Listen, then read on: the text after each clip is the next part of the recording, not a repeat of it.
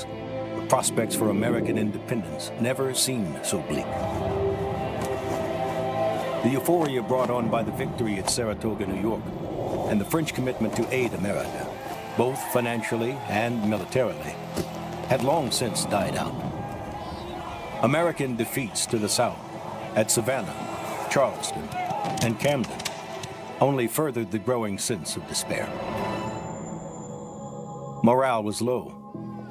Mutiny lurked within Washington's ranks. Ex-American General Benedict Arnold, whose defection and treachery seemed to signal a broader problem among the population, now led British forces, raiding unchecked into the heart of Virginia.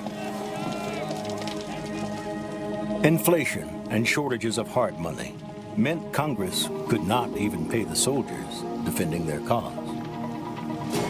And rumors swirled that the French, pouring what amounted to billions in current dollars into the American war effort, were having second thoughts about their involvement in what had become, for them, an expensive global conflict. At his headquarters in New York, Commander-in-Chief George Washington saw the present crisis unfold and observed, "We're at the end of our tether, and now or never, our deliverance must come."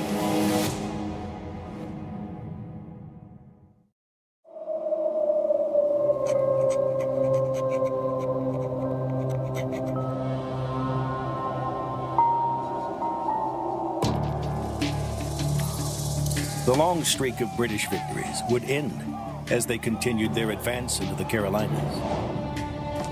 A recently formed American army under Nathaniel Greene harassed Lord Charles Cornwallis's troops as they marched endlessly through the rough Carolina backcountry. The British were stung with losses at Kings Mountain and Cowpens, coupled with devastating casualties suffered at Guilford Courthouse. Tired of the inconclusive fighting in the Carolinas, Cornwallis made the fateful decision to march his army north to Virginia. It is here, in the home colony of Washington, Thomas Jefferson, and Patrick Henry, that Cornwallis hopes to not only stop the flow of supplies into the Deep South, but to also make Virginia the seat of war, even at the expense of British control of New York. General Sir Henry Clinton, Cornwallis's superior in New York, is angered by the move into Virginia. Not only is it a blatant disregard of orders, it risks wiping away the hard-fought British gains in the Carolinas. Plus, with the news of the French fleet's operation in American waters, Clinton is no longer certain that he can safeguard Cornwallis's position in Virginia or transport him safely elsewhere. Despite these doubts over his strategy, Clinton sends reinforcements south to his aid. By May 1781, Cornwallis unites the British forces at Petersburg, 7,200 strong.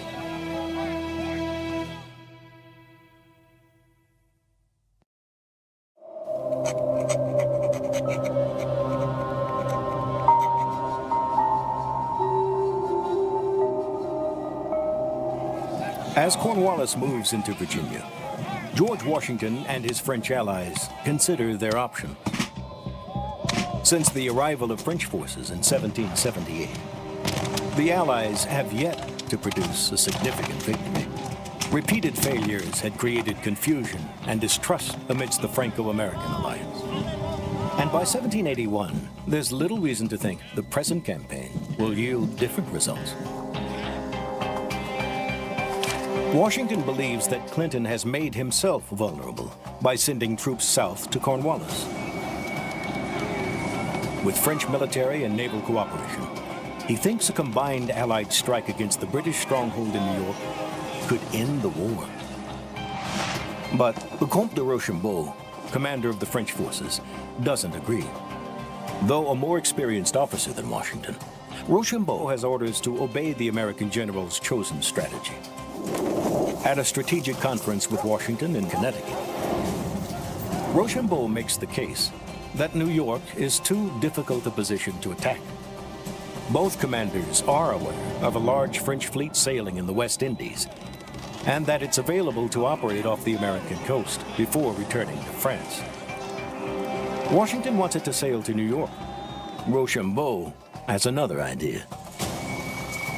In the waning moments of their conference, the French commander secures a vital concession from Washington, who agrees to move his army elsewhere, provided that the French fleet arrives upon the coast. But what Washington doesn't know is that Rochambeau has already written the fleet's commander, Admiral François-Joseph Paul, Comte de Grasse, with a strong directive for him to sail not to New York, but toward Cornwallis in Virginia, to the Chesapeake Bay. It's a move that will reap significant Allied advantages in the months to come. Meanwhile, Washington's plans for an attack on New York remain frustrated. Much-needed men and supplies for the attack have failed to materialize. Amidst the ongoing stalemate, Washington learns on August 14th that de Grasse's French fleet has been directed to the waters off Virginia. He confides to his diary that matters have now come to a crisis. Stay the course with the attack on New York, or gamble all on this new opportunity in Virginia.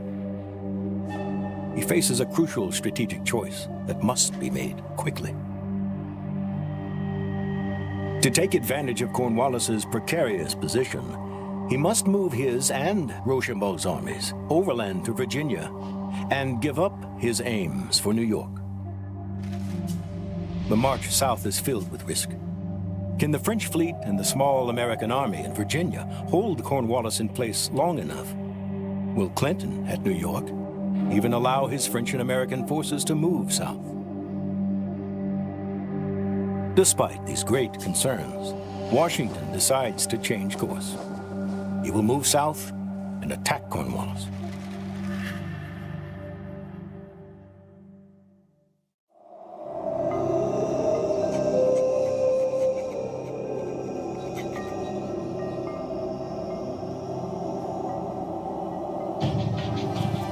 Since his arrival in Petersburg, Virginia on May 20th, General Cornwallis's combined army of 7,200 men had been unable to bring the Marquis de Lafayette's wily American force to decisive battle. The Frenchman-turned-American general was Washington's favorite. In Virginia, he described his role as one reminiscent of the terrier baiting the bull. But his small army bought Washington needed time. As he ponders his next move, Cornwallis received a set of contradictory and confusing orders from Clinton. In one, a nervous Clinton requests reinforcements for his threatened position in New York. Then another proposing a march toward Philadelphia. And then a third ordering him to stay put in Virginia. Ultimately, the two British commanders decide that Cornwallis's army will remain along the Virginia coast. Cornwallis settles upon Yorktown as his future base. Situated atop a high bluff over the York River, Yorktown is a strong position. Deep ravines and swampy creeks limit access, and Gloucester Point controls river traffic. Cornwallis believes his position is a strong one, so long as the British Navy maintains control of the waters in and around the Chesapeake. It is this assumption that will prove disastrous for the British.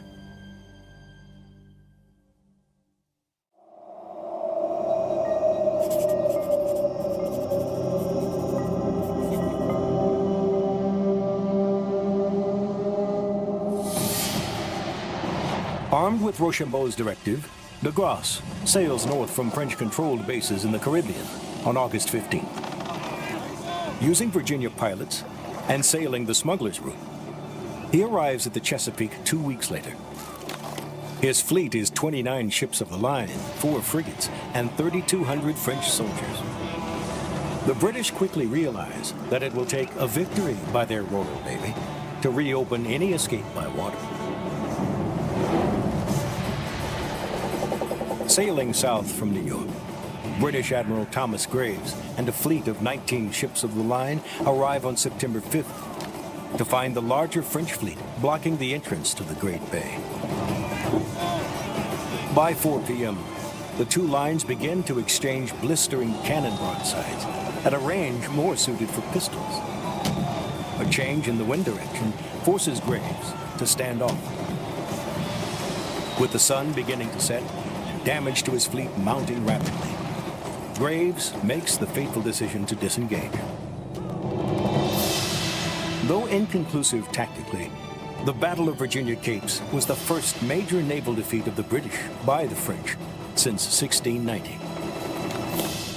Graves' retreat to New York leaves control of the Chesapeake and Cornwallis's escape route firmly in the hands of de Grasse's French fleet.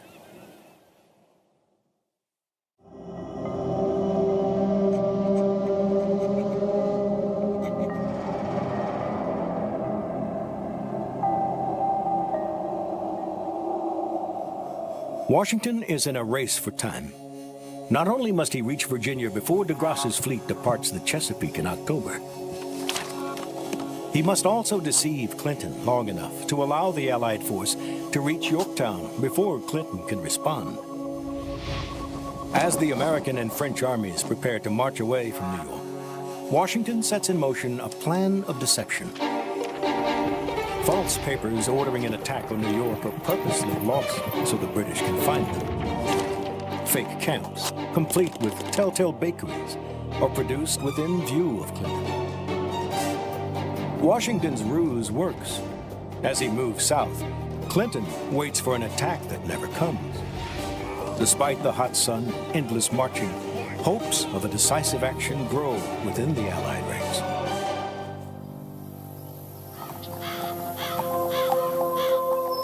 Washington rides forward to Mount Vernon, his home that he had not seen in more than 6 long years.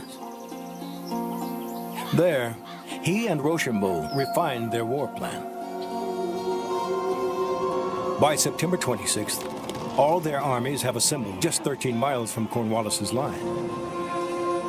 Despite the Allies' great fortune so far, Washington must act quickly to dislodge Cornwallis from around Yorktown before the French fleet retires to safer waters.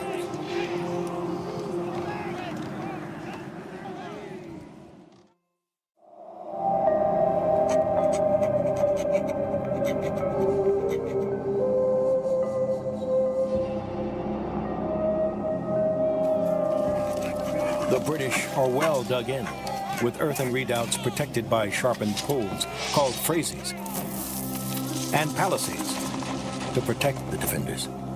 Cornwallis's artillery is arranged to harass Washington's army and keep them at bay. Reduced by sickness and wounds, Cornwallis is still able to place 5,500 veteran British and Hessians into the fortified lines, some of the best soldiers in the world. Despite these defenses, Cornwallis is soon in a perilous position.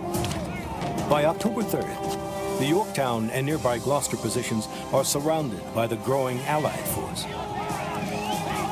Augmented by the recent arrival of heavy siege guns, Washington has 18,000 French and American soldiers ready for action.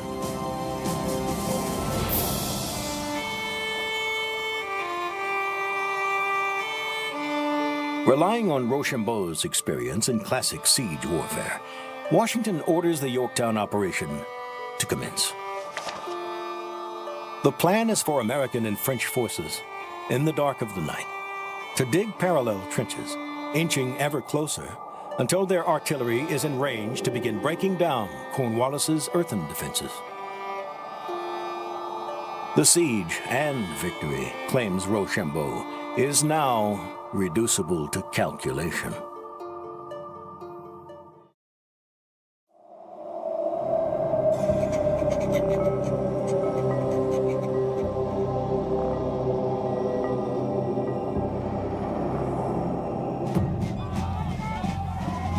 Ever since arriving at Yorktown, hundreds of French and American soldiers had been on constant rotating duty, building the massive infrastructure needed to support the planned half-mile siege line. On October 6th, Rochambeau's design is set in motion. Under the cover of a rainy night, 1,500 men fan out to begin digging along a line marked by pine boards. 2,500 men move ahead to defend them from attack. 1,000 yards from the British, this first parallel line is 10 feet wide and 4 feet deep. It will house 13 artillery batteries and 4 manned redoubts.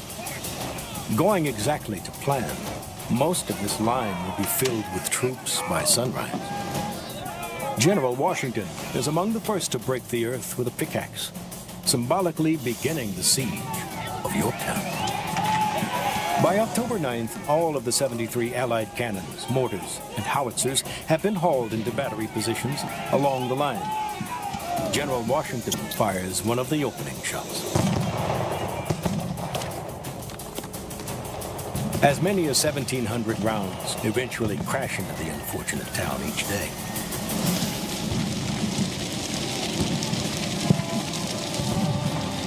Those citizens who remain are forced to seek shelter along the river's edge.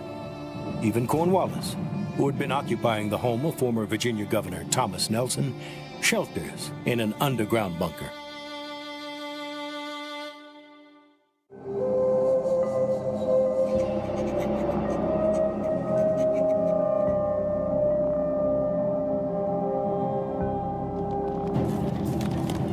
Although the cannons of the Allies were relentless, more pressure was needed.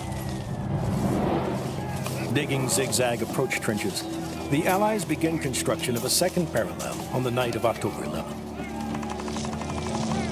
This second parallel is only 350 yards from the nearest British defenses, point-blank cannon range. By dawn, they had built a trench 750 yards long.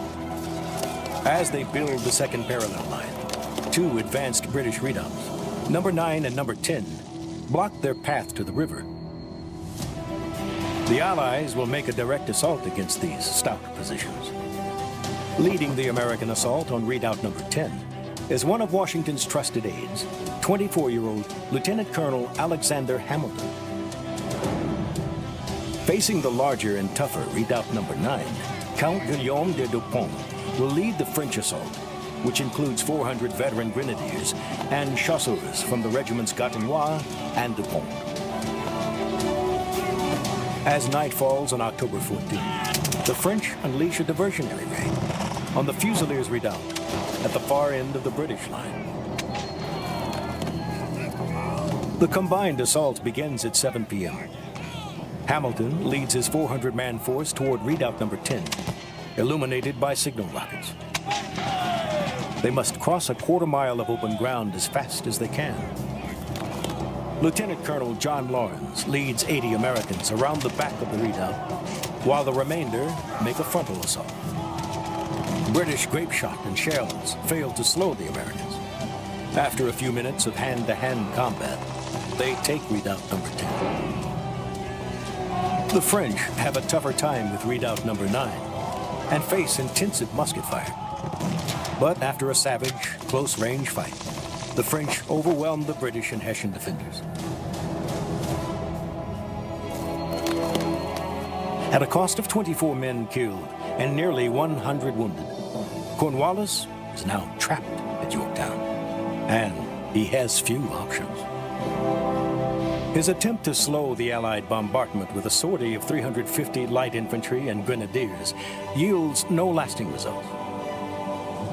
A desperate attempt to flee the lines across the river fails due to lack of boats and terrible weather.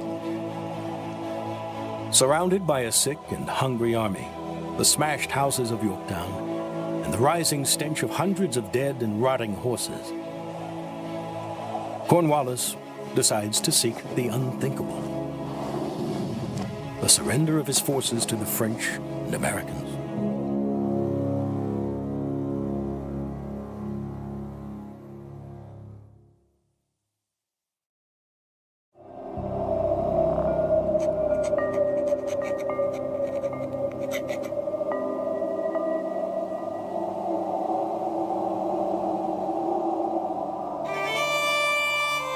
Cornwallis seeks honorable terms, which Washington rejects.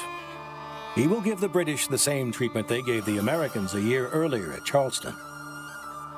Colors surrendered, and Cornwallis's men, prisoners. The British commander has no choice but to accept. or face further bloodshed. At 2 p.m. on October 19, 1781, the British march from the ruined remains of Yorktown. They stack their weapons and surrender their flag. Lord Cornwallis claims illness, leaving the formal surrender to Brigadier General Charles O'Hara. O'Hara attempts to surrender to Rochambeau, who directs him to General Washington. Washington, in turn, has O'Hara surrender to his second-in-command, General Benjamin Lincoln, who had been forced to ignobly surrender a year before at Charleston. With Cornwallis's sick and wounded, more than 8,000 prisoners are counted at Yorktown, along with over 200 cannon, 8,000 muskets, and 2,000 swords.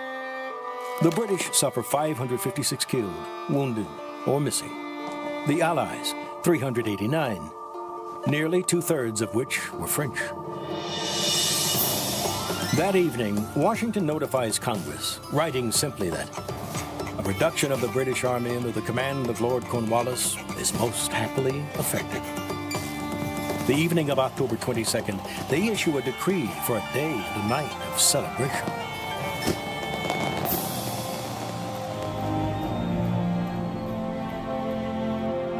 When Lord North, the British Prime Minister, learns of the defeat a month later, he blurts, "Oh God, it is all over." And while King George III continues to ask for further military actions, the war is essentially over. The defeat at Yorktown and the mounting costs of the war saps British public support for continued action. In April 1782, the British Parliament seeks out the American ministry in France to begin negotiations. 18 months later, the Treaty of Paris is ratified by Congress, bringing about the end of America's war for independence and the beginning of a new nation. With the war over, General Washington shocked the world in December 1783 by resigning his commission as Commander-in-Chief. Walking away from such a powerful position prompted King George III to call him the greatest character of his age. But his retirement from public service would be short-lived. By 1787, he was elected president of the Constitutional Convention in Philadelphia. 2 years later, he would become the first president of the United States.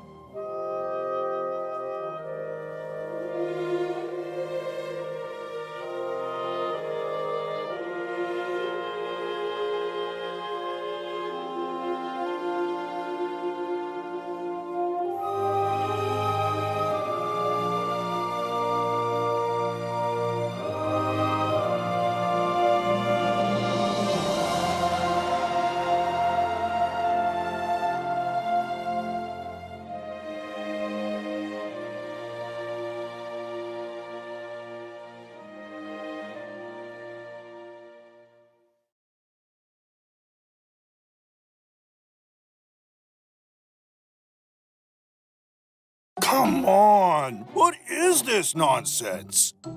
Guys, I need some help. I'm lagging like crazy. Are there any other better emulators? I don't want to get bullied again because of lag. Yeah, right. Lag. LOL. Hey, maybe try the official PC version? Rise of Kingdoms PC version gives governors the ultimate experience in multiple scenarios.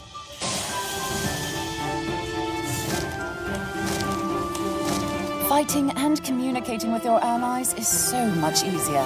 Smooth frame rate and high-quality graphics also help governors with their overall experience. Oh, and of course, you can spot barbarians with ease. For governors who haven't tried Rise of Kingdoms PC version, go to the Rise of Kingdoms PC version website to check it out. Hey guys, I'm getting swarmed. Send help! Oops, my ally needs me now. Gotta go. Let me know how it goes.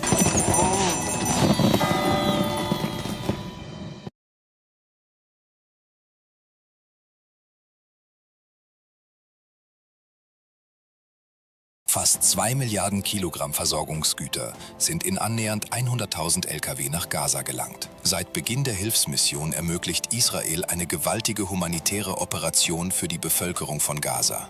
Israel ermöglicht Tag und Nacht ohne Einschränkung die Einfuhr von Lebensmitteln, Medikamenten und mehr nach Gaza, von Säuglingsnahrung bis Antibiotika. Es handelt sich um eine der aktuell weltweit größten humanitären Aktionen und sie wird immer umfangreicher.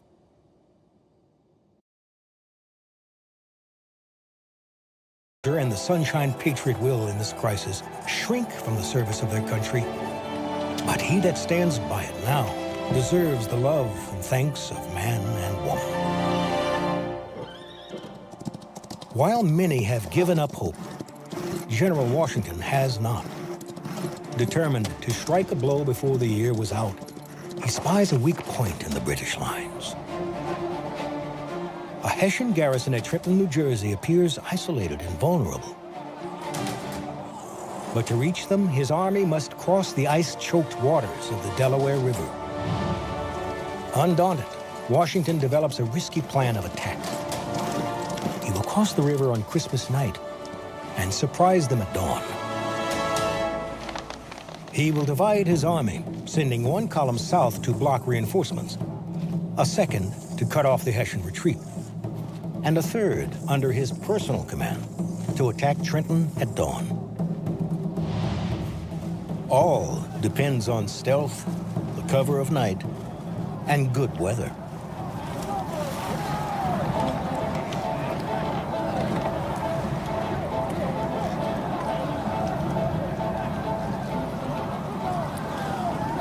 Battered by sleet and high winds, Washington's boats struggle to cross in the face of huge chunks of river ice.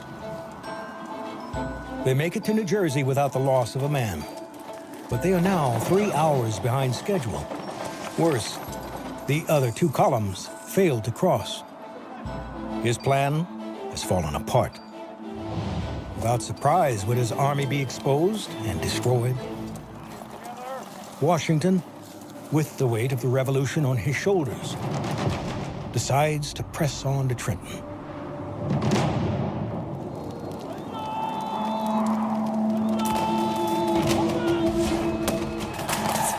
Overcoming the pickets, the Americans discover to their amazement that most of the Hessians are still in their quarters. Surprise has been achieved. Washington quickly positions his artillery on the heights north of town, overlooking Trenton's streets. His force divides into columns and moves swiftly to encircle the stunned Hessians.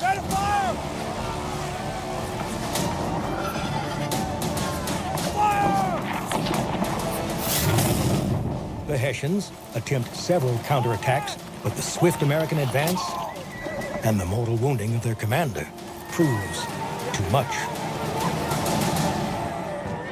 The remaining Hessians, some 900, surrender. With their captives in tow, Washington's army slips back across the river. Miraculously, the Americans lose only 2 men, lost not to Hessian bullets, but to the vicious cold. The battle at Trenton, where Washington famously crossed the Delaware River, is one of the most decisive victories of the war. But how to capitalize on the victory?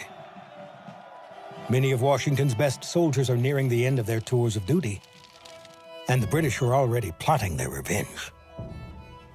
To keep his army from disintegrating, Washington appeals to his soldiers' patriotism. He reminds them of the glorious cause and reinforces their patriotism with cold, hard cash.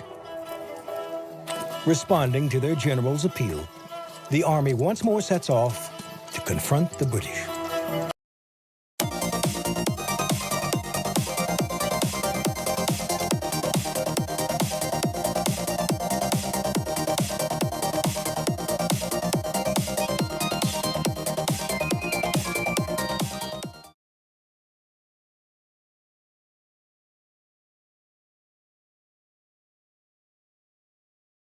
Das Monday Sales CRM ist definitiv das beste CRM, mit dem ich je gearbeitet habe. Seitdem wir das Monday Sales CRM nutzen, sind unsere Geschäftsabläufe reibungslos und effizient. Wir können jetzt all unsere Leads an einem zentralen Ort einsehen und sie durch den gesamten Vertriebszyklus hindurch verwalten. Mit nur einem Klick kann ich alle Infos aufrufen zu jedem beliebigen Kunden oder Konto in einer einzigen Ansicht. Ich muss nicht mehr zwischen verschiedenen Tabs hin und her wechseln. Ich versende und empfange E-Mails direkt über das Monday Sales CRM. Wir können jede Interaktion protokollieren. Dadurch weiß ich genau, was jeder Kunde braucht. Ich habe selbstständig so viele Automatisierungen eingerichtet, dass ich mich jetzt voll auf meine Kunden konzentrieren kann. Außerdem habe ich meine Dashboards personalisiert, damit ich genau das sehe, was ich sehen will und den Status von jedem Deal kenne. Wenn du nach einem CRM suchst, mit dem die Arbeit Spaß macht, dann probiere das Monday Sales CRM.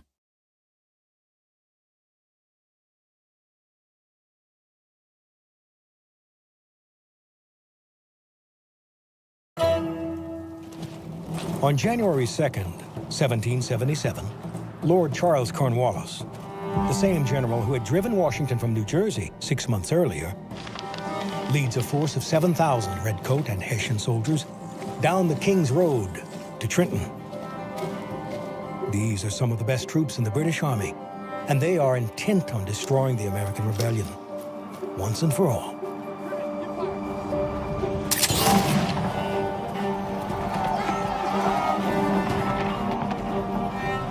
After fighting through Washington's advance guard, Cornwallis unleashes a series of powerful frontal assaults.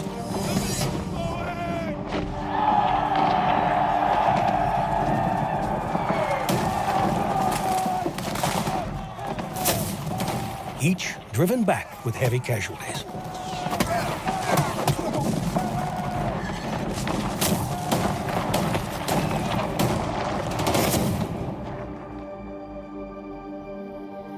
Nightfall fortunately halts the slaughter. Washington's defenses hold. Unfazed, Cornwallis declares that he will cross the creek and bag the old fox in the morning. Rather than wait for the British assault, Washington agrees to a bold but risky plan. One that will allow them to retain the initiative and avoid any sense of retreat in the face of the enemy. We will march to Princeton.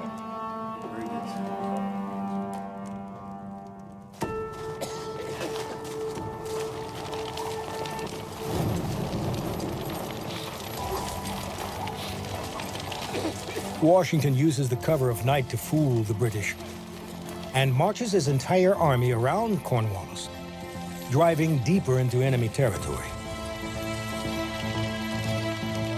When the British awake, Washington's entire army is nowhere to be found. The old fox has escaped. Just south of the town of Princeton, Washington rallies his troops and leads the final charge that buckles the British lines. Princeton is captured. Washington's third victory in just 10 days. The British, once on the verge of total victory, now retreat back to their lines around New York City, surrendering all of their summer gains. Britain's archenemy, France, takes note of the American victories and moves closer to becoming America's ally. Washington's bold actions and stunning victories at Trenton and Princeton not only revived Patriot morale, but quite simply saved the American Revolution at its bleakest hour.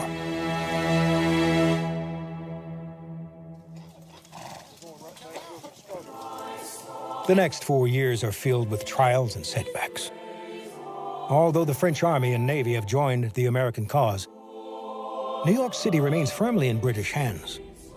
Charleston has fallen, and Benedict Arnold, one of America's most celebrated generals, has deserted to the British side. America is out of money, and the will to fight seems almost at an end. Poorly supported by Congress, Washington must plead for even the most basic necessities for his dwindling army. Martha Washington, braving capture, camp disease, and ferocious winter weather, travels north to stay with Washington at his Valley Forge and Morristown encampments.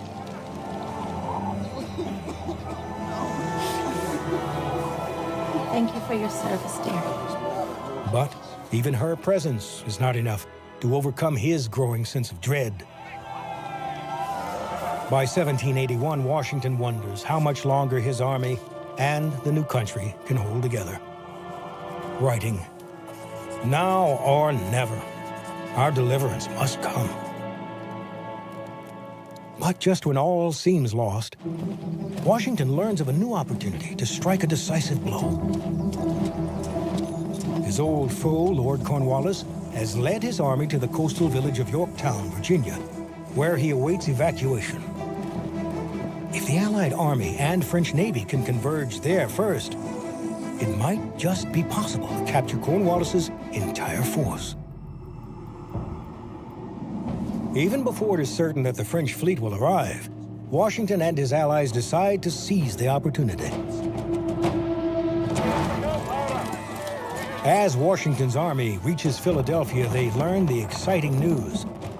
A French fleet under Admiral de Grasse has defeated the British Navy at the mouth of the Chesapeake Bay. The French warships have cut off Cornwallis's escape.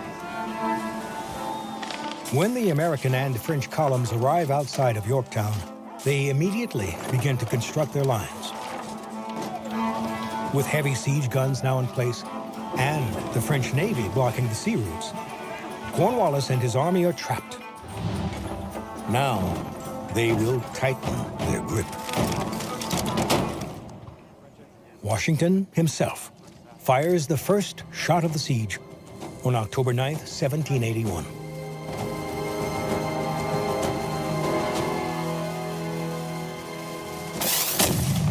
Soon, thousands of French and American shells bombard the British lines at Yorktown.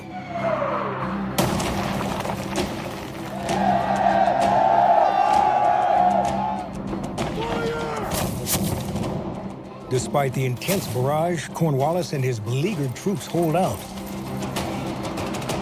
With the threat of autumn hurricanes, the French Navy's presence cannot be assured. Victory requires one more push. The Allies need to seize two advanced British positions to be able to fire cannons into Cornwallis's lines at point-blank range. In a daring night raid, the French attack redoubt number 9, while the Americans, led by a young Alexander Hamilton, assault redoubt number 10. With these redoubts secure, Allied guns fire 1,700 rounds a day at point-blank range into the British lines.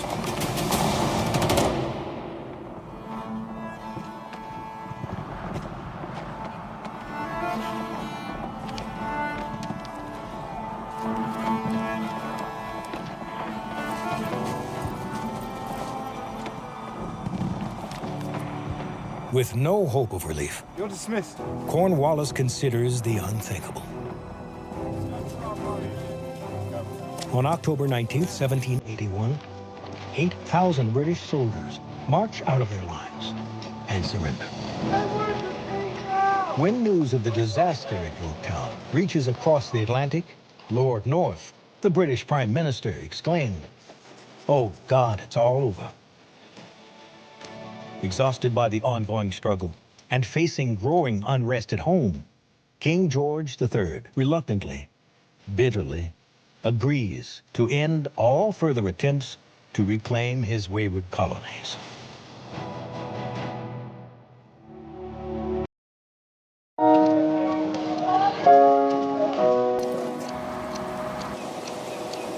Sometimes there's things a man cannot know. Engines won't turn and the train won't leave.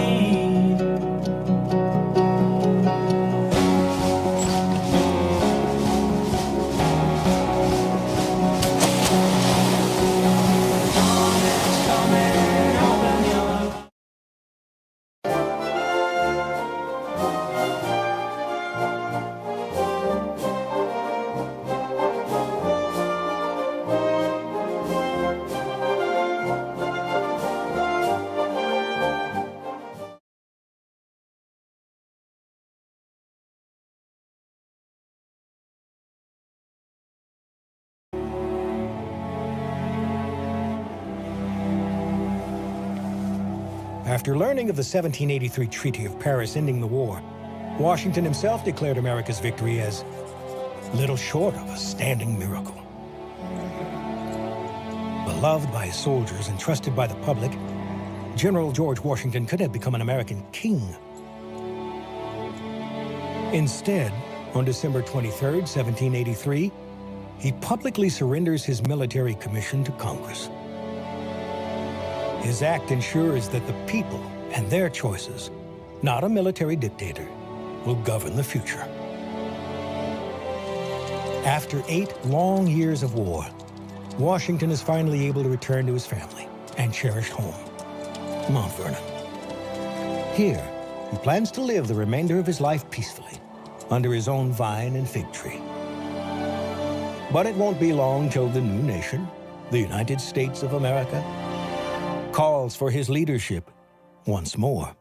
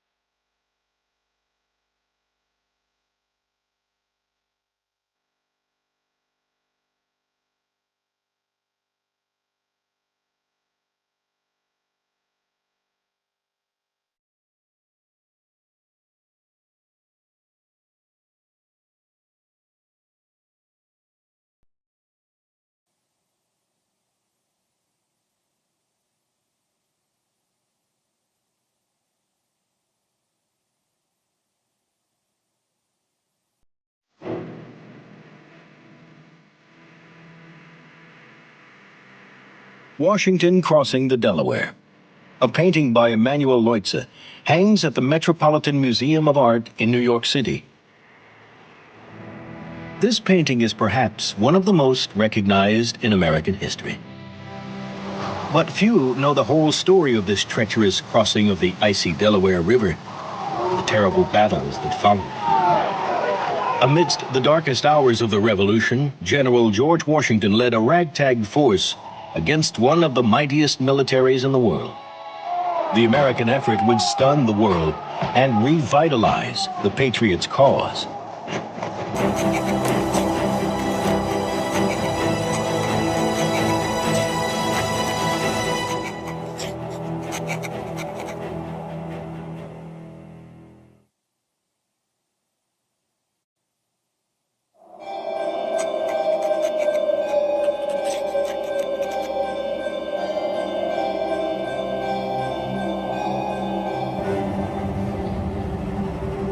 For more than a year, 13 colonies stood in rebellion to their government, an ocean away. The Americans in revolt were rebels. The Declaration of Independence made them revolutionaries. 13 colonies were now a union of states. Then in union, they claimed independence, disseminating copies of their great declaration through the land. In New York City, the Declaration was read aloud to an army of volunteers. On that day, July 9th, 1776, they at last knew what they were fighting for. A new nation conceived in liberty. This army was made up of farmers and tradesmen and artisans from every walk of life. Their officers were businessmen, lawyers, and planters, mostly amateurs. Even their commander-in-chief, the most experienced among them, had never led more than 1,000 men in combat. Now, General George Washington led 23,000.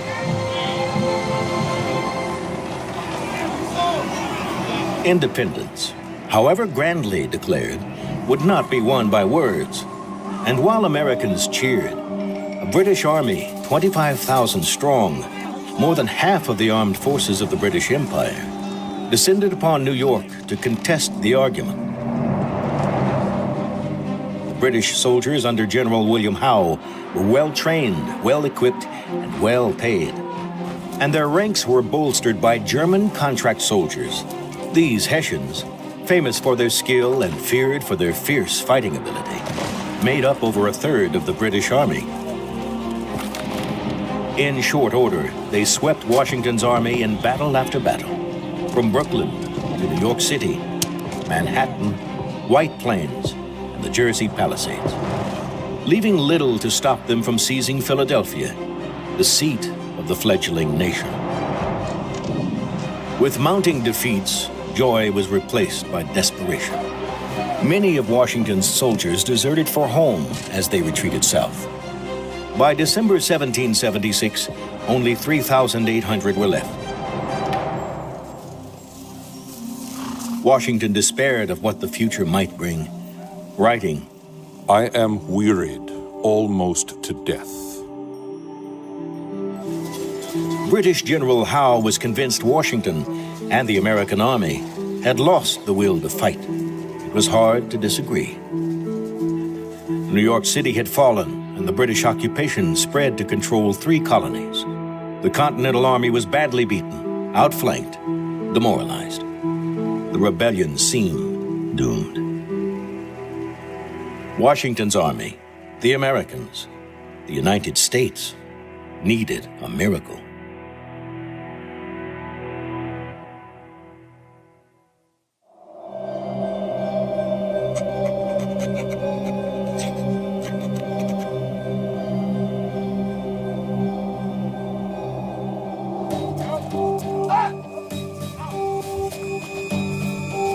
As the British and Hessian soldiers occupied New Jersey, they behaved like conquerors, ravaging homes, stealing property, not bothering to distinguish between patriot or loyalist.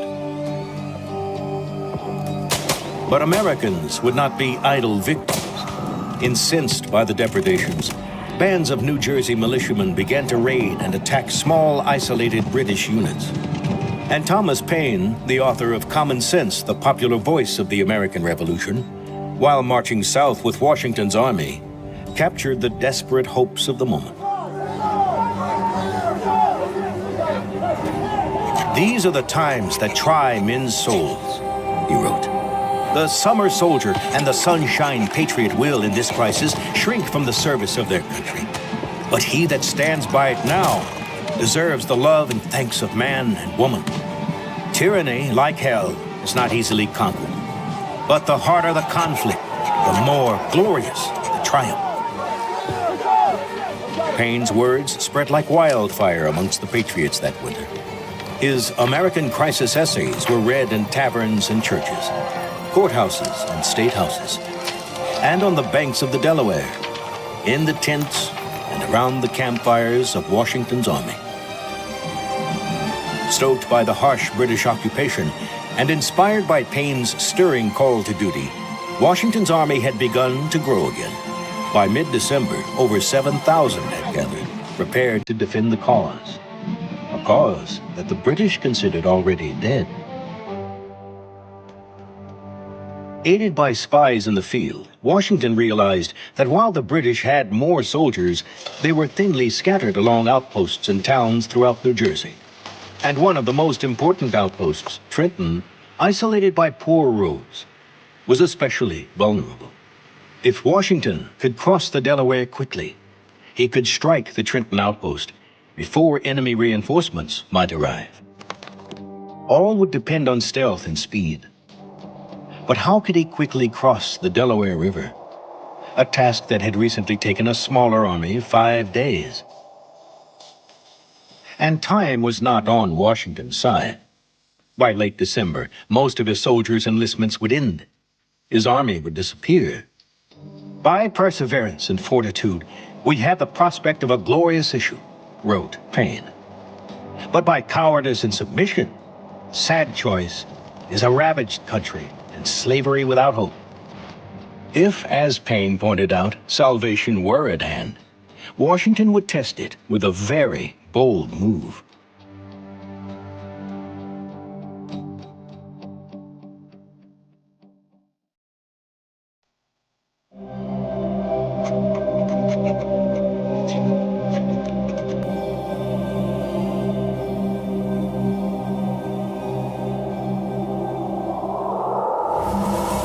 Washington's plan is risky. On Christmas night, in the dead of winter, his army would cross the Delaware River at 3 points and trap the Hessians at Trenton. Washington, with 2,400 soldiers and much of the artillery, would march to Trenton for the main attack. James Ewing's brigade of 800 Pennsylvania militiamen would seize the bridges across Assunpink Creek, and Colonel John Cadwallader's 1,200 Philadelphia Associators and 600 Continentals would distract the Hessian Grenadiers and Scottish Highlanders stationed at Burlington. But this grand design began to unravel almost as soon as it started. Huge chunks of ice made the Delaware almost impassable. Ewing's troops at Trenton Ferry and Cadwallader's force further south both failed to cross the river. Washington's main strike force fared little better, moving slowly as the light rain gave way to driving hail and snow. 2,400 men, as well as horses, and 18 pieces of field artillery, each gun weighing around 2,000 pounds, needed to be ferried across the icy river. Washington himself crossed first and watched the rest of his army struggle to follow. When they all finally reached the New Jersey side of the river at 3 a.m., they were a full 3 hours behind his carefully choreographed plan. Washington brooded over the delay. With his entire army at risk, should he turn back?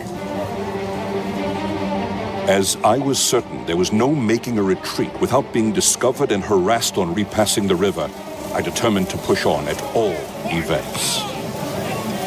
With the icy river behind them, turning back was not an option.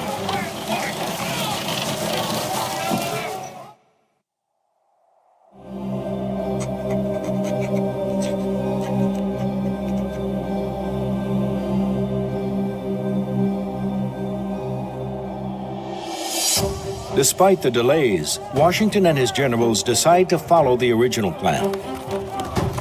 Washington's column approaches Trenton in two wings. Defending Trenton were three battle-hardened Hessian regiments, 1,500 men, under the command of Colonel Johann Gottlieb Rohl. Contrary to legend, they were not drunk or even drinking. Instead, they were on high alert. Hessian pickets guard the approaches to Trenton. Those not on duty sleep in battle dress, loaded muskets within reach. Despite the preparations, Rawls' men are caught by surprise. Erroneously believing Washington has the town encircled, but considering the Americans poor soldiers, Rawls orders his men to counterattack. Knox's field guns and American musket fire shatter their brave charge.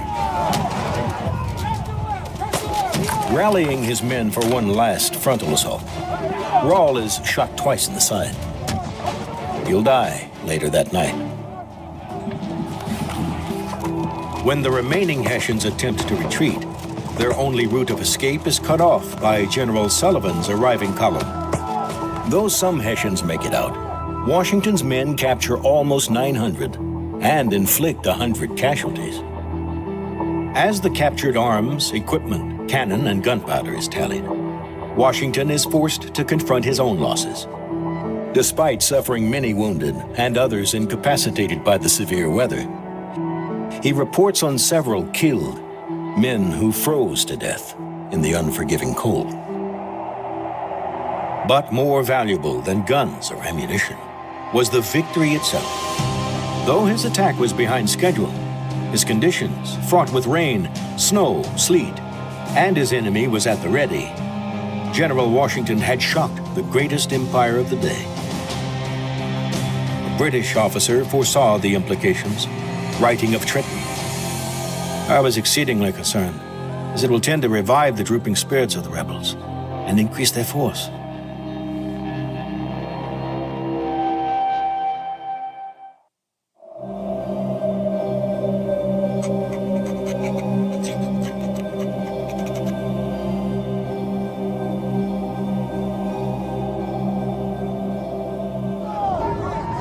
There was little time to rest or celebrate.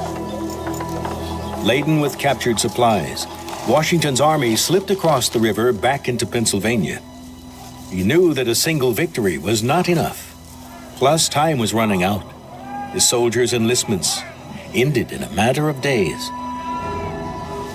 On December 27th, just a day after capturing Trenton, Washington learned that Colonel Cadwallader's 1,800 Pennsylvanians had crossed into New Jersey, probing the British defenses. Their reports indicated that the British were panicking and falling back. Was this the moment to strike another blow? Washington asked for an honest assessment from his advisors. At first, some argued that a second crossing would tempt fate. Others pressed for action.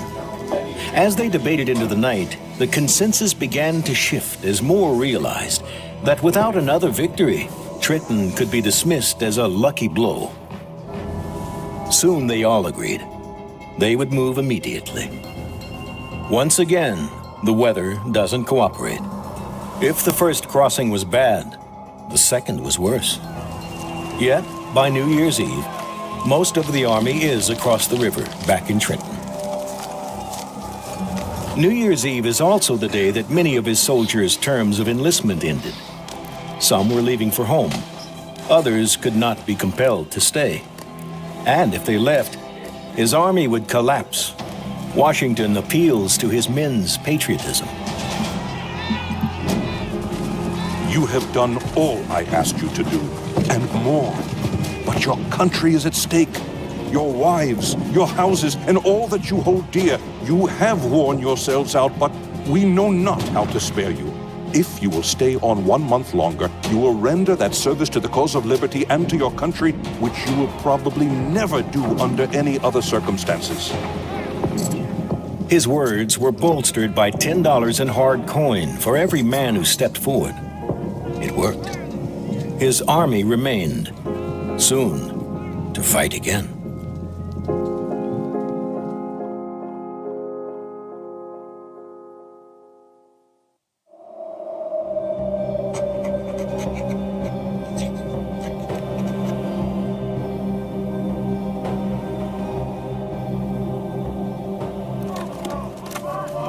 6,800 Americans ushered in the new year of 1777 east of Trenton along Assunpink Creek.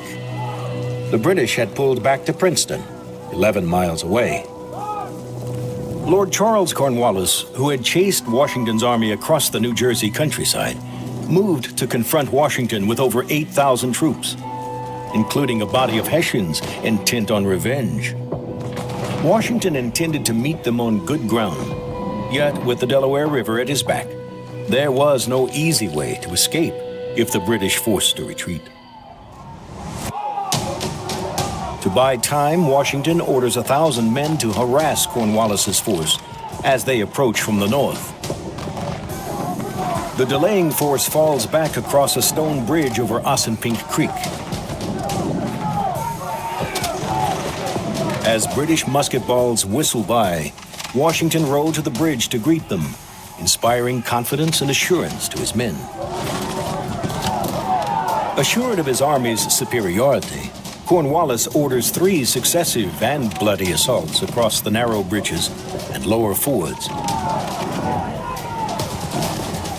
In the face of blistering American cannon and musket fire, all British attempts fail as the light disappears. For his brash assault, Cornwallis lost 365 men. For the Americans, who continued to hold their defensive line along the creek, the losses were 100. For the second time in 2 weeks, Washington and his ragtag army had proven their mettle against some of the best combat troops in the world.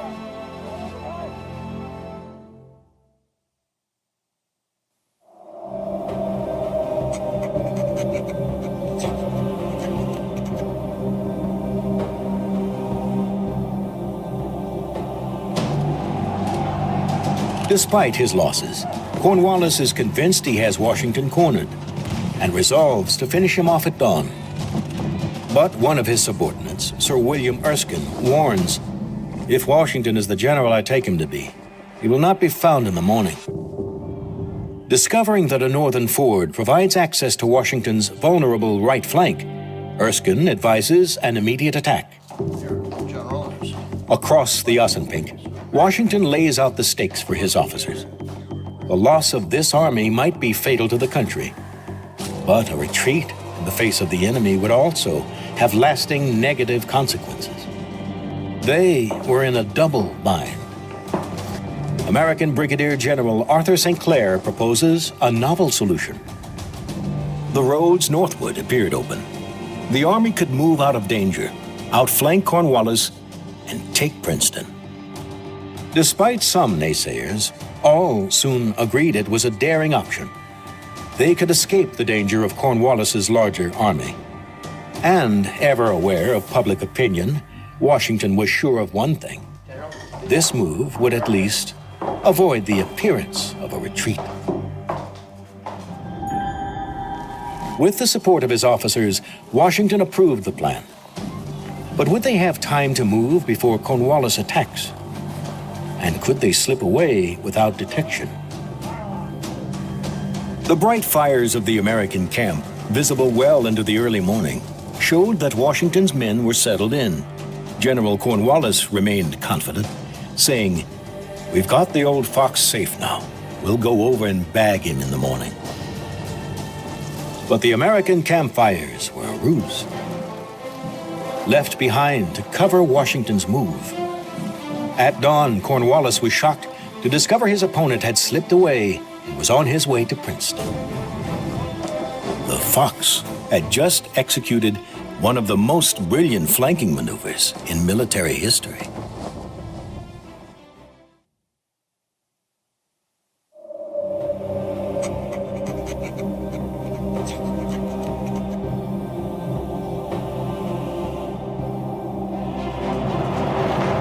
Washington marched his army in 2 columns throughout the night to Princeton.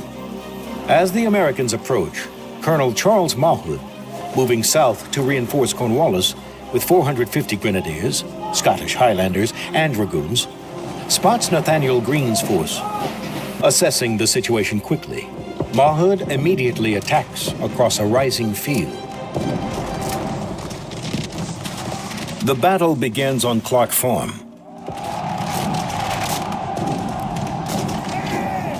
After a vicious, bloody firefight, Mahood orders bayonets fixed and breaks an American brigade led by General Hugh Mercer.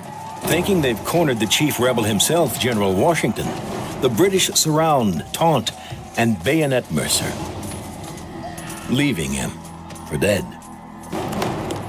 The arrival of a force under Cadwalader staves off defeat. Aided by a pair of 4-pound cannons, they slow the British onslaught. But even these efforts prove insufficient, and Cadwalader's men soon begin to give way. At this moment, Washington himself arrives on the spot, again exposing himself to musket fire, rallying his men with the cry, Parade with us, my brave fellows. Leading his advance, they force the British to break and run. Galloping after the broken remnants, Washington shouts, It is a fine fox chase, my boys. Mahood and his garrison ultimately flee Princeton, leaving it to the Americans. The British were retreating.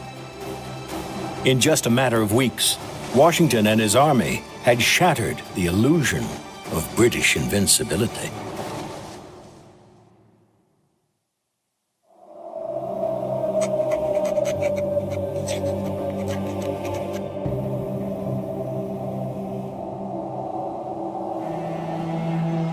Washington had won at Trenton twice and drove the British from Princeton.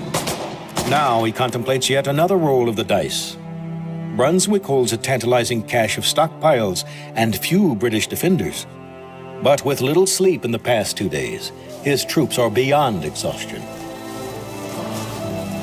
So on January 7th, Washington and the remainder of his victorious army head towards the mountain retreat at Morristown, New Jersey. From here, his army supports the local militias, harassing the British and raiding the countryside, eliminating their supply routes and sources of food. Like 1,000 wasp stings, the raids ultimately force the British to the relative safety and comfort of New York City. With his army now safely positioned around Morristown, Washington was forced to confront an even deadlier enemy, disease. His battle-worn citizen soldiers, huddled in winter encampments, were prime targets for the great killer of the Revolution, smallpox. Fearing discovery through British agents, Washington boldly orders that his entire army be quietly inoculated. This action, mandated in all Continental Army camps, would save countless lives, lives of the very soldiers who would continue the fight for freedom. Facing what seemed to most on both sides as certain defeat, a ragtag force of Continentals had stunned the British and the world. Washington's bold stroke across the Delaware led to the defeat of 3 different Hessian and British forces in one brilliant campaign. The once mighty British Army, numbering 31,000 in the summer of 1776, had now been reduced to less than half that number, and its great gains of territory had been largely wiped away in New Jersey. Frederick the Great, King of Prussia, and one of the world's great military minds, called Washington's exploits those 10 fateful days the most brilliant of any recorded in the annals of military achievements. At the center of this great strategic reversal stood General George Washington. Undaunted by the staggering losses of the summer of 1776, he provided the critical leadership that saved the remnants of the Continental Army and compelled them to victory at Trenton and Princeton. His strength, tempered by flexibility and an open ear, built an army able to absorb defeat, win victories, and able to turn the dream of a new nation into a lasting reality.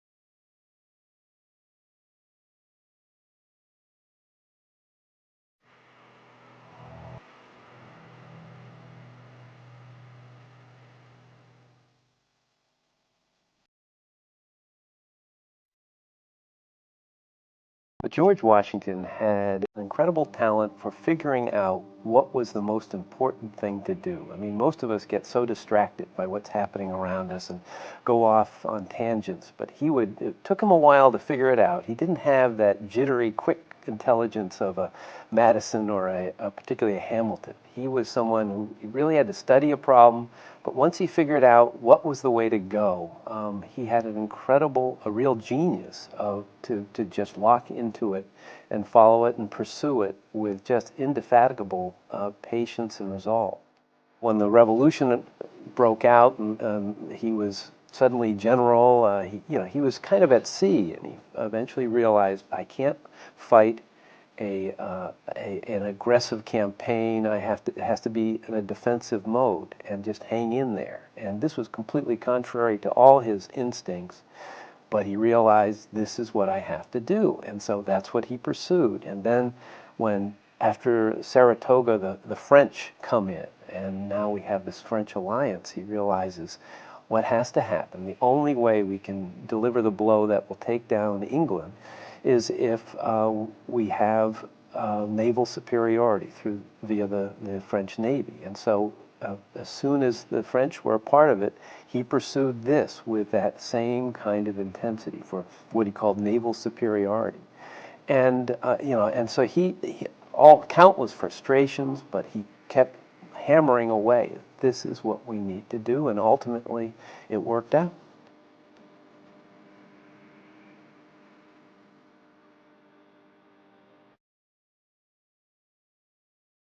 What Washington did at Yorktown and in the year leading up to it, I think has great lessons for us today.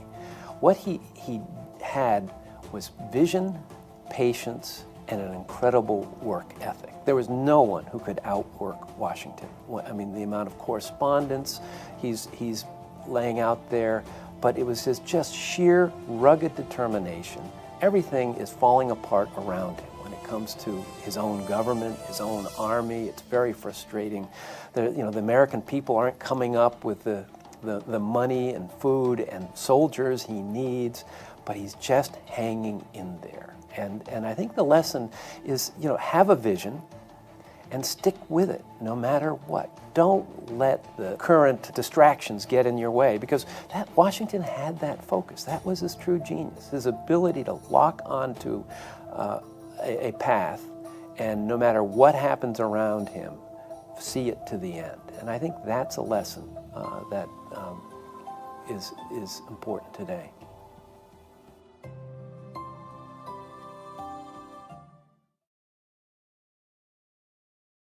Hello, and welcome to Mount Vernon. My name is Jeremy Ray, and I'm the manager of History Interpretation. I'm often asked by guests, tell me something that I wouldn't know, or tell me something interesting. I find these questions the most difficult to answer because there are so many interesting stories about George Washington.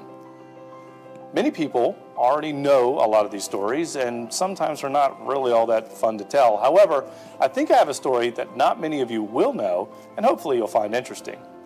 I'm standing in front of a well-known painting of Washington at the Battle of Princeton, which took place on January 3rd, 1777. It was the final battle in a series of daring sneak attacks and maneuvers that reignited American resolve during the Revolutionary War.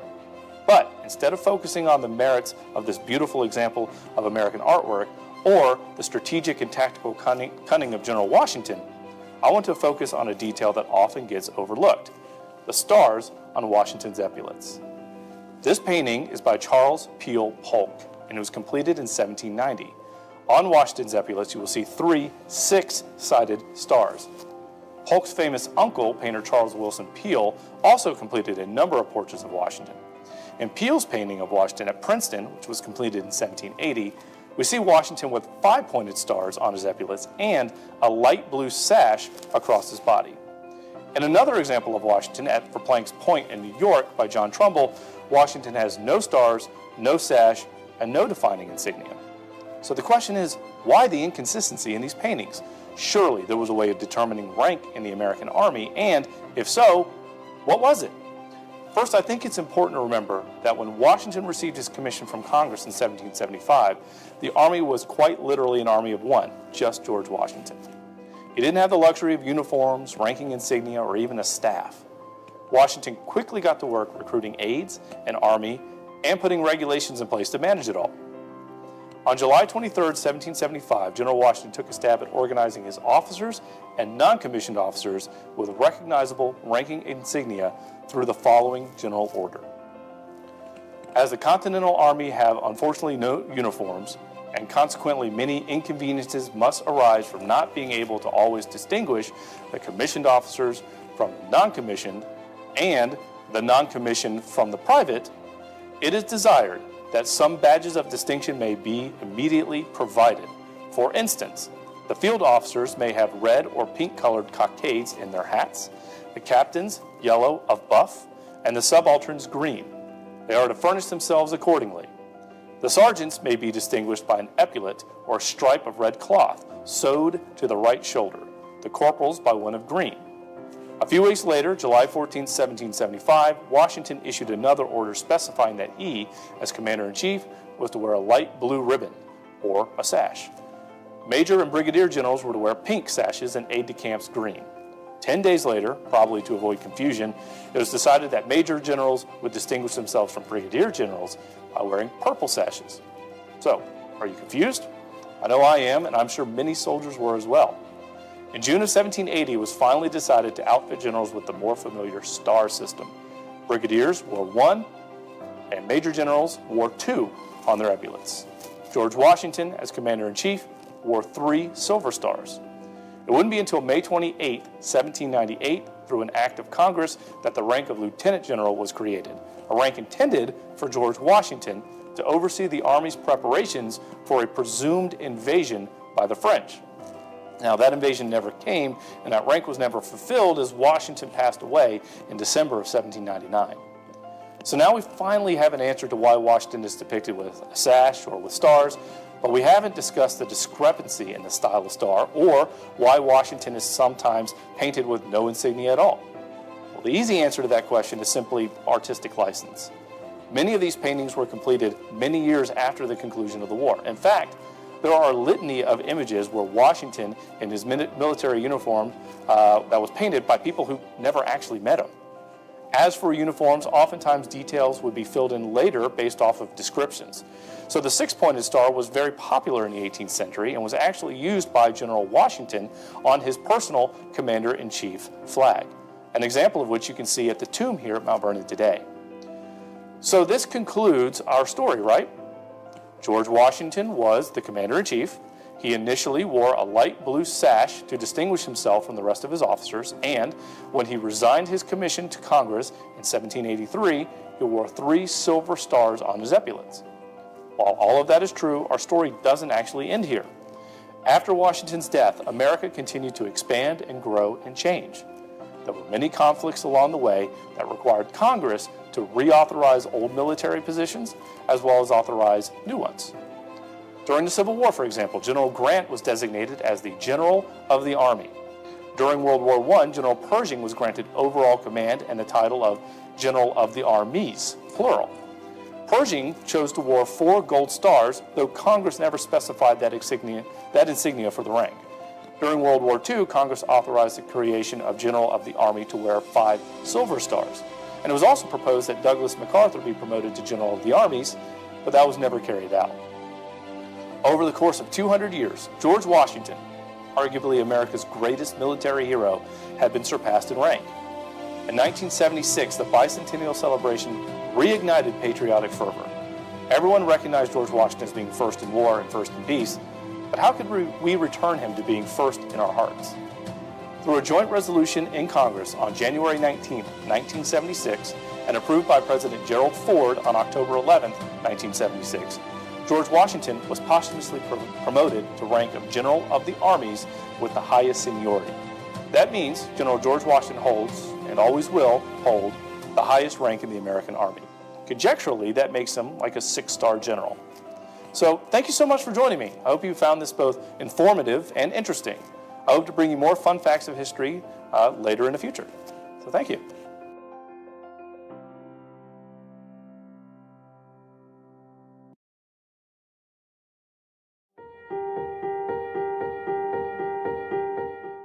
The American Revolution nearly came to a bad end barely a year after it began. By the early summer of 1776, more than 12,000 American soldiers had bivouacked in Little New York City, which was to become the war's central battlefront after Britain evacuated Boston that spring. For months, the troops and civilian residents toiled with picks and shovels to fortify the town, summoned by fife and drum to work gangs known as Diggers Inn. Streets along the waterfront were barricaded, and artillery redoubts built around the island of Manhattan and across the East River on Long Island, all overseen by General Washington after his arrival in late spring. And all for naught. Given that New York was set in an archipelago with almost 800 miles of waterfront, one of Washington's lieutenants observed that whoever commands the sea must command the town. And the British commanded the sea. On June 29, 1776, New York Bay suddenly filled up first with scores and then with hundreds of enemy ships as General William Howe's army arrived from temporary refuge in Halifax. Over the next few weeks, the force grew ever larger with the arrival of another fleet from Britain, commanded by Howe's brother, Admiral Richard Howe, and thousands of German mercenaries known generally as Hessians. They made camp on Staten Island and sent combat squadrons up the Hudson River. As Washington wrote to Congress, the amazing advantage the enemy derive from their ships and the command of the water keeps us in a state of constant perplexity and the most anxious conjecture. Conjecture ended on August 22nd, when more than 20,000 British and Hessian troops landed along the southwestern tip of Long Island in one of the most adroit amphibious operations of the 18th century. After gathering themselves for several days on the flatlands, General Howe's troops attacked American fortifications near the village of Brooklyn on August 27th, feinting at the rebel right and center defenses, then deftly outflanking the American left in a brilliant night march. This plan succeeded even beyond our expectation, a British general wrote, for we were on their flank and in their rear before they knew what we were about. Washington's line collapsed with thousands running for their lives. The largest battle of the entire Revolution turned into a rout. Only a bold nighttime evacuation in the fog across the East River from Brooklyn to Manhattan saved the army from obliteration. All of Long Island had been lost for over 7 years, as it turned out. The rest of the New York campaign wouldn't go much better for the Americans. The Howe brothers landed their forces on Manhattan at Kips Bay on September 15th, capturing New York City and much of that island in hours. The rebels fought bravely in a skirmish at Harlem Heights the next day, but eventually abandoned most of Manhattan for Westchester County to the north, when the British in October executed another flanking maneuver up the East River and into Long Island Sound, leading to a sharp battle at White Plains. The only acreage on Manhattan left to the Americans was at Fort Washington, near today's George Washington Bridge. And on November 16, 1776, General Howe pounced on that garrison with an attack from 3 directions. The rebel defenses were poorly designed and undermanned, and nearly 3,000 men were captured at a cost of 458 British casualties. General Washington watched helplessly through his telescope from across the Hudson in New Jersey, having been utterly out-generaled. This is a most unfortunate affair and has given me great mortification, the Commander-in-Chief wrote his brother. He added, I am wearied almost to death with the retrograde motion of things. More mortification and more retrograde motion would follow. 4 days later, the British crossed the Hudson and captured Fort Lee, the main American encampment in North Jersey. The paltry remnant of the Continental Army, barely 3,000 men under Washington's direct command, trudged south toward Trenton. Washington and his generals had nearly lost the war several times in the past several months, through miscalculation, misfortune, imprudence, and deficient military skills. Now annihilation threatened them again. On sale now. The British are coming. Rick Atkinson's epic story of the American Revolution. Available from the shops at Mount Vernon or wherever books are sold.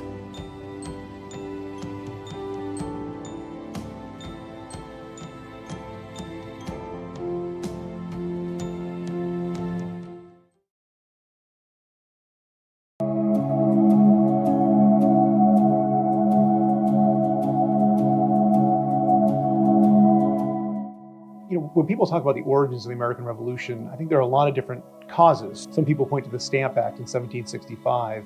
And what you have in this moment is imperial administrators trying to make sense of this newly enlarged British Empire. After the 7 Years' War, also known as the French and Indian War, British administrators realized that they had to have this empire be more efficient, more effective, and put greater controls on colonists and on other colonies themselves. And so one of the things that they did was the Stamp Act, but they also looked west to the frontiers, and they wanted to adopt new policies that were meant to both integrate this new territory, but also put controls and regulations on it. And so in October, I believe, of 1763, the king made a pronouncement, and it's called the Proclamation of 1763. And what the proclamation does is it draws a line along the Appalachian Mountains, and it says colonists should not settle any further west from here. And their thinking is that this British Empire is a mercantile empire, it's oceanic, and it's also deeply in debt. The British Empire took on an enormous amount of debt during the 7 Years' War. And the idea that the colonists are going to spread further west, they thought was going to undermine their larger strategy of an integrated ocean-going trading empire, that colonists would move further and further away from the colonial seaports and become less and less dependent on Great Britain. And they also worried that colonists spreading west would only create greater violence and contestation with Native American groups, leading to wars that the British Empire felt like they couldn't fight. And so what the proclamation did first was draw a line along the Appalachian Mountains. The other thing that it declares that Native Americans should receive the protections that any subject receives. That is, if there's a violent act of colonists against a Native American, that should be deemed illegal. And I think this was really important for the king to try and make sense, a pronouncement, a statement on how North America should function. Colonists reacted, especially those that were living closest to this line, in ways that are very similar to the way colonists in the seaports reacted to the Stamp Act or the Townsend duties even later than that. Colonists on the frontier said, we just fought a war for control of North America, and we thought the result was that we were going to be able to acquire new territory for us, to expand, to own our own farms and land. And it seemed like this line on the Appalachian Mountains was hemming them in, was not allowing them to realize their vision for the future. And so colonists ignored the line, disregarded it, and it helped lead to the kind of an undermining of authority on the frontiers. The Western lands are always in doubt. There are all these competing claims. There are all these groups that are trying to get their territories recognized by British administrators. And so the proclamation line is one of those things that raises this question, well, what about all of the land that we received as compensation after the 7 Years' War? Are we going to be able to realize this or not? I think Washington saw the line as a temporary line, and I think many people assumed that they'd be able to recognize their claims in the future. And in fact, I think the British Empire, they drew a line in 1763, and they drew it for a purpose at that moment. But I've often thought that one of the reasons they drew a line was so that they could better negotiate future land purchases. I don't think the British Empire or those in London had a truly benevolent view on the future of the West. I think they had a very strategic decision in 1763 as they looked at their balance, and realized that they were deeply in debt, could not afford to sustain an expanding empire. But drawing a line actually established a clear legal boundary that they could then negotiate from for future land purchases. Click the subscribe button below and the bell icon to get notifications for new videos about George Washington and behind-the-scenes work at Mount Vernon.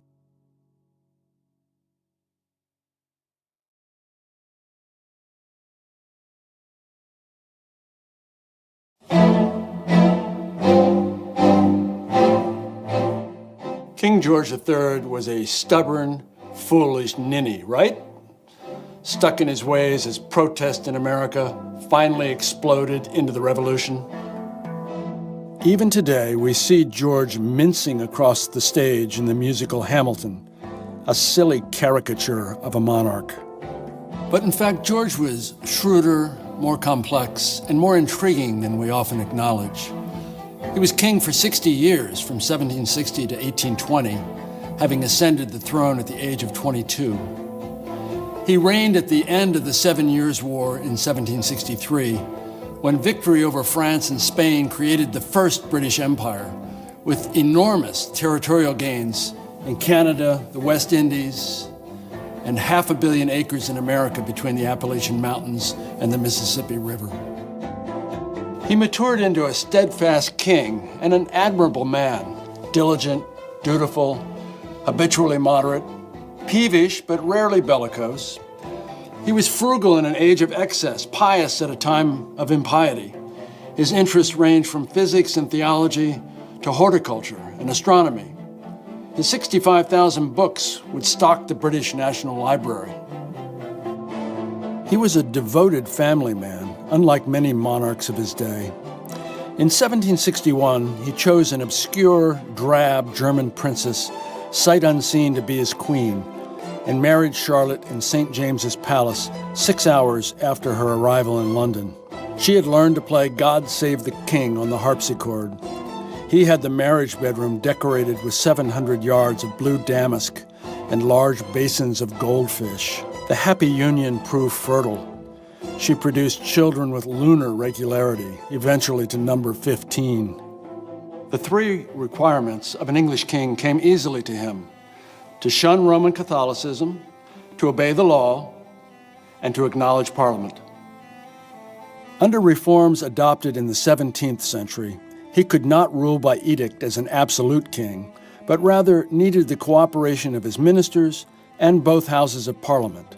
He saw himself as John Bull, the frock-coated, commonsensical embodiment of Britain, while acknowledging that I am apt to despise what I am not accustomed to. And truth be told, George despised disorder, and he loathed disobedience. He had an inflexible attachment to his own prejudices, with, as one biographer later wrote, the pertinacity that marks little minds of all ranks. His mulish disposition also aligned with sincere conviction. In his view, the empire, so newly congealed after the 7 Years' War, must not melt away. Why would Britain fight for 8 years across 3,000 miles of Atlantic Ocean in the age of sail, in a costly, bloody, failed effort to keep the American colonies from gaining independence? What were they thinking? Why was the king so obstinate? George and his ministers made three critical miscalculations. One, that most American colonists remained loyal to the crown, notwithstanding troublemakers in New England capable of inciting a rabble. Two, that firmness, including military firepower if necessary, would intimidate the obstreperous and restore harmony. And three, that failure to reassert London's authority in America would eventually unstitch the newly created British Empire, encouraging insurrections in Ireland, Canada, the Caribbean, and India. This was an 18th century version of the domino theory that would propel America into Vietnam 2 centuries later. George had never traveled outside of England, and none of his ministers had been to America. There was a great deal they did not know about the 2.5 million subjects who lived there. And we can see that perhaps George's tragic flaw was a lack of empathy and imagination in trying to understand who those distant people were and what they aspired to become. In the king's view, shared by his cabinet and a strong majority in Parliament, British wealth and status derive from her colonies.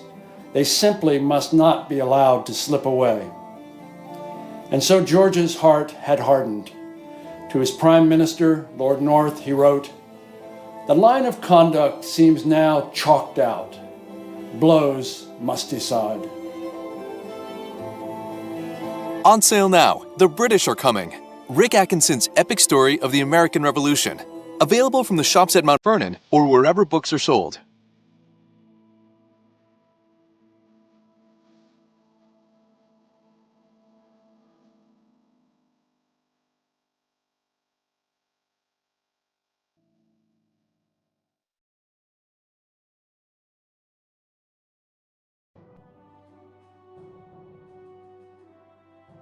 Hello, I am Brendan and I am a 6th grader at Riverside Elementary School.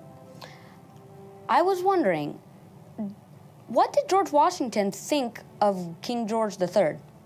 Interesting question. What did Washington think of George III? Well, he had a strange relationship with George III, but because of course he was the subject of the king. And when George III was proclaimed king, George Washington very much participated in all the rituals that were part of that kingship. So he would go to the king's birthday parties and he would toast the king, just like every other loyal subject. And when the first complaints of the Americans against taxation happened, they were focused against Parliament, not against the king per se. So the king doesn't become really an issue in the struggle for independence until they declare independence. It's in the Declaration of Independence that the king is portrayed as the great enemy of the American people, as what we would call a tyrant. That is, some king that's overstepped their legal bounds and starts to use arbitrary power. They do whatever they want. And so George III is very much depicted in this way, and George Washington agrees with that depiction. He agrees that George III is responsible for declaring the colonies to be in rebellion and therefore subject to the sword, subject to military authority.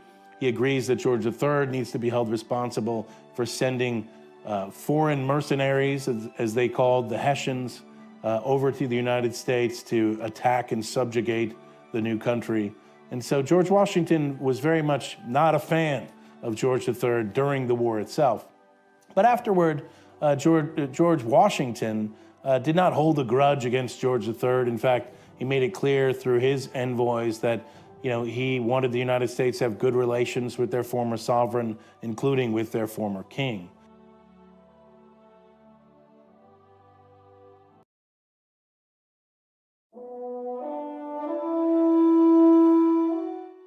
Few commanding generals in the history of warfare have been as green and untested as George Washington when he took over the American rebel army on July 2, 1775.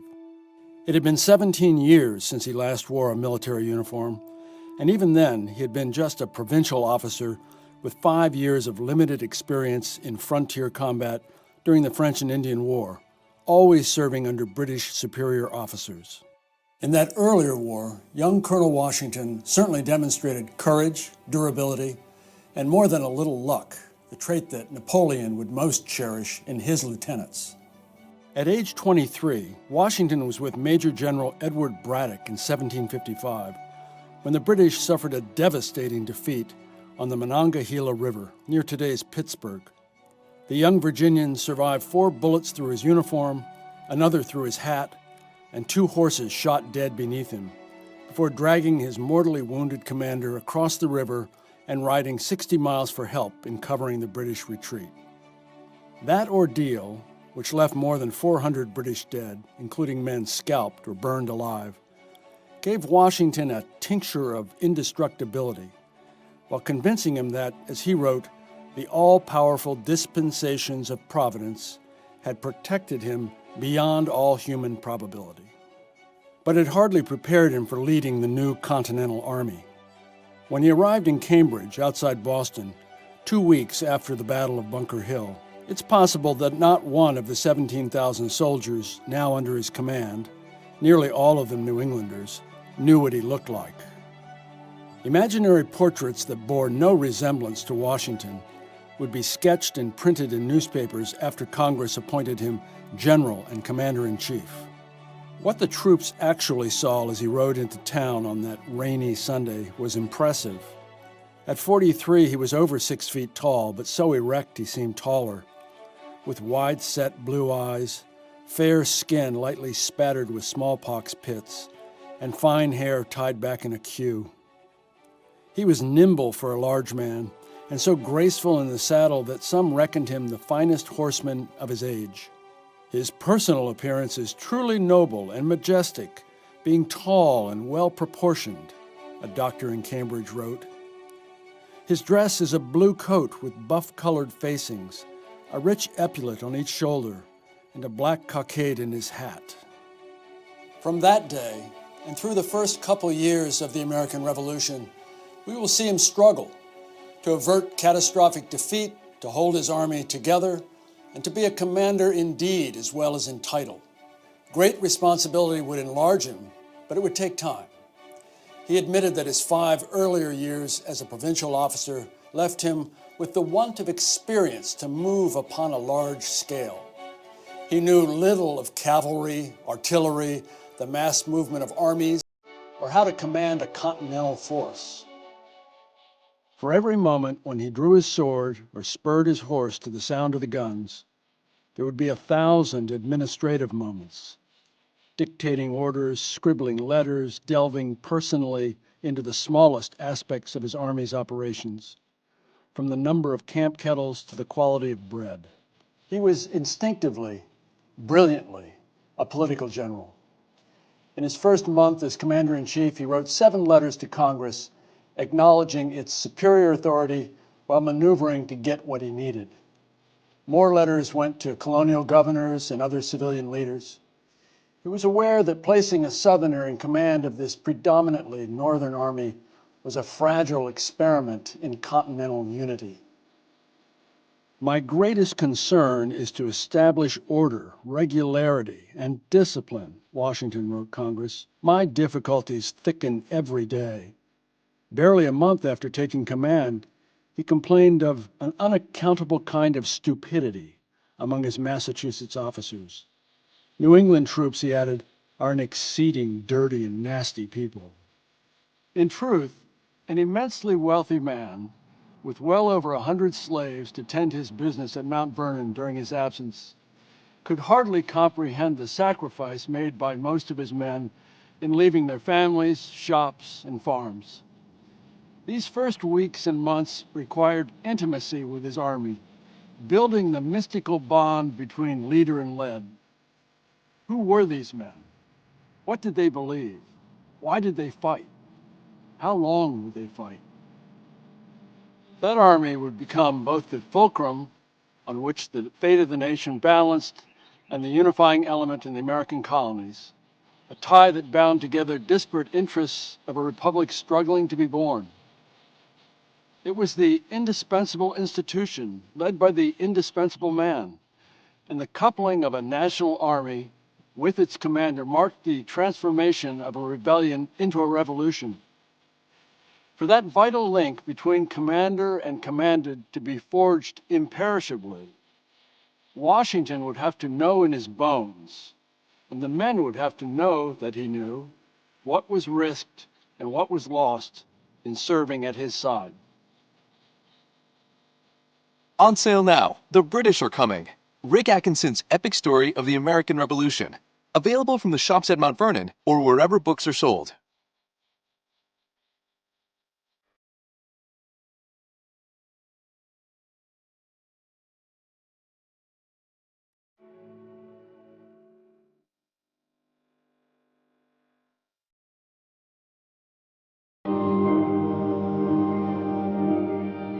Do we have any idea how George Washington felt about the Sons of Liberty and the tactics they used against the British?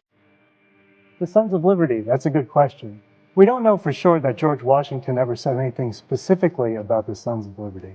But the Sons of Liberty organized themselves to protest and resist actions by the British government that they disagreed with. Americans were uncertain about the best way to resist British policies they didn't like. But as British Parliament, the ministry began passing more and more laws that Americans didn't like the coercive acts, the intolerable acts, and famously the Tea Act, which the Sons of Liberty protested famously by throwing tea from the British East India Company into Boston Harbor. Americans, including George Washington, believed that it was more and more important for Americans to show their resistance in very tangible ways, not just through words or writings, or telling the king in Parliament that they thought that they were wrong, but by actively, physically resisting British actions. And so in that respect, I think it's clear that George Washington was very supportive of the actions of the Sons of Liberty, especially in the lead up to the American Revolution.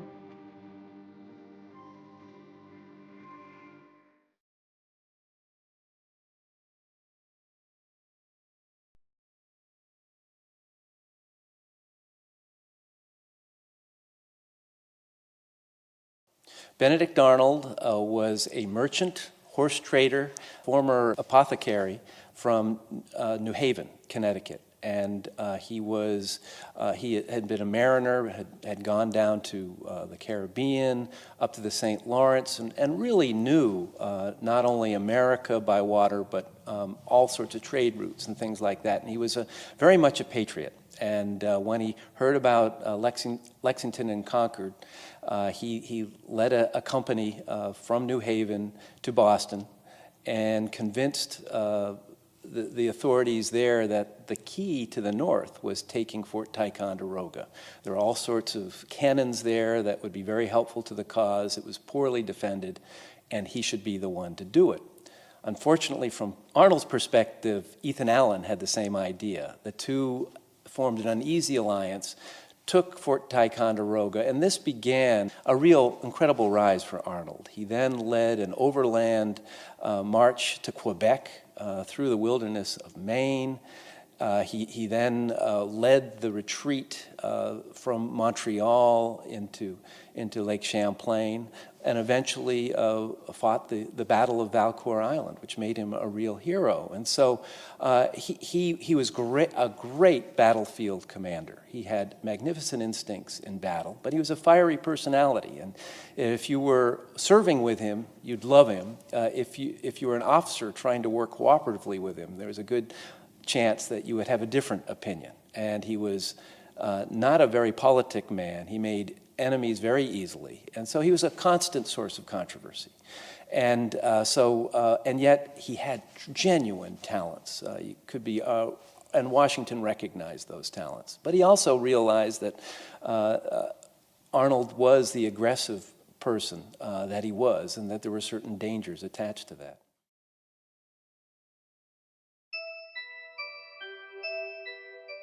Hi, my name is Luke, and I was wondering if George Washington ever killed someone. Did George Washington ever kill anyone? If we're speaking of George Washington in military combat, my answer would be no. We have no direct evidence that George Washington was responsible for the death of an enemy combatant in either the French and Indian War, which he served in for 3 years, or the Revolutionary War, which he served in for 8. Now, it is possible that in the earliest encounters of Washington's military career, such as the Battle of Jumonville Glen, that Washington would have been responsible for firing into the ranks of enemy soldiers and killing someone. But we have no evidence that it happened. What we also lack evidence for is a clear statement that he killed someone as a commanding officer in the field, either later in the French and Indian War or during his years as commander-in-chief in the Revolutionary War. Someone probably would have described it if it had been witnessed. Of course, as commander-in-chief, Washington often ordered men into battle to kill and to be killed. So while it's probable that George Washington did not kill anyone in combat, what is interesting to note is that he was responsible for the execution of soldiers in both the French and Indian War and the Revolutionary War for the crime of desertion. He presided over courts martial, where men were tried for this capital offense and were convicted and executed. And George Washington did not take a step to pardon them. Click the subscribe button below and the bell icon to get notifications for new videos about George Washington and behind-the-scenes work at Mount Vernon.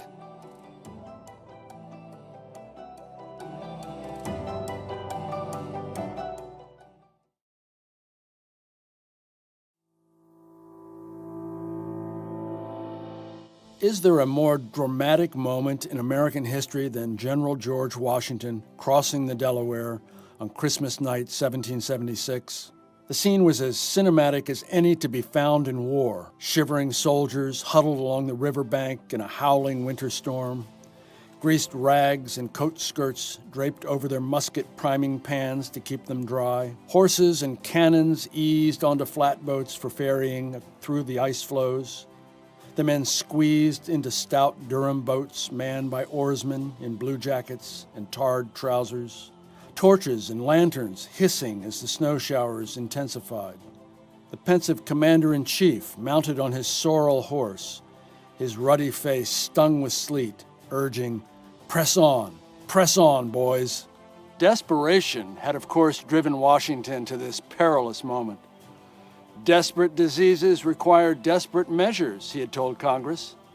Chased out of New York and across New Jersey by a large, vengeful British army, the Americans had taken refuge in Pennsylvania, while their generals contemplated how to prevent the enemy from seizing Philadelphia and destroying the Continental Army once and for all.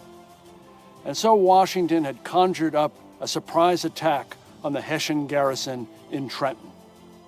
For all its melodrama, the assault shows Washington's generalship at its finest. A meticulous and personal attention to detail, including approach marches, precise timing, and the prodigal use of artillery. Also, a flair for improvisation, the demand for discipline in the most arduous circumstances, and not least, the great gift of good luck. Sweeping down Bear Tavern Road on the New Jersey side of the river, the American force split into two wings, then caught the Hessians by surprise at dawn on December 26 in a pincer assault. The garrison, by the way, was neither drunk nor hungover, as often depicted in subsequent mythology. In a brisk, bloody firefight, the attackers killed the enemy commander and a couple dozen of his men and captured 900 others. They would be paraded through the streets of Philadelphia en route to prison camps. This affair has given new life and spirits to the cause, an American chaplain wrote. Things begin to wear a better aspect.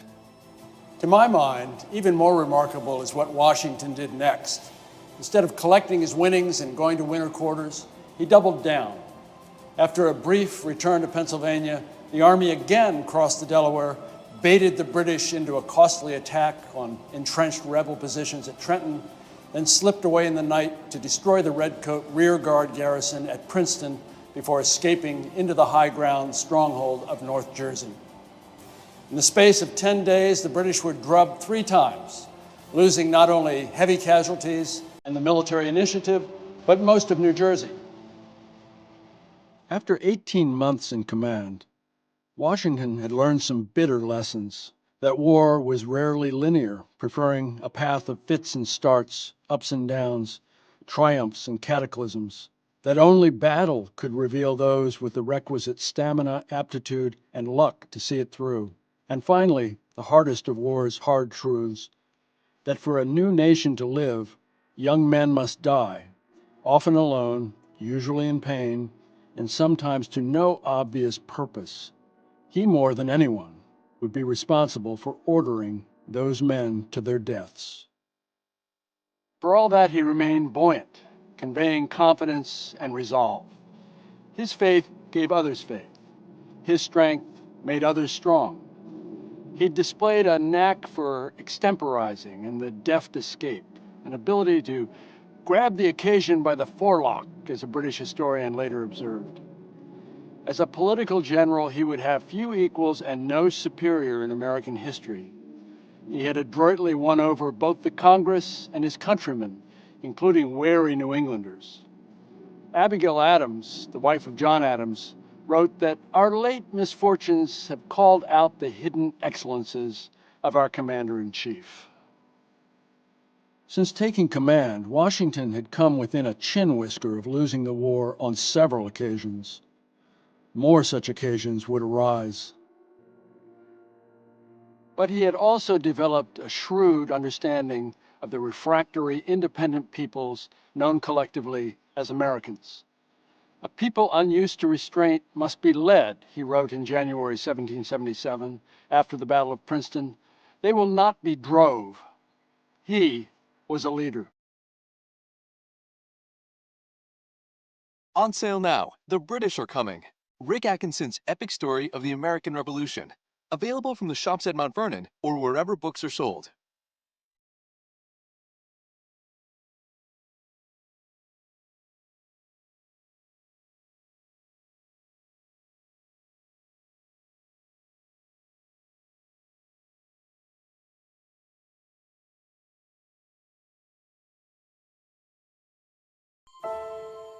How could Britain, the greatest empire the world had seen since ancient Rome, find itself bottled up in the small provincial town of Boston, and then, after months of misery, be forcibly evicted from that place by a ragged mob of rebels?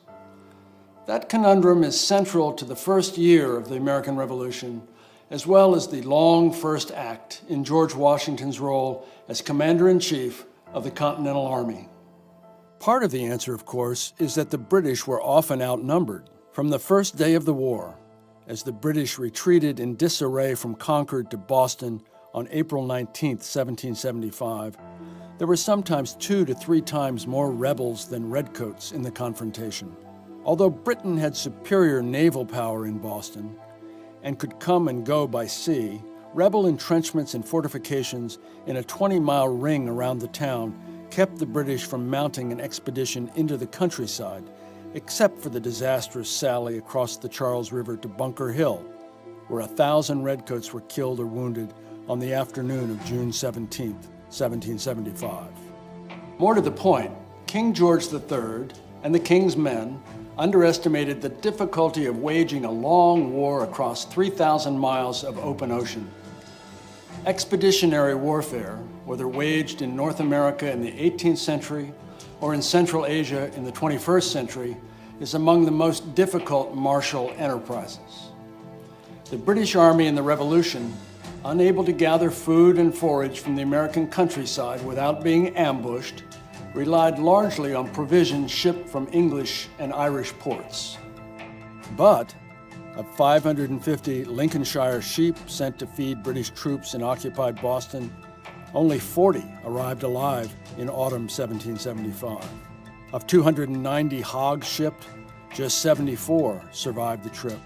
Most of the 5,200 barrels of flour that arrived in one shipment turned rancid during the voyage. Moreover, of 40 transports dispatched from Britain that winter, only 8 reached Boston. The rest were blown by gales to the Caribbean or back to Britain, or were intercepted by rebel marauders. That was a significant reason causing General William Howe, the British commander, to contemplate abandoning Boston during the winter of 1775-76. His army was hungry, living badly on salt meat.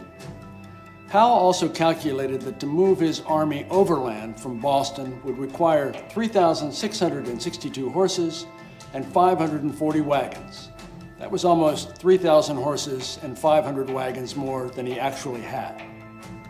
By midwinter, the British Army was jeopardized by outbreaks of smallpox, dysentery, scurvy, and other diseases. The rebels tormented the redcoats with skirmishes, raids, sniping, and an increasingly pesky naval force that captured British merchant vessels, munition ships, and troop transports along the New England coast. Through all this, Washington did his best to keep his new army intact, despite very spotty discipline, sickness, his own acute shortages of gunpowder and other supplies, and the mass exit of troops when their enlistments expired. The commanding general did his best to conceal from both the enemy and his own ranks how dire things had become. As the weeks and months went by, Washington confided to an aide, "Could I have foreseen what I have and am likely to experience, no consideration upon earth should have induced me to accept this command." The stalemate began to break when a bulky, bow-legged man named Henry Knox rode into Cambridge in mid-January 1776. A former Boston bookseller with a knack for gunnery, Knox, on Washington's orders, had successfully transported in midwinter, by boat and by sled, 58 large cannons from 2 former British forts in upstate New York, Ticonderoga and Crown Point. Those guns gave Washington the firepower that he needed. It all came to a climax on March 5th, 1776, when the astonished British awoke to find that overnight the Americans had hauled Knox's guns up Dorchester Heights, high ground overlooking Boston. The subsequent bombardment quickly convinced Howe that his occupation of the town was no longer tenable. Over the next 2 weeks, he organized an evacuation of not only 9,000 redcoats and their military equipment, but 1,200 of their dependents and 1,000 loyalists, everyone jammed onto 78 ships, which would carry them to Halifax in Nova Scotia. This overcrowded, despondent squadron sailed on March 17th, leaving the British Empire without a single port on the Atlantic seaboard between Canada and Florida. Washington rode into Boston to claim his prize. It won a remarkable victory without fighting a single battle, but the war had really just begun. On sale now, The British Are Coming. Rick Atkinson's epic story of the American Revolution. Available from the shops at Mount Vernon or wherever books are sold.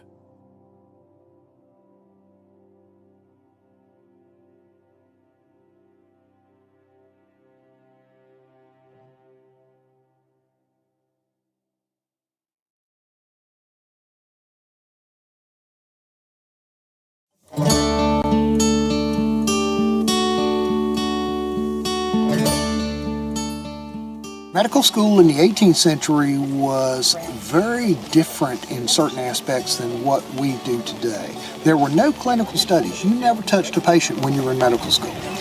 It was mostly reading the classics of surgery and medicine, Hippocrates, Galen. You may, if you were at a very, very advanced medical school, may get an anatomy lesson once or twice, but primarily it was just reading the writings of the old philosophers. Then, to graduate, you had to present and defend your thesis in Latin to a board of doctors. Once that was done, they would give you your certificate and you could call yourself a medical doctor. Now, the first patient that you saw was the very first patient you ever laid hands on.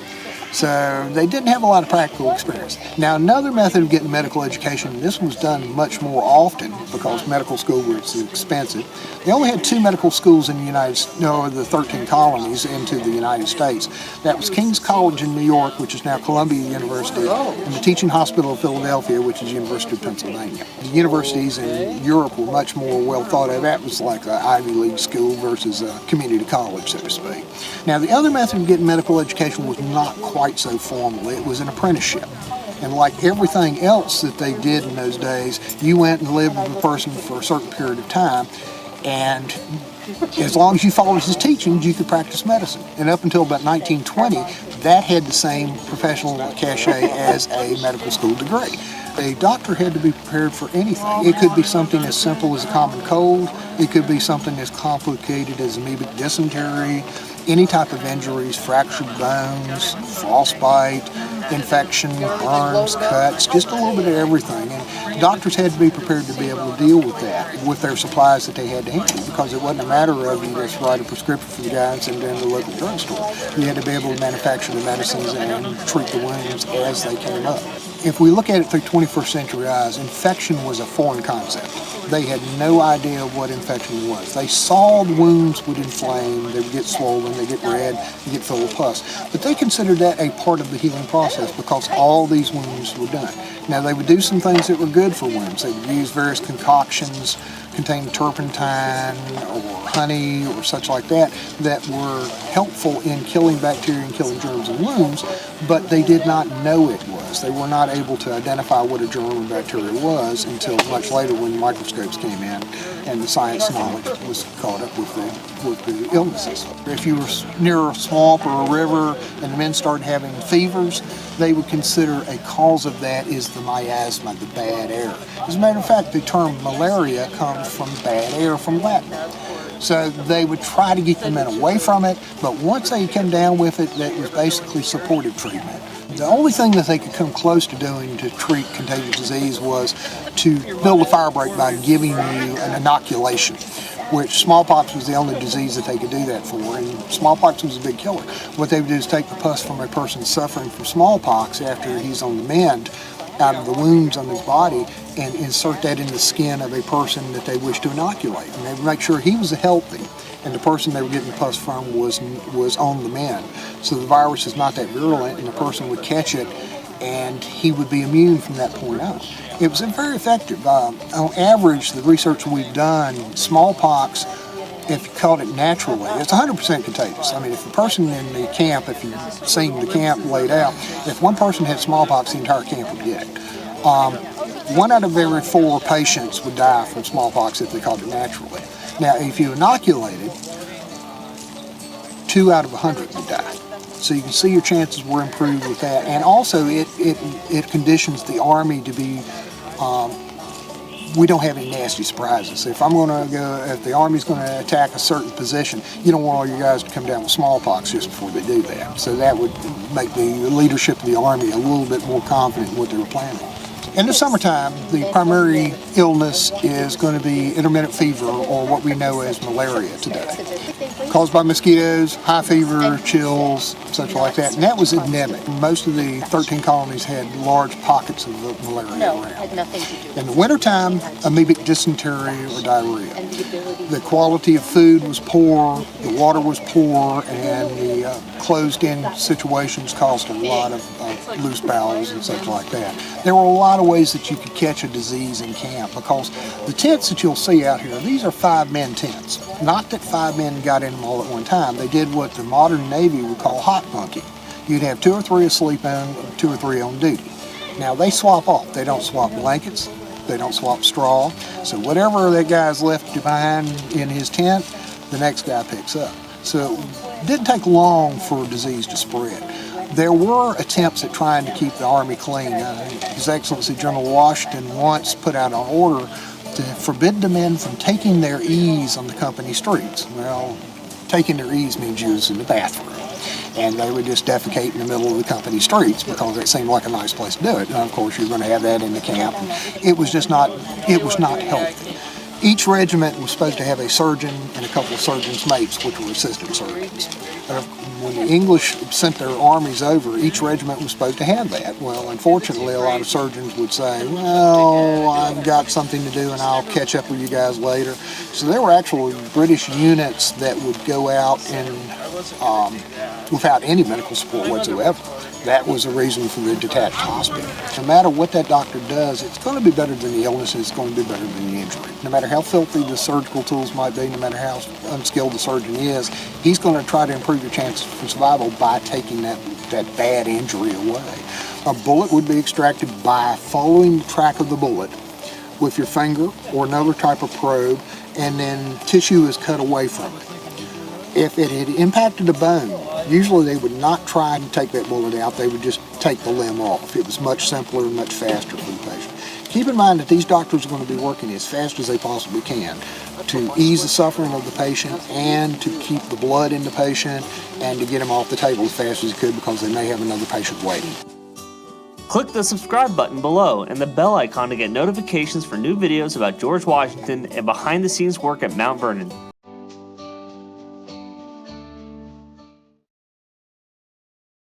To Washington's frustration, Rochambeau did not share with him what he knew about the arrival of de Grasse's huge fleet from France in the Caribbean.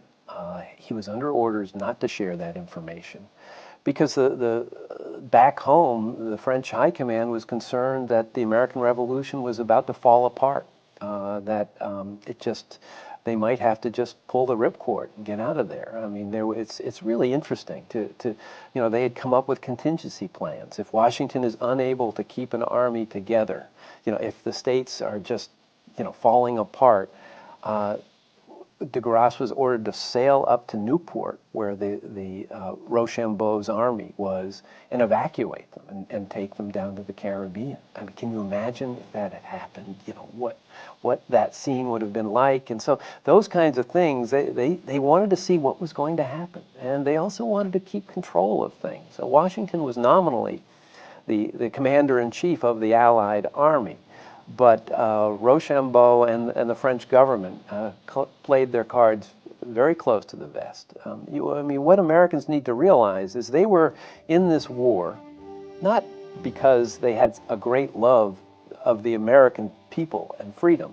They wanted to get back at Britain for what they had done to them in the 7 Years' War. And they had, soon after the conclusion, even before the conclusion of that, the French Navy had set upon a program of revenge, to make themselves a better Navy, and they had done that. They had instituted their version of a naval academy. They had gone to great lengths to do that, but who knew what was going to happen? And so they were looking out for themselves. And if it was going to fall apart, this had all happened, this had gone on for much longer than they had thought. They were running out of resolve and money. And so it was either going to happen in the summer and fall of 1781, or it wasn't going to happen. And all indications were that it wasn't going to happen. But it did. And as Washington realized, looking back, it was really a miracle.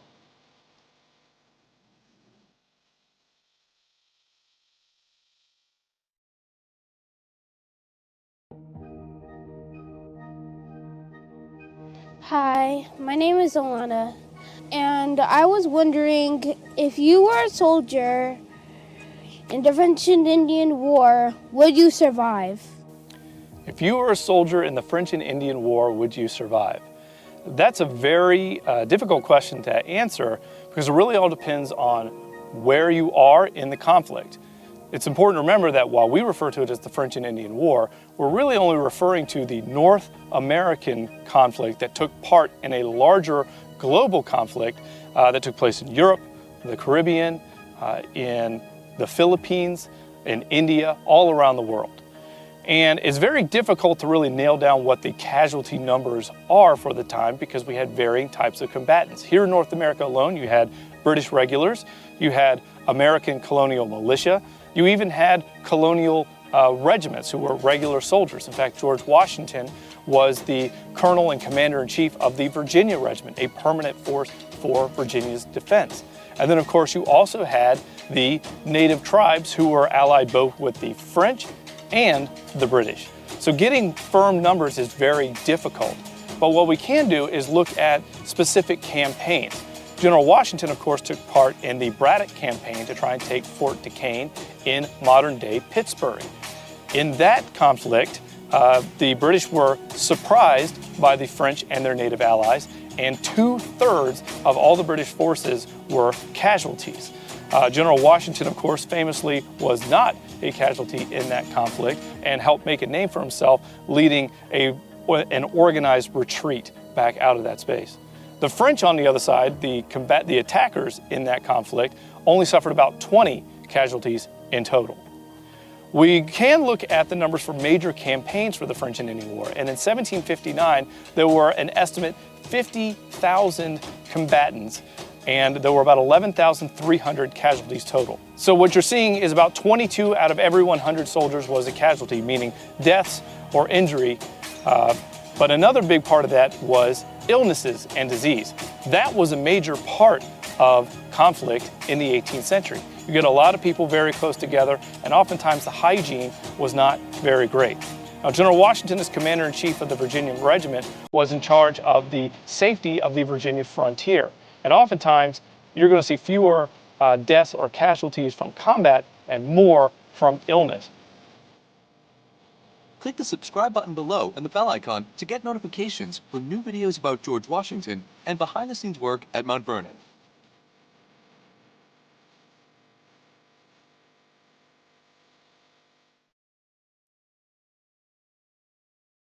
British Navy had a hard-won and a reputation as being the greatest naval force in the world.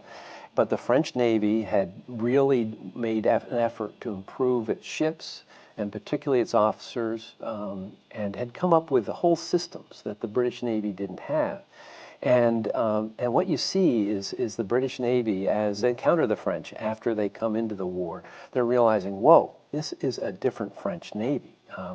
They really know what they're doing, and the alarm bells were going off. And it's kind of a bitter irony where the French win the Battle of the Chesapeake. It's a great victory. It's not Trafalgar in terms of you don't have Nelson dying at the end, but when you look at it from a historical point of view, it's been argued it's the most important naval battle in the history of the world, given the consequences. But the terrible irony is, from the French side, is this is a great victory. But it really didn't do much for them. Of course, America wins, but then there is the Battle of the Saints, just months later in the Caribbean, where Lord Rodney, the great British admiral who had health problems in England, has returned, and he meets de Grasse, the great victory at Yorktown. And this time, it's the British who win in devastating fashion, forcing de Grasse to surrender in a humiliating way. I mean, this is such devastating news. Washington fears, oh my goodness, this means the great victory at Yorktown may be for no reason, because the British are now going to renew the fight.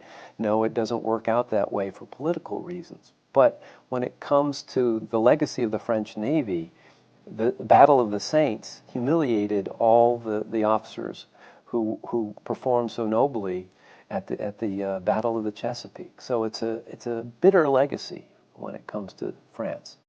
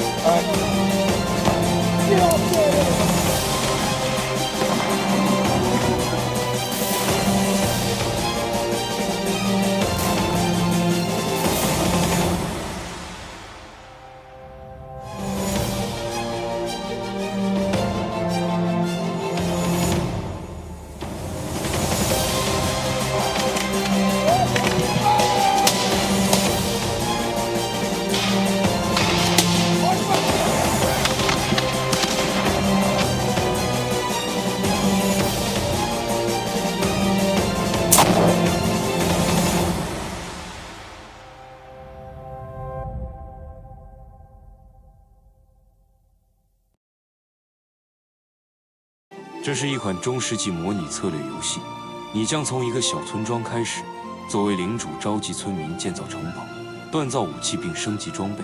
你也可以组建军队，主动出击，攻打其他玩家并掠夺资源，从广阔的平原展开旅程，尽情释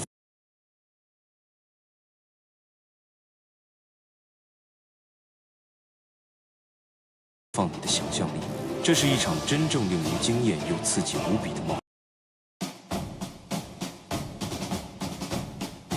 We just finished the battle. It was really cool. I was right in the front lines, but that's done now, and I'm back at camp, and I'm here with Matt West, and he is going to give me a tour. Matt, could you please state your name and title? Sure. It's Lieutenant Colonel West. I'm the commander of the British Expeditionary Force to Mount Vernon. Awesome. And so are you ready to do the tour? Sure. Let's do it. Let's start out here in the front of the camp. This is our headquarters area. As you look around, this is the officers' camp. And the British camps, when they were set up, if they set up a full encampment, which we have here at Mount Vernon, they were set out in a very structured method.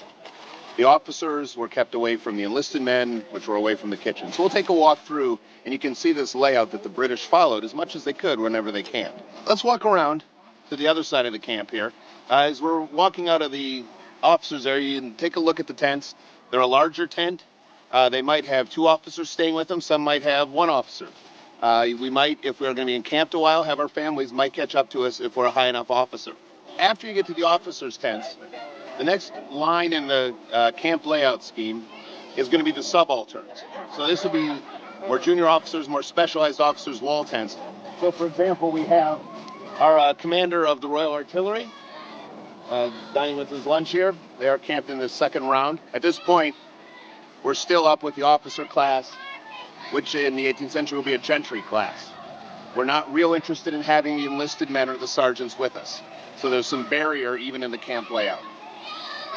So as you look down the field now, we'll start moving into the enlisted men's camps. We have the camp kitchens and the wedge tents. So now at this point, in the 18th century, you actually wouldn't have the officers walking through the men's camp a whole lot. I might be looking for a sergeant, but I'm generally not going to be dealing with the men. As I was saying, we do have our German allies joining us. You don't want to mess with these guys, do you? Yeah, no, these are fairly fierce fighting men that the king retained to come over with us. About a quarter of the Crown forces in the American Revolution were in fact German, and about half of them were from the state of Hesse. They were all collectively known as Hessians, which most people have heard the term Hessians, but that's all we were German auxiliary troops fighting on the side of the Crown. One thing I just wanted to show you quick, then we'll swing around and look at another couple units, is what these guys were living in. So they were in tents, these wall tents here, or these white tents. And if you look inside, it's not particularly big.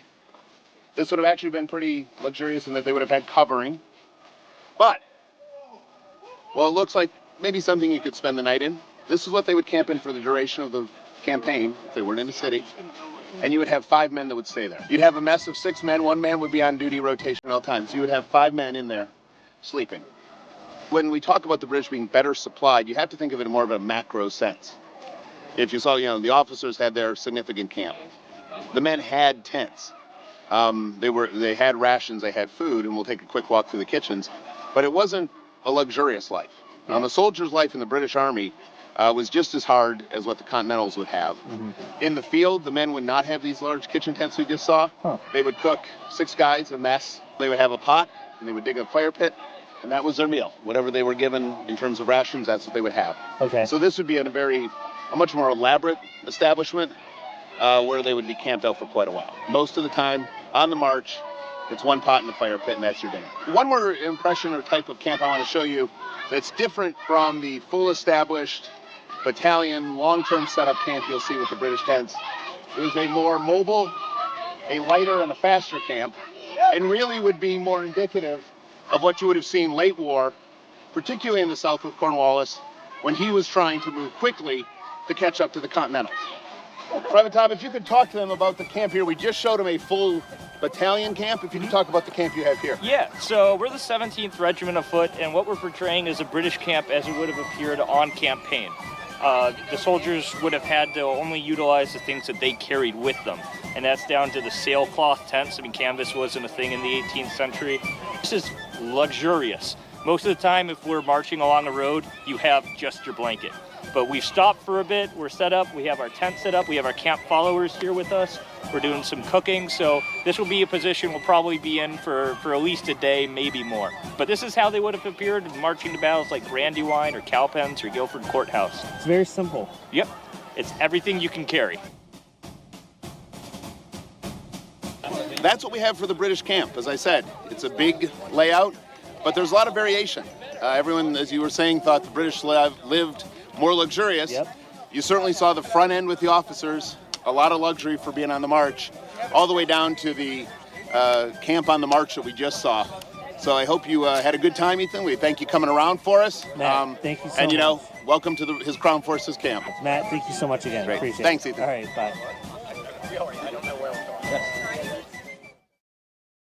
That wraps up our weekend here at Mount Vernon during Revolutionary War weekend. Mason, what did you think? I had a great time. I was really surprised at how the British camp, I always assumed it was going to be much more luxurious, but they were still kind of having a hard time too. Yeah, that's exactly what I expected as well. We chose to spend the weekend with the Brits because I spent the weekend last year with the Continental Army, and everyone said, oh, you should definitely stay with them because it's going to be completely different. It was very different, but it wasn't as luxurious as you had also anticipated. But it's really cool that the reenactors here from both sides, they go through hoops and do their research to reenact history as accurately as possible and to keep it alive for people like Mason and I to come and see it. So I really appreciate that, and it's really cool. And it's very transportive as well at the same time. Thank you again for joining us, and don't forget, if you haven't subscribed already, please click the subscribe button, and when you do, there's a little bell icon that pops up. You click the bell, you'll get a notification every time we upload a new video. Thanks again, and we'll have another video for you next week. See you later.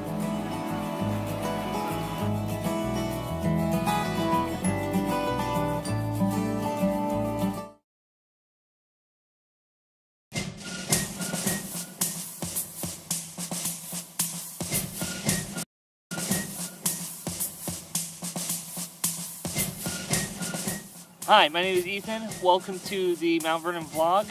Today I will be covering the Revolutionary War weekend here at Mount Vernon. I did it last year. I had such a great time, I had to do it again. So this year we're going to mix things up a little bit. We have 2 twists. The first one is I will be staying with the British Army this time. I've heard that it's a completely different layout and a totally different vibe. And also, I have brought along with me my coworker, Mason. Mason, thank you so much for coming with me this weekend. Sure, I'm excited to be here. Yeah? So I brought Mason with me because after he saw how much fun I had, he said, you know, I really want to do that. This is Friday night. It's the first night of Rev War weekend, and we're going to go meet up with our liaison at the British camp. So let's go check it out.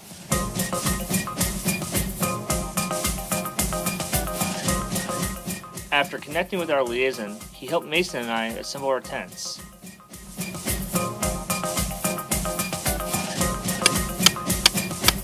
Mason, what do you think of the tent so far? I like it. It's a little cozy. You've made yourself comfortable already. Yeah. We've only been here for like 3 minutes. Well, gotta move fast. Oh, wow. You never know when the Americans are coming. Once we were settled in, we met the other reenactors, had dinner, and got a full night's sleep for the big day ahead of us. So it's Saturday morning. Mason and I just woke up. I had a pretty good night in the tent. Slept fine throughout the night, didn't have any problems. Let's ask Mason how he slept. Hey Mason, are you up? Yeah.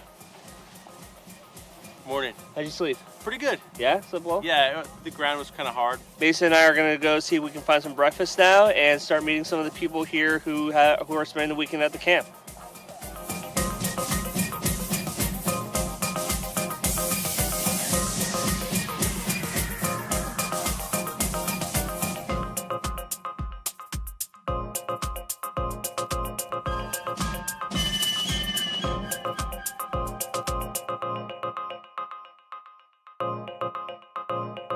One of my coworkers was kind enough, and she made something called hardtack for me as a snack for Mason and I. So honestly, this is the perfect moment. I'm pretty hungry. I need something to tie me over, and Mason's carrying the hardtack, and we're gonna try some now and see how it is. Okay, feels pretty tough. Cheers. Oh my God, I think I just cracked my tooth. It is crunchy, isn't it? It's pretty good. It's like so what is hardtack made of, do you know? I think it's just flour and water, and you just bake it for a really long time. I heard it was really bad, but I really like it. Really? Yeah. I'd give it a 4 out of 10. I'd say this is like a 7 out of 10. Melt some cheese on it, it'd be great. Yeah, but they definitely weren't doing that back in the colonial times. Maybe not. But hardtack, if you're interested, try it at home. I'll include a link to the ingredients and the directions down below. After that delicious meal, our liaison Matt invited me to join his group on the battlefield for a small skirmish with the Continental Army.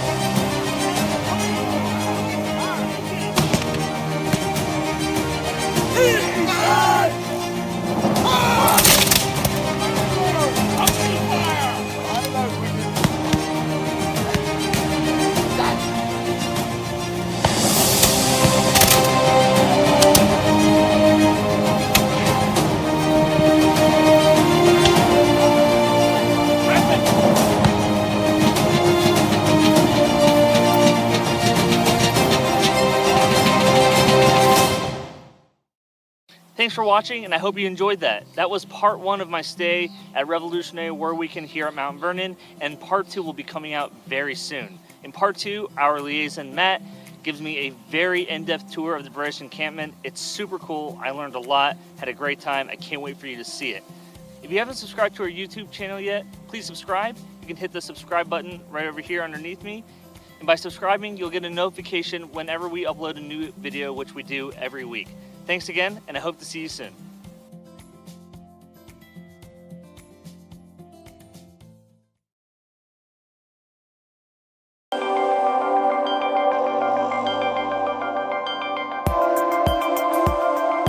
It is currently Revolutionary War Weekend here at Mount Vernon. For the last 3 years, Mount Vernon has been hosting Revolutionary War reenactors to come and spend a weekend here, and they set up tents and they dress up as the soldiers of the time period, and basically it's a way to let people kind of get a glimpse into what life literally was like back then. One of the regiments has been really kind enough to let me shadow them today. I will be joining the Continental Army, and I will be dressing up.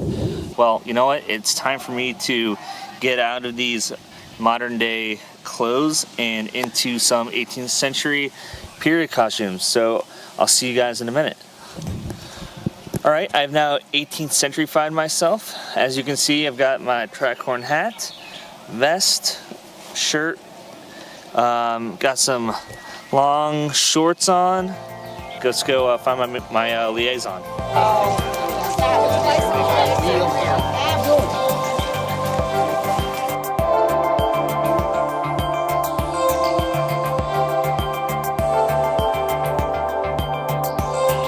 I'm here now with Marshall, who is the captain of the 1st Virginia. First Division. He's going to give me a tour of the camp and kind of explain how everything works. Typically in the 18th century, a camp such as we have here with the various tents up, the men would be in camp for 3 days or a little bit longer. And ahead of us, we have rows of tents. These are EM tents, enlisted men tents, or to keep it simple, witch tents. This is what we got. So 6 people would be in this tiny space. They would be in this tiny space, sleeping this way. That's nuts. They would not be having suitcases. They would just have their haversacks. Okay. And they might be sleeping on their haversacks. They would have that blanket, as I mentioned to you, and that's pretty much it. How long have you been doing this? I've been doing this since 1985 or 86. Wow. And why did you start doing it? Well, usually I think you can find one similarity between everybody who does this type of hobby, as I'll refer to it. We all have a love of history. My particular period of interest is 18th century, colonial, and American Revolution. And so this is my forte. And so you guys just had lunch? And, we did, yeah. And did you cook it over there in that fire? Or? We did. Would you like me to show you? Yeah, sure, that'd be awesome. All right. We had soup, and we had mashed potatoes, and we had mac and cheese. So we always have warm water going for cooking or for washing dishes. Right. So that's just prepping the dishes. Mm-hmm. Somebody's making a bean thing for tonight, I think, and that it's just in the bottom of the pot is beans. So some people have been doing this long enough that they know how to, Stan's really good about finding period correct recipes. He made the soup that he made tonight for today's lunch was period correct. You know, it was a stew, and he made these little cookie cracker things. That's an 18th century recipe. The Sedgwicks tonight, you might want to come back because they did everything. As far as I know, everything that they're doing is period correct. Hey, this is Allison Sedgwick's daughter. So they were up until 2 o'clock last night making bread. They were grinding the wheat, right? And oh yeah, my mom doesn't buy flour. She buys wheat and then grinds it, and then we have flour. Yeah. And we were chopping up stinging nettles because she found a period recipe for stinging nettle soup, which sounds weird. You know what? Can you tell me what that is so I don't eat it later? They don't sting you when you eat them, and they don't really sting you very bad when you hold them, at least the ones that we got. So then why eat it? Because it is a period recipe, and she thinks that would be fun. Okay. She was in charge of preparing the meal. And how long have you guys been doing this for? This is a year and a half now. How long have you been doing this for? 4 or 5 years. Oh, wow. It's family fun. It's historical. I've never been interested in history on a personal level until now. Now Really? I'm fascinated with it. Now it's like I have much more of an interest in reading books about history and just because to live it is so much more interesting than being in junior high and reading it from a textbook. It's fun. You meet lots of cool people. You learn so many cool things. The advice that I would give to anybody who's a spectator, if you have any interest, just walk up to somebody in period clothes and just start asking questions, because that's why we're here too. That's one of the jobs that we enjoy doing is talking to the public and educating people.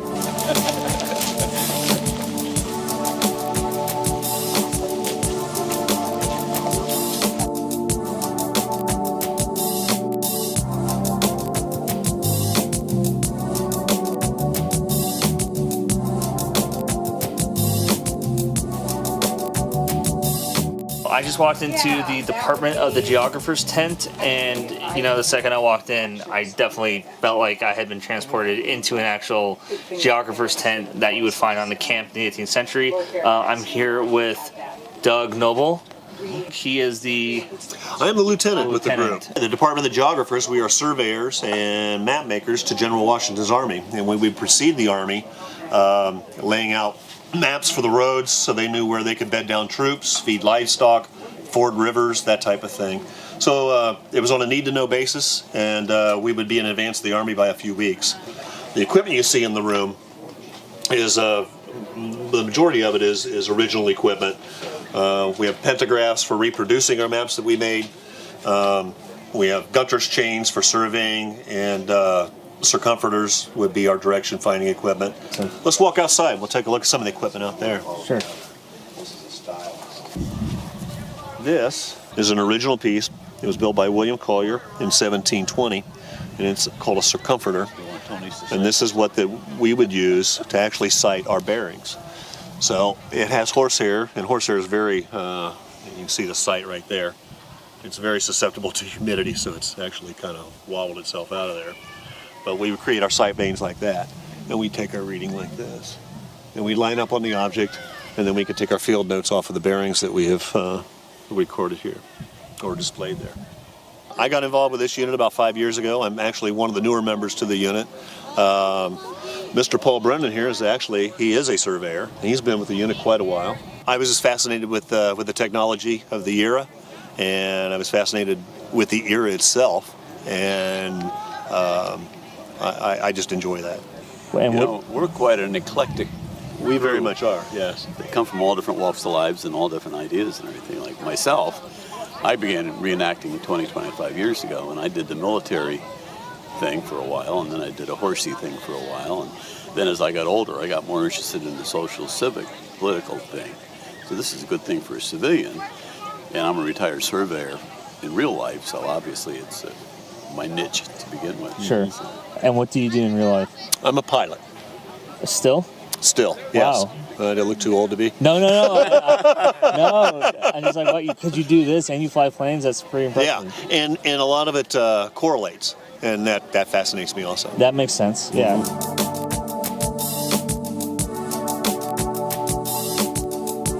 Inside the hospital, and I'm here with Dr. Mike, who is right there, right in the head behind me.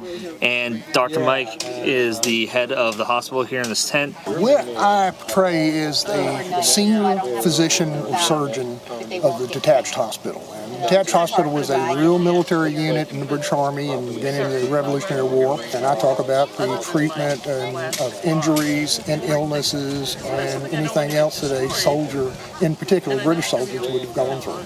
So are you a doctor in real life? No, sir. I am a retired police captain. Okay. Do you like me to show you the material and stuff when I was talking about the bullet wound and such? That's where the ball entered. And you can see that the material is totally gone. Where it's gone into the wound. And you can see that the blood splatter on the back side. Now you imagine how dirty this coat would have been after they got it. They got it 1 year.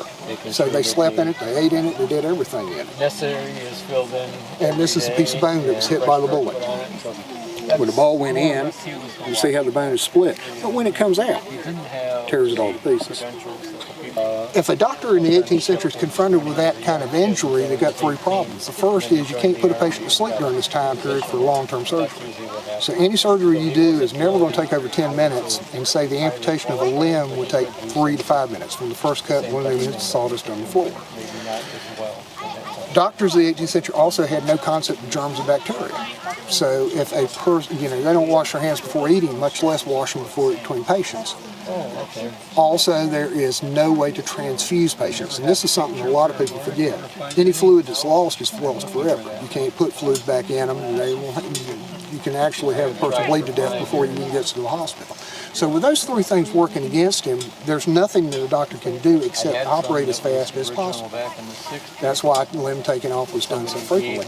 No matter how dirty that wound is, and no matter how dirty that operation is, it's got to be cleaner than that wound. So it improves the person's chances for survival. I just got back to the base camp, and I'm going to see if I can get my tent now set up and see where I'm staying for the night. All right, here we go. Time for the big reveal. Let's see what it looks like. That's it.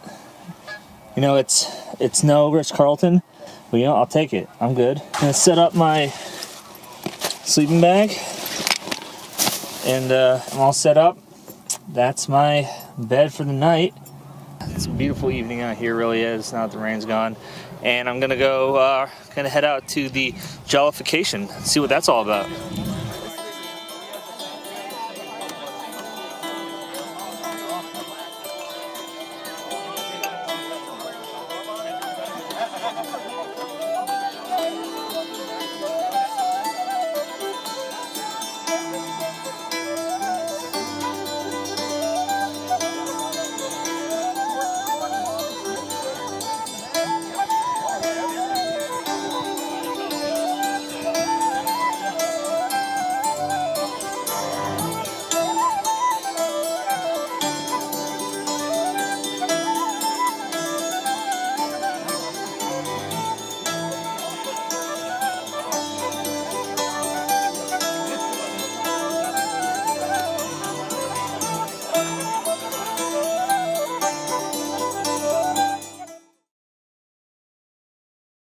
It's about 6:45 in the morning.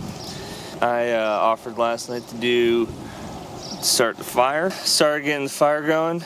Did I make an all right fire? Or It's good to me. yeah, it was all right. It's burning, so yeah. It's burning. Good. It's burning. That's all that matters. Out of 10, how would you rate this fire? 7 or an 8, maybe. 7 or an 8. I'll take it.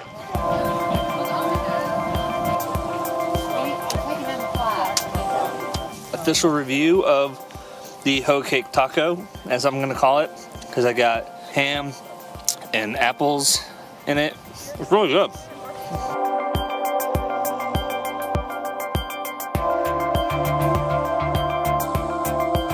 I'm here with Chip, another one of the members of the 1st Virginia. I want to know more about your musket, how it operates. So would you mind walking me through that? Absolutely.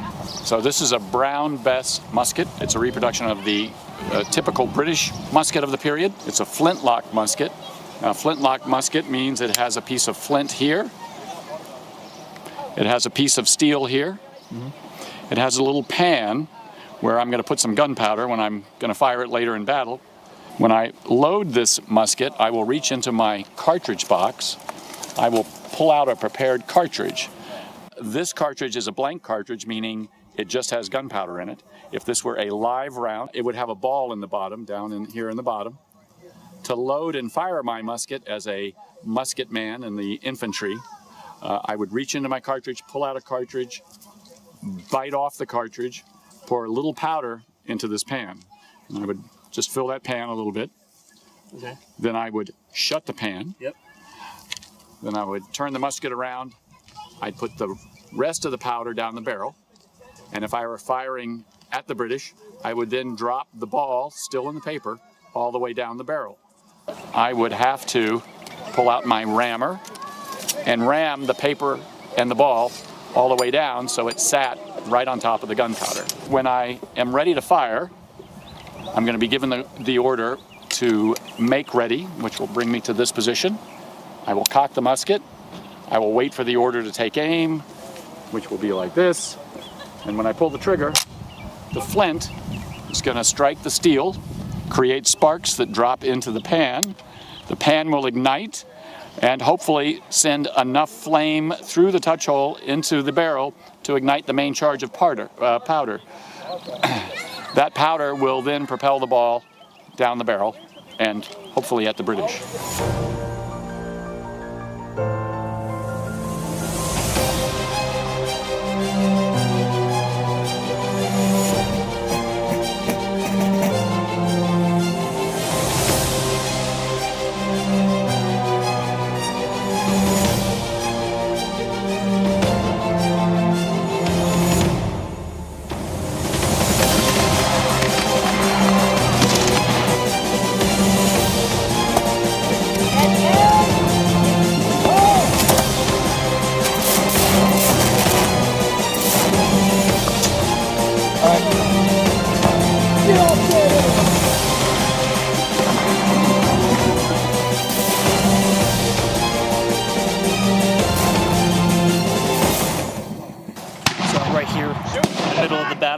With these American soldiers who I was with them earlier in the woods. This is nuts. I'm right in the heart of the battle, and I think they're about to. This is nuts. This is insane. This is crazy. All right, we're making a move. The Americans are moving in on the Brits.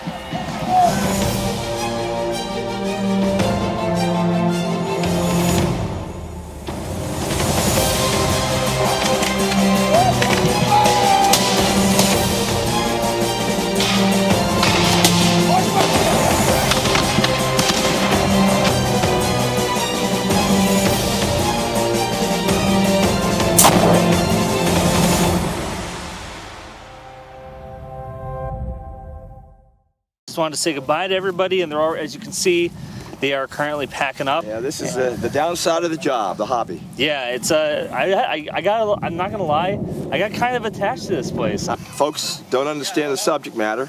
Come on out, take a look at us or anyone else who does the period work, and we'll engage you and answer your questions and whatever else you would like.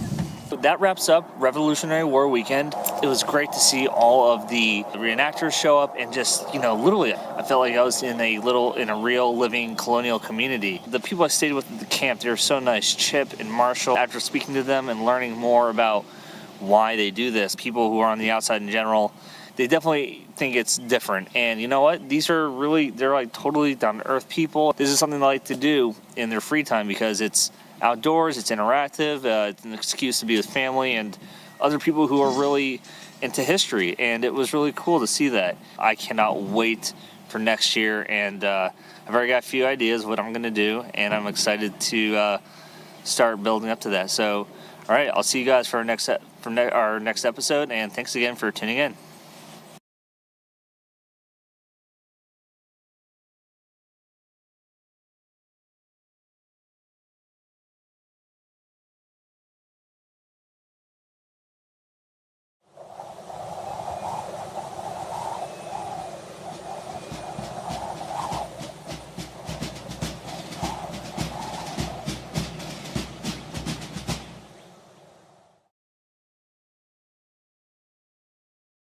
Well, the book consists of 10 biographical chapters about really the most senior key decision makers, both political and military, on the British side. The idea is to enable the reader to see the war through British eyes. It makes the war much more comprehensible because the British often were taking the strategic initiative. You can therefore understand why the war unfolds in the way it did, but the chapters collectively attempt to explain why Britain lost America. It was a war seemingly they should have won, with the most powerful navy in the world, with an army that was highly effective, in a country which was on the verge of becoming the first industrial nation in the world.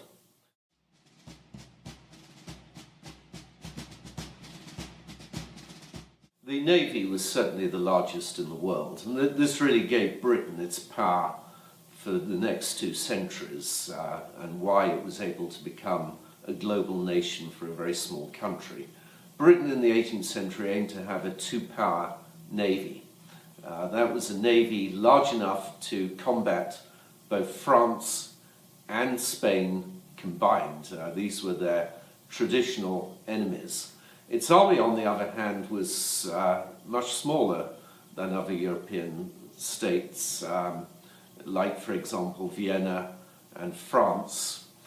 It was, though, a highly trained and highly capable army for its size.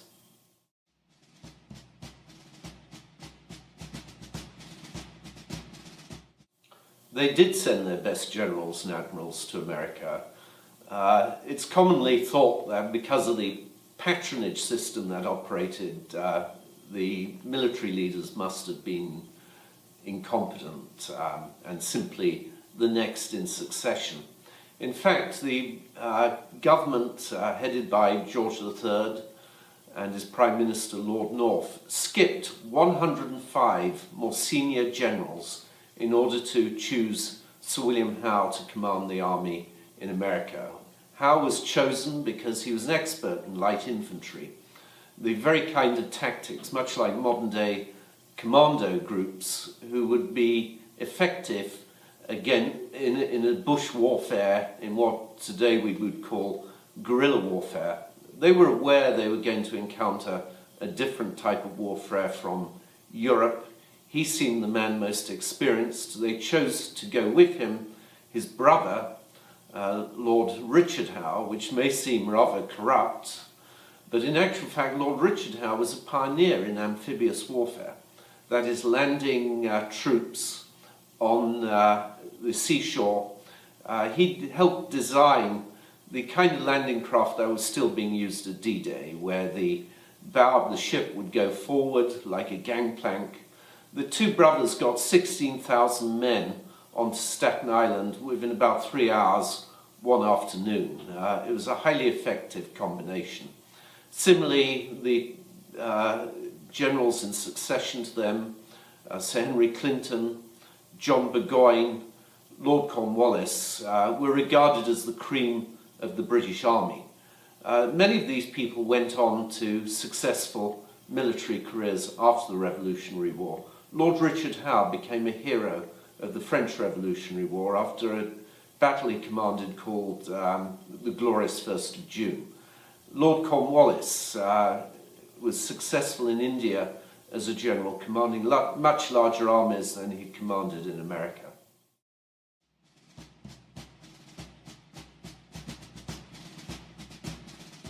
Yes, the British really had an army of conquest, not an army of occupation. It was an army that was able to take every American city at some point during the war.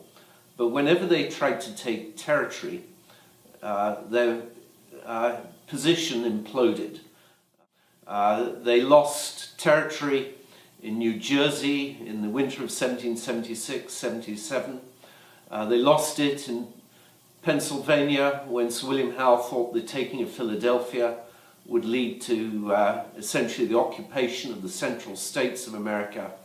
And they lost it very dramatically in South Carolina and North Carolina in 1780 and 1781. They also face logistical difficulties. These are often not popular to describe.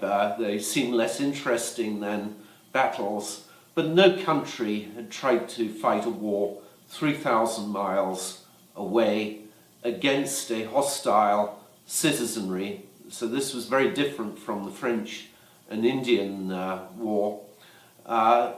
It raised all kinds of problems. They expected they'd be able to feed their army from America within a few months, but they never gained enough territory. And so they had to send out a large part of the food supplies, candles, even forage for the horses. All of these had to be supplied from Britain and also from Ireland. This often led to delays. People ask why Sir William Howe didn't open his campaign earlier in 1777, or Henry Clinton in 1779.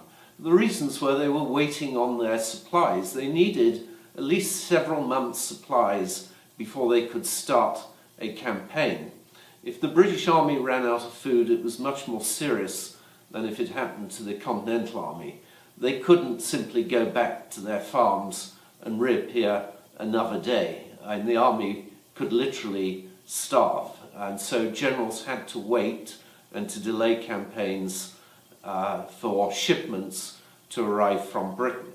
They were also dealing with a pre-modern administrative system. There were 5 different departments that administered the army. The cabinet, the government itself, was divided.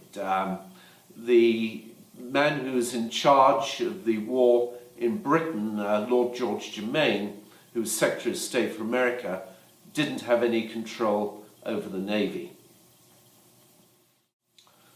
So the British had what the modern-day army would call a fractured system of command. There was no single commander-in-chief.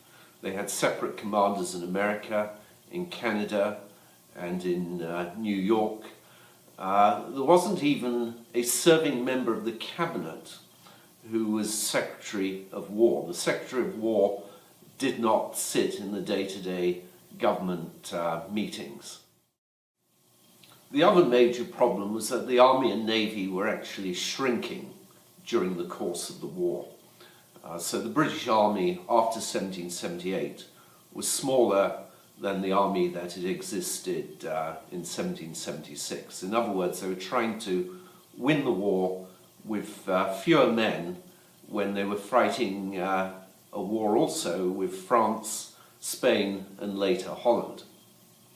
We tend to think of this as simply, and there's a tendency to really just think about the army. The Navy was crucially important. George Washington was one of the people on the American side who most and best understood that the Navy would be key to winning the Revolutionary War. He tried to have a coordinated offensive against the British with the French Navy in 1779 and 80. It failed because the French commander was more concerned about French interests in the Caribbean than in North America. The British commander at the time was Sir Henry Clinton. He also understood the importance of the Navy to the outcome of the Revolutionary War. His father had been governor of New York, and his father was an admiral. His uncle was an admiral. And Clinton had warned the British government that at any time that the British Navy was weaker at sea against the French, it would be possible for the Continental Army to surround and capture any contingent of the British Army serving outside New York. Indeed, he was concerned that the main British base in New York was vulnerable if the British did not maintain naval superiority. This is exactly what happened in Yorktown. And this was one of the reasons Clinton was so bitter after the war and wrote more about it than any commander on either side, because he had foreseen the possibility of Yorktown. He'd warned the government. He'd been told that the British would have a superior navy at sea, and he felt betrayed.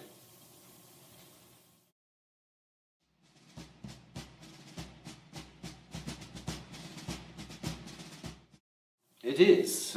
It's surprising, but the military commanders were much less hawkish than George III and his main war minister, Lord George Germain. Lord Cornwallis was one of only 6 members of the House of Lords who voted against the Stamp Act, the first tax of America, direct British tax from London. Sir William Howe told his constituents that he would never serve in America. Lord Cornwallis was loath to go to America, but felt it was a matter of military duty. And there were other officers who refused to go at all on grounds of conscience.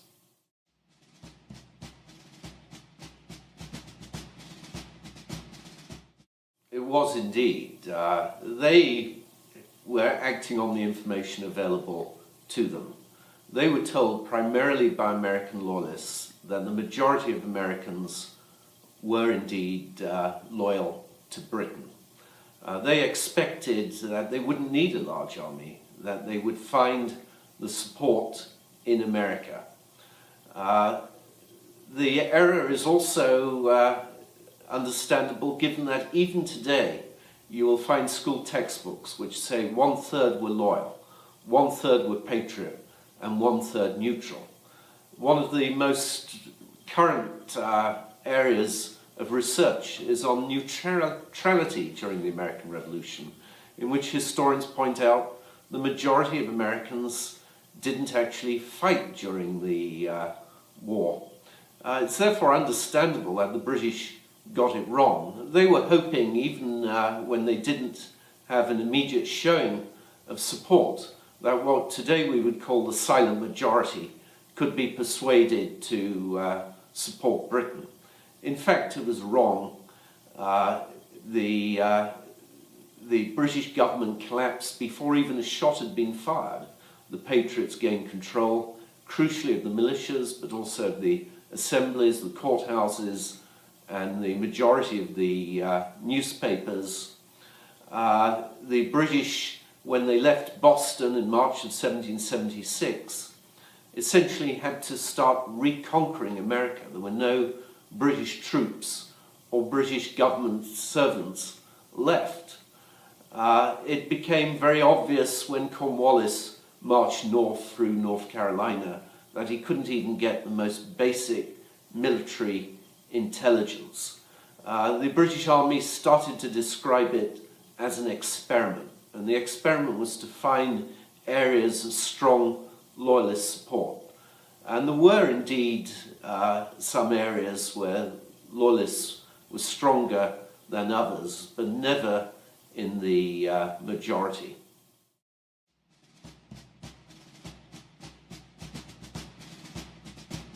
Well, the war became global in 1778 when France entered the war with the largest navy after that of the British and a much larger army.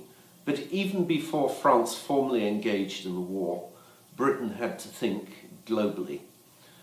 It did not fully mobilize its army and navy in 1775 because they were worried if they did so that France would follow suit. The French were concerned that the British would get a huge army over to America, and once they put down the rebellion, that army would then go south to the Caribbean and take French sugar islands like Martinique and Guadeloupe. So the British began the war essentially with one arm tied behind their back. They had to be concerned about slave rebellions in the Caribbean when they moved or tried to move troops from Jamaica in 1776 to go to New York.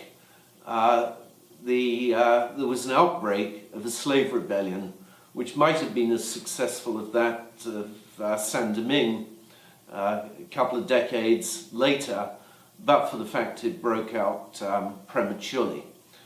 After 1778, their military was essentially overextended.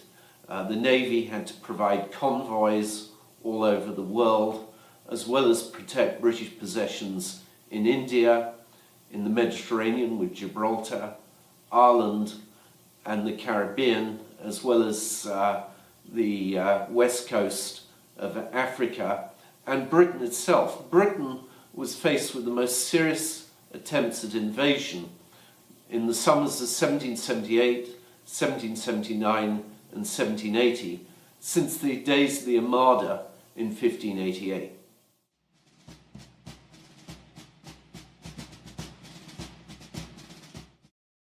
It was a war that the British took very seriously.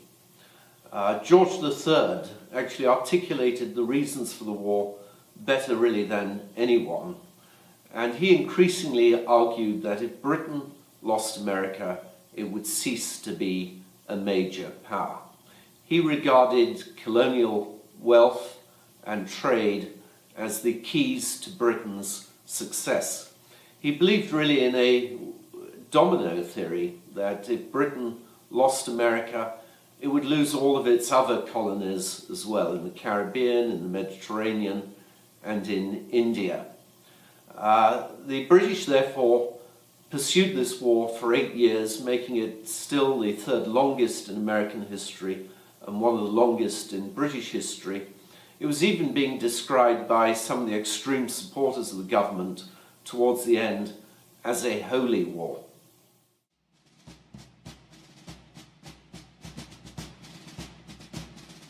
The argument of the book is essentially that the conditions of the war almost precluded a British victory.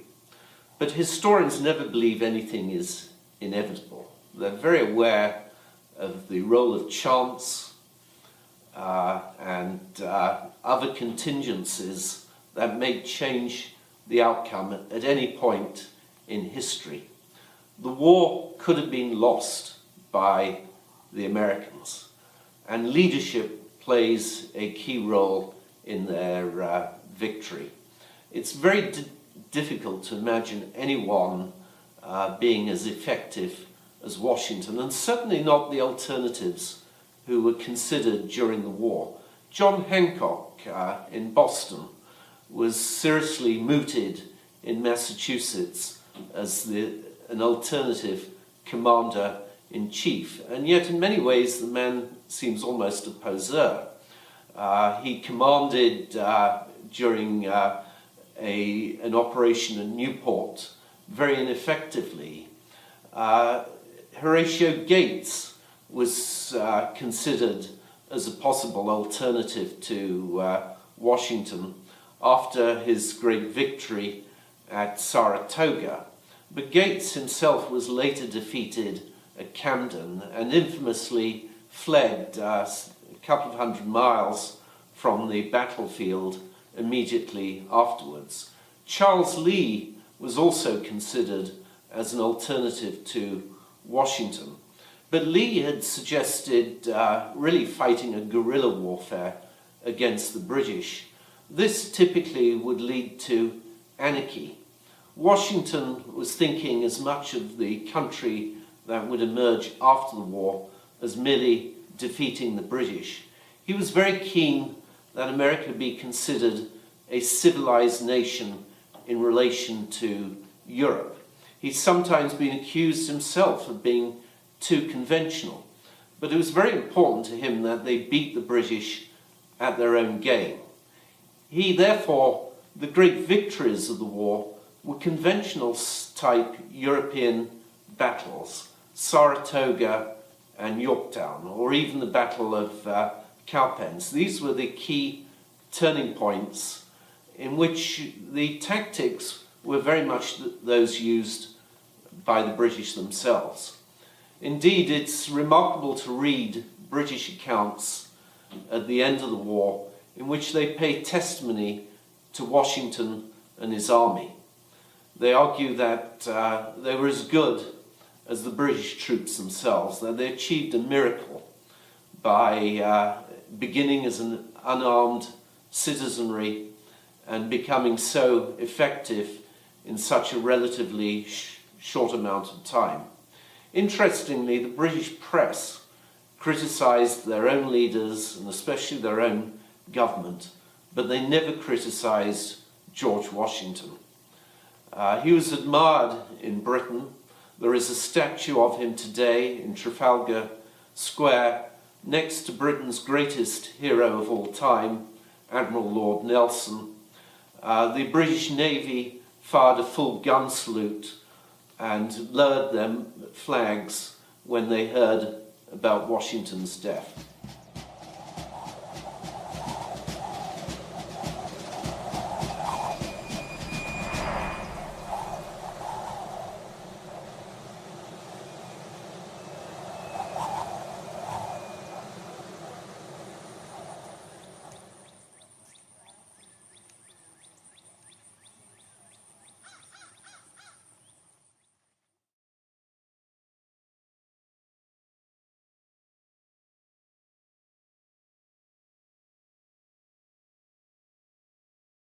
The book is called In the Hurricane's Eye, The Genius of George Washington and the Victory at Yorktown.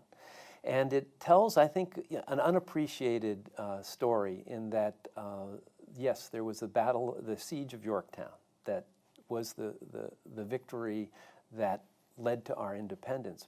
But before that, there was a naval battle fought off the entrance of the Chesapeake, in which the British were trying to rescue Lord Cornwallis from the end of his lonely point between the James and York rivers. And if the French had not won the battle with the British fleet, they would have rescued Cornwallis, and there would have not been the victory that won us our independence. And so the French win. It's an amazing story, and it's a story I think most Americans know little about. And so for me, this story about the year of Yorktown was an exciting one that got me back out on the water. But George Washington had an incredible talent for figuring out what was the most important thing to do. I mean, most of us get so distracted by what's happening around us and go off on tangents, but it took him a while to figure it out. He didn't have that jittery, quick intelligence of a Madison or particularly a Hamilton. He was someone who really had to study a problem, but once he figured out what was the way to go, he had a real genius to just lock into it and follow it and pursue it with just indefatigable patience and resolve. And so, for example, when the revolution broke out and he was suddenly general, he was kind of at sea, and he eventually realized, I can't fight an aggressive campaign. It has to be in a defensive mode and just hang in there. And this was completely contrary to all his instincts, but he realized this is what I have to do, and so that's what he pursued. And then after Saratoga, the French come in, and now we have this French alliance, he realizes what has to happen. The only way we can deliver the blow that will take down England is if we have naval superiority via the French Navy. And so as soon as the French were a part of it, he pursued this with that same kind of intensity for what he called naval superiority. And and so he countless frustrations, but he kept hammering away. This is what we need to do, and ultimately it worked out. Well, I had written 2 other books about the Revolution, Bunker Hill and Valiant Ambition, with Valiant Ambition focusing on Benedict Arnold and Washington. It ends with Arnold's unsuccessful attempt to surrender West Point to the British, and his great treason. And that ended with a cliffhanger. And what I had realized is I'm a maritime guy when you look back throughout my career, and I knew that there was a naval battle, the Battle of the Chesapeake, fought between the British and the French, that really created the circumstances that made the victory at Yorktown possible. And I had always wanted to do a tall ship naval encounter. I'm a big Patrick O'Brien fan, and so this was my chance. And so I realized with this book, this was a way to bring the revolution to a conclusion. I knew I wanted to focus on Washington because it really was his vision that was ultimately realized. But I also, there was this naval battle at the center of it. And, what was fascinating to me, each one of my books, I'm interested in finding things that most of us don't realize about the revolution. And this was that, Yorktown was a fait accompli, given that the French were able to defeat the British just off the entrance to the Chesapeake. No Americans participated in it. This is not the narrative most of us associate with how we won our freedom in the American Revolution. So this is really, all this added up to, this is a book I had to write. The amazing thing about this year, the year of Yorktown, this is one of the reasons why I called the book In the Hurricane's Eye, because I think a hurricane is an apt metaphor for what was going on in this year. I mean, all of these seemingly random things were happening up and down the coast. Nathaniel Greene and Lord Cornwallis fighting in North Carolina, and then there was the French and British Navy in the Caribbean. And what they called the West Indies. And what Washington realized is he needed the ships from down there to come up the coast. And so it was, and he was constantly saying, this is what we need to do, this is what we need to do. And there had been a hurricane in 1780, the year before Yorktown, had actually 3 of them, devastating effects. And so the French were convinced, yes, we need to get our fleet up the coast just to protect them, if nothing else. So they were coming. But so Washington was always playing those angles. And the frustrating thing was no one had control of the situation. The French really didn't want to attack New York, which was Washington's priority. That he wanted them to attack there. That had been the scene of his greatest embarrassment at the beginning of the war. But it made a lot of sense because that's where the largest British army was, and so that's where he preferred them to attack. But the French were reluctant because it was difficult to get into that harbor over the sandbar, and they saw the Chesapeake as an easier target. The problem was that there was not a significant-sized British army there in the beginning of the summer. Lord Cornwallis changed all that by marching up and combining with some previous forces first brought there by Benedict Arnold, and suddenly, in a random way, all the things are coming together. Suddenly there's a 7,000-man British army there, and for reasons that are still difficult to fathom, Cornwallis, who is creating a port at Yorktown, even when this huge French fleet comes in, decides to stay there. It doesn't move, and if he had moved, it would have all gone for nothing. And Washington realized all of these variables. The French just sort of said, we're going to do this no matter what. And so it looked like it was a brilliant French strategy in retrospect. But when you go through that year, you can understand Washington's frustrations and why he wanted other things to happen. And really, I think his true brilliance was when he realized, okay, this is not going to go the way I want it. They're not going to come to New York. Okay, how are we going to make this happen? And he threw all his energies into that in a way that is just fascinating and really thrilling to watch unfold. Well, you know, it's kind of the buried theme of the revolution, I think, is water. You know, the sea, when we think of the sea in the revolution, we think of John Paul Jones and out there over in the British Channel. And that's a great story, but the truth of the matter is it had very little impact on what was happening in America. It had great symbolic value, but it really wasn't what was happening. What was happening was Washington's attempt to establish naval superiority. But also going along there was his realization, understanding of the importance of rivers. He had grown up in the Tidewater. His whole life had been spent navigating the rivers down here, and he knew that the rivers surrounding New York, particularly the Hudson River, was absolutely essential to how things were going to go. In fact, for most of In the Hurricane's Eye, Washington is on the Hudson. And it was one of the revelations to me to realize that, you know, we think of him as permanently attached to his horse, you know, as a land guy. But the fact of the matter is, at Mount Vernon, he had a schooner, and when it came to moving his entourage up and down the Hudson in those many years that he was stationed on the river, he would inevitably take the helm of whatever vessel was being transported. The book begins with an account of when the French envoy arrives in 1779 and is waiting to be transported down to West Point. The vessel arrives, and he's astonished that A, Washington's on it, and B, he's at the helm. And this is a different Washington. And so Washington was familiar with the water, realized its importance. He was not an admiral in any way, and when asked, he said, listen, I don't know naval affairs, but what he did understand was strategy and the importance of water to this. And, you know, we are, as a nation, have been defined by a wilderness. We think of it as the West.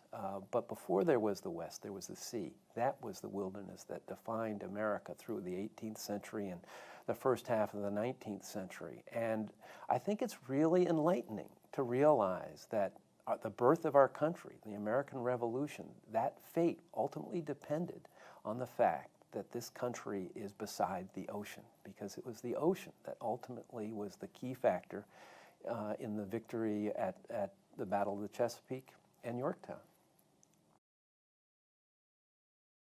Well, you know, naval battles are very difficult to understand, even if you're a sailor. I'm a lifelong sailor. I actually used to work at a sailing magazine where I would work with the art director to create diagrams, and I realized I needed diagrams in this book to explain what was going on. There's not only the Battle of the Chesapeake, but the lesser known, but really in its own way, just as important, Battle of Cape Henry. And that involved Benedict Arnold. Benedict Arnold would have would have been what Lord Cornwallis became in all that. But a naval battle is it's two fleets of ships of the line, and these were great big ships with crews of hundreds of people, huge cannons. I mean, we're talking incredible firepower, and what they would try to do is each admiral would try to line up his fleet in a line of battle, and with and sideways to the other fleet, and they'd come together side by side and blast away at one another. They were really trying to create the seaborne version of creating a fortress. You know, they were temporarily creating a fortress that would then blast away at the other one. And it was difficult. You know, it's not the land. The land is solid. The sea, you have wave conditions, you have the changing wind, and the wind was always changing and a factor in both battles that I described. And it's complicated, but it's also, I find, really fascinating and thrilling because you don't really know what's going to happen until the very end.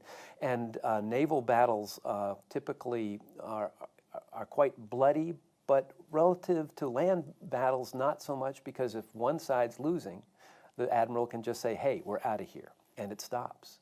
And so it's funny. It has its own rhythms. It's different, but you know, if you are a Patrick O'Brien fan, you realize that how interesting and fascinating it is, and it had such an impact on the course of the American Revolution. To Washington's frustration, Rochambeau did not share with him what he knew about the arrival of de Grasse's huge fleet from France in the Caribbean. He was under orders not to share that information because the back home, the French High Command was concerned that the American Revolution was about to fall apart, that they might have to just pull the ripcord and get out of there. I mean, it's really interesting to you know, they had come up with contingency plans. If Washington is unable to keep an army together, you know, if the states are just, you know, falling apart, de Grasse was ordered to sail up to Newport, where the Rochambeau's army was, and evacuate them and take them down to the Caribbean. I mean, can you imagine if that had happened? You know, what that scene would have been like. And so those kinds of things, they wanted to see what was going to happen. And they also wanted to keep control of things. So Washington was nominally the commander-in-chief of the Allied army. But Rochambeau and the French government played their cards very close to the vest. I mean, what Americans need to realize is they were in this war not because they had a great love of the American people and freedom. They wanted to get back at Britain for what they had done to them in the 7 Years' War. And they had, soon after the conclusion, even before the conclusion of that, the French Navy had set upon a program of revenge, you know, to make themselves a better Navy. And they had done that. They had instituted their version of a naval academy. You know, they had gone to great lengths to do that. But who knew what was going to happen? And so they were looking out for themselves. And if it was going to fall apart, this had all happened. This had gone on for much longer than they had thought. They were running out of resolve and money, and so they were. It was either going to happen in the summer and fall of 1781, or it wasn't going to happen. And all indications were that it wasn't going to happen, but it did. And as Washington realized, looking back, it was really a miracle.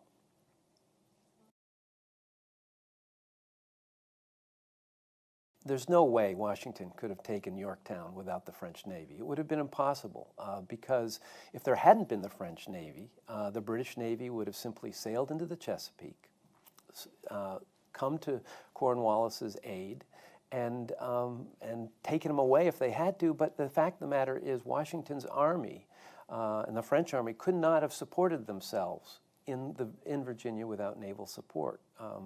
They couldn't have fed themselves. It just wouldn't have happened. And so the Navy was absolutely essential to all this. And Washington understood that. I mean, this is, and you know, and Yes, he wanted to go to New York. That was his original plan. That wasn't going to work. That wasn't going to happen. And what frustrated him was that the French could have gone to New York, picked up the army, and sailed them down in half the time that it took to march. That didn't happen. But once again, he said, okay, I'm going to reset, and we're going to make this happen. So, no, without the Navy, it never would have happened. Well, you know, the British Navy had a hard-won and a reputation as being the greatest naval force in the war. They were in the world, but the French Navy had really made an effort to improve its ships and particularly its officers, and had come up with whole systems that the British Navy didn't have. And what you see is the British Navy, as they're encountering the British after they encounter the French after they come into the war, they're realizing, whoa, this is a different French Navy. They really know what they're doing, and the alarm bells were going off. And it's kind of a bitter irony where the French win the Battle of the Chesapeake. It's a great victory. It's not Trafalgar in terms of you don't have Nelson dying at the end, but when you look at it from a historical point of view, it's been argued it's the most important naval battle in the history of the world, given the consequences. But the terrible irony is, from the French side, is this is a great victory, but it really didn't do much for them because, of course, America wins, but then there is the Battle of the Saints, just months later in the Caribbean, where Lord Rodney, the great British admiral who had health problems in England, has returned, and he meets de Grasse, the great victor at Yorktown. And this time, it's the British who win in devastating fashion, forcing de Grasse to surrender in a humiliating way. I mean, this is such devastating news. Washington fears, oh my goodness, this means the great victory at Yorktown maybe for no reason, because the British are now going to renew the fight. No, it doesn't work out that way for political reasons. But when it comes to the legacy of the French Navy, the Battle of the Saints humiliated all the officers who performed so nobly at the Battle of the Chesapeake. So it's a bitter legacy when it comes to France. What Washington did at Yorktown and in the year leading up to it, I think has great lessons for us today. What he had was vision, patience, and an incredible work ethic. There was no one who could outwork Washington. I mean, the amount of correspondence he's laying out there, but it was his just sheer rugged determination. Everything is falling apart around him when it comes to his own government, his own army. It's very frustrating. The American people aren't coming up with the money and food and soldiers he needs, but he's just hanging in there. And I think the lesson is, have a vision and stick with it no matter what. Don't let the currents of current, whatever distractions get in your way, because Washington had that focus. That was his true genius, his ability to lock onto a path, and no matter what happens around him, see it to the end. And I think that's a lesson that is important today. Well, one of the things that is almost, all my books have surprises for me. I write these books not because I am a great expert in the field, but because I'm curious. I want to read a book about it, and I haven't quite found the book that answers the questions I have.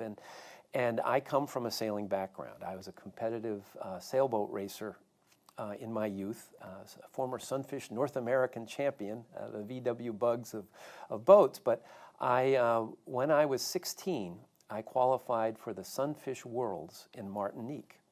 And so I traveled there. I was the youngest participant, 102 boats. It was the French Olympic team was there, as long as a representative of the French Navy, a destroyer. But looking back, I was sailing in the very waters where de Grasse was when he arrived from France. He pulled into the harbor at Martinique, and and then, to add to this, just a few months later, by this time I had turned 17, and this was the summer of 1973, the Sunfish North Americans were at Fort Monroe, Virginia. Fort Monroe, Virginia is at the end of the point on which Yorktown is. We were sailing on the very waters where de Grasse's fleet arrived when it pulled into the Chesapeake. And I had no clue about any of this when I was a kid. I was, the race course was all. History was something, I was an English major. But looking back, I have to say, in working on this book, I don't know what effect it had on it, but I knew what, I'd been on those waters. I had sailed on them. And so for me, this book, in ways I had no inkling really about going into it, became a culmination that was not only professional in terms of my interest in maritime matters and American history, but in a personal one. Just as a sailor, I'm a lifelong sailor. My kids sail. And so it came to me in a rush just as I was finishing the book when I got, oh my gosh, yes. I've been following this plot longer than I knew.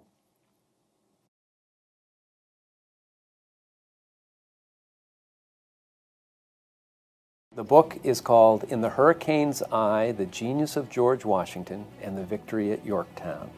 And it tells, I think, an unappreciated story in that there was the siege of Yorktown that was the victory that led to our independence. But before that, there was a naval battle fought off the entrance of the Chesapeake in which the British were trying to rescue Lord Cornwallis from the end of his lonely point between the James and York rivers. And if the French had not won the battle with the British fleet, they would have rescued Cornwallis, and there would have not been the victory that won us our independence. And so the French win. It's an amazing story, and it's a story I think most Americans know little about. And so for me, this story about the year of Yorktown was an exciting one that got me back out on the water.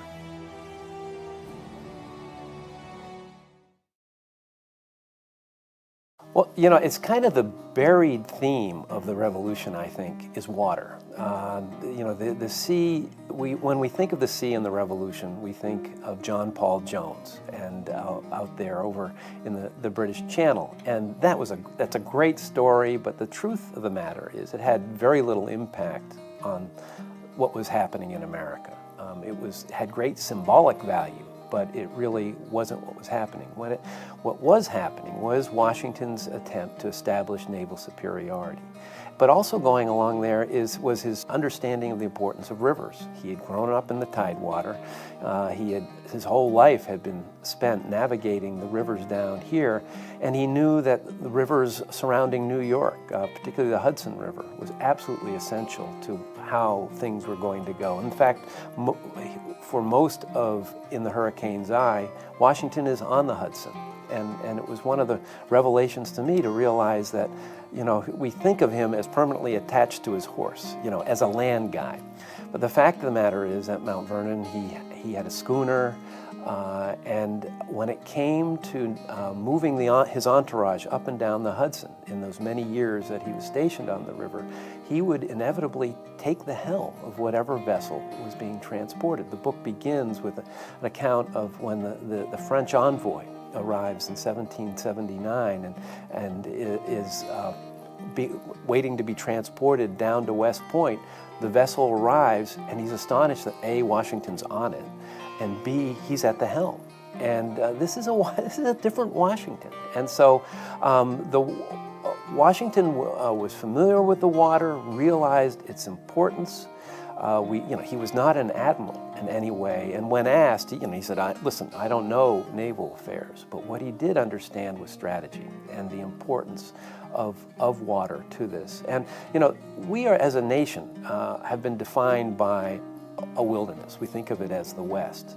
But before there was the West, there was the sea. That was the wilderness that defined America through the 18th century and the first half of the 19th century. And I think it's really enlightening to realize that the birth of our country, the American Revolution, that fate ultimately depended on the fact that this country is beside the ocean, because it was the ocean that ultimately was the key factor in the victory at the Battle of the Chesapeake and Yorktown.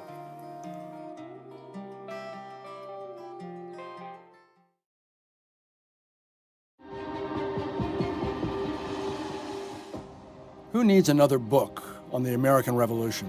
Historians have been writing about the rebellion virtually since it ended, nearly 2.5 centuries ago. Personally, I've previously focused on more recent wars and 6 earlier books about conflicts in the 20th and 21st centuries, including the Liberation Trilogy, a narrative account of the American role in the liberation of Europe during World War II. The older I got, the more I found my eye drawn to a story that has beguiled me since I was a boy, perhaps the greatest tale in our national history, and that is the armed struggle for independence that we know as the Revolution. It's a creation story that accounts for who we are, where we came from, what we believe, and what our forebears were willing to die for. As a national saga, it's the stuff of great literature with spectacular characters, variously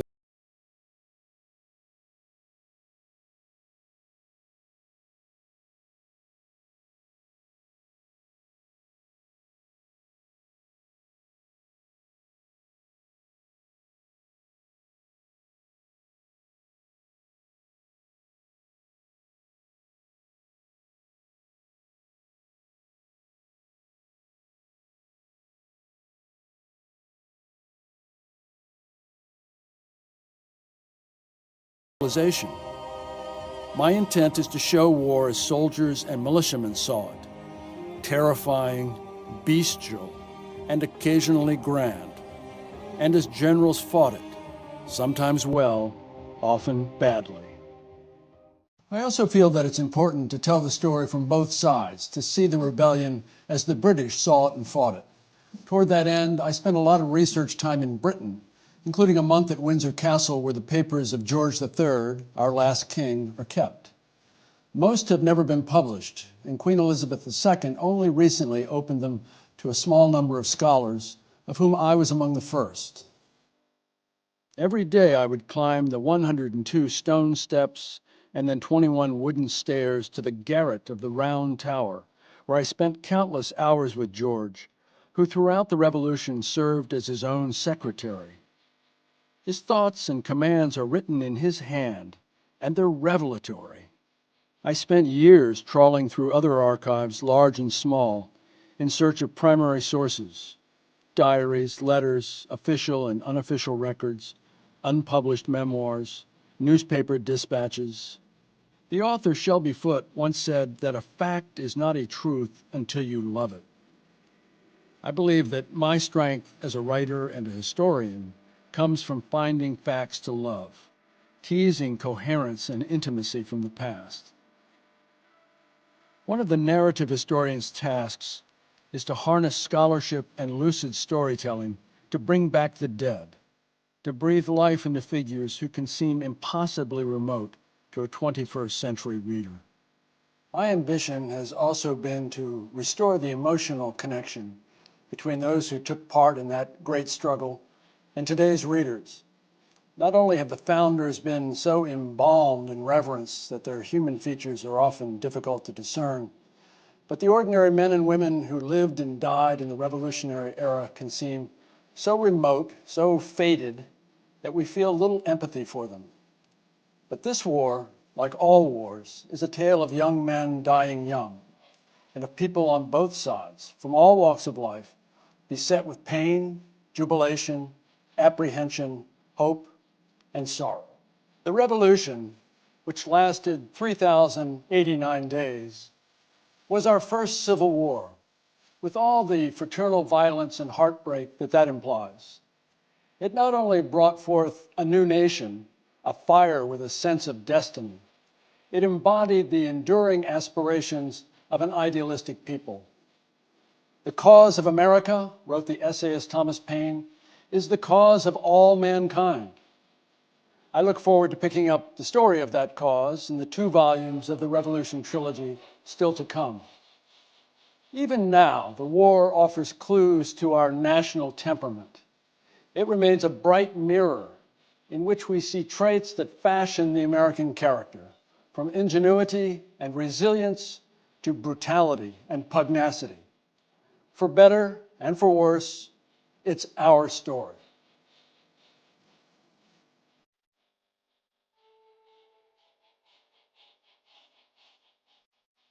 On sale now, The British Are Coming, Rick Atkinson's epic story of the American Revolution.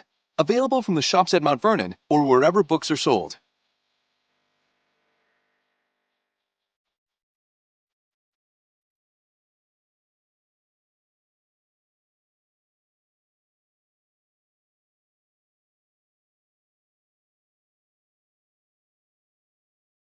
Pleasure of meeting. I am Sarah Colson, the 22nd Regent of the Mount Vernon Ladies Association. As many of you may know, our organization was formed in 1853 by a group of patriotic women who at the time, which was pre-Civil War, and as an aside, had neither the right to vote nor own property, quite improbably managed to raise the funds necessary to purchase Mount Vernon when neither the Congress nor the state of Virginia were willing or able to do so. And thus, they saved Mount Vernon from ruin. The history of the Mount Vernon Ladies Association is a wonderfully inspiring one, born of determination and a unifying love and admiration of George Washington. However, it is not the story we're here for this evening. So before we introduce Pulitzer Prize-winning historian and journalist Rick Atkinson, I first must acknowledge the Robert H. and Clarice Smith Family Foundation, who have been so generous throughout our history, including tonight's lecture series, which they established in honor of their daughter, Michelle Smith. I would also especially like to thank each of you here tonight, not only for your generous support of this program, but for all you do to help us with our incredible educational and historic preservation work, not just here at Mount Vernon, but truly across the globe. And lastly, as I think about the history, the 160-year-plus history of the association, there are 2 women here tonight who loom very large in our modern accomplishments. From the dream and determined execution of the exciting, and I say flourishing, Fred B. Smith National Library for the Study of George Washington, to our essential quest to protect Washington's view across the Potomac, I dare say we would not have been as successful as we were it not for the leadership and dedication of these 2 women. And I would like to introduce Regent number 18, Gay Gaines.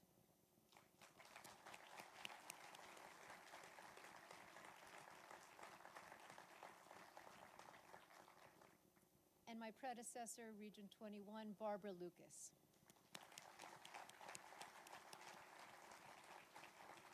Gay, Barbara, and Ben, thank you for coming. It's wonderful to be with you. It's now my pleasure to introduce Mount Vernon's President and CEO, Doug Bradburn, who will introduce Rick Atkinson. We all know Doug very well, but I should say that in his brief 6.5-year tenure thus far, he is making his mark in so many areas of the estate. First, as the founding director of the incredible George Washington Library, and more recently by accepting the role in becoming our 12th president and CEO. Doug also is a respected historian, as well as a vibrant and inspiring leader. And he's a terrific person to partner with as the Ladies Association seeks to forever protect Mount Vernon and educate the world of George Washington's incomparable legacy. Doug, thank you very much.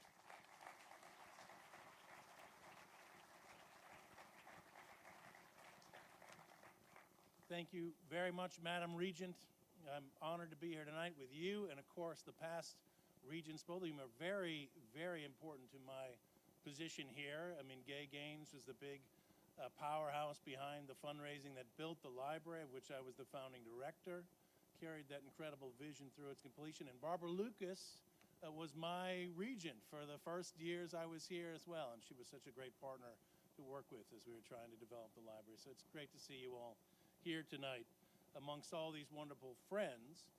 And I should also thank the Robert and Clary Smith Family Foundation for their support and their ongoing support. I also want to mention that we have here with us tonight, I think in the overflow room, so they can't stand up and be recognized, but we have a great group of rising college juniors from all over the country, our Mount Vernon Leadership Fellows program, who come to Mount Vernon for 6 weeks to learn the lessons of leadership of George Washington and carry on his legacy as the future leaders of this country. And I'm delighted to say they're here tonight in the other room with us. So if you hear anything over there, it's them. Now, we've had an extraordinary series already this year. You'll remember, of course, we began with Nick Bunker's masterful telling of the early years of Benjamin Franklin, followed by Nat Philbrick's brilliant new study of the American victory at the Battle of Yorktown. And now we're really coming to a high note in the series. A crescendo, really, is going to happen tonight. And I'm so excited for you. I'm going to jump out of my shoes as I talk about what we're about to experience, because we're going to hear from Rick Atkinson lecturing on his brand new book, The British Are Coming, The War for America, Lexington to Princeton, 1775 to 1777. Now, if you don't know Rick Atkinson's previous work, you really are in for a special treat tonight. He is, as Mrs. Colson said, an award-winning journalist, having a successful and long career at the Washington Post, and he's a world-renowned author and military historian. He's the author of many books, including The Long Gray Line, a narrative saga about the West Point class of 1966, Crusade, a narrative history of the Persian Gulf War, In the Company of Soldiers, an account of his time with the 101st Airborne Division during the invasion of Iraq in 2003. And of course, he also wrote the acclaimed Liberation Trilogy, 3 studies of the American war in the European theater. An Army at Dawn, the war in North Africa, 1942 to 1943, for which he won the Pulitzer Prize. And in fact, I think he received notice of winning that prize while he was embedded with the 101st in Iraq. The Day of Battle, the second in the trilogy, the war in Sicily and Italy, 1943 to 44, which is called, quote, a triumph of narrative history, elegantly written and rooted in the sights and sounds of battle. And finally, The Guns at Last Light, the war in Western Europe, 1944 to 1945, which completed the story of the American theater in Europe and completed what was really a truly monumental achievement in American letters that will go down as one of the great histories of World War II. Now, he's known in his writing for his ability to mix the detail and statistics with the telling quotation, to help recount the experiences, the mindset and passions of the everyday soldier, equally with the sense of grand strategy. And everywhere is a rejection of romance in his writing. It is universally celebrated as vivid, rich, complex, elegant, evocative, powerful. But it's not just the quality of the writing which distinguishes him, I think. It's really his storytelling which sets him apart from the pack. He writes books that you can't put down. They are gripping in the full sense of the word. They grab you and they don't let go of you until you finish. Atkinson is the recipient of the 1982 Pulitzer Prize for National Reporting, the 1999 Pulitzer Prize for Public Service, and the 2003 Pulitzer Prize for History. Extraordinary. He's the winner of the 1989 George Polk Award for National Reporting, the 2003 Society for Military History Distinguished Book Award, the 2007 Gerald R. Ford Award for Distinguished Reporting on National Defense, the 2010 Pritzker Military Library Literature Award for Lifetime Achievement in Military Writing. They gave that to him too early. 2010 Lifetime Achievement. He's still got more work to do, Rick. The 2013 New York Military Affairs Symposium Award for Lifetime Achievement. 2014 Samuel Eliot Morrison Prize for Lifetime Achievement from the Society of Military History. In December 2015, he received the Peggy V. Helmrich Distinguished Author Award, and he served as the General Omar Bradley Chair of Strategic Leadership of the U.S. Army War College. He is a presidential counselor at the National World War II Museum in New Orleans, an inductee in the Academy of Achievement, for which he serves as a board member, and he serves on the governing commission of the National Portrait Gallery. So, his bona fides are established tonight. He is, in short, the greatest living American writer on war. And I think, his gifts to us, in addition to the incredible books he's written, the gifts are even more palpable today, the day after Memorial Day. Because here we are on the day after Memorial Day, and his work does incredible service to our society's weak and fleeting historical memory. History is the conscience of any nation, and he helps Americans remember the sacrifices of so many who now long forgotten, men and women who've served and died so that we could live in peace and freedom. And we thank him for that writing. And now it is my great pleasure to say that he's turned his remarkable talents to retelling the story of the American War for Independence, one of the greatest stories in human history, the origin story of our great nation. And what more timely subject could there be right now? We're so quick right now to divide each other up into different groups, different identities, and try to talk about the different stories that we all have, when in fact we share so many things.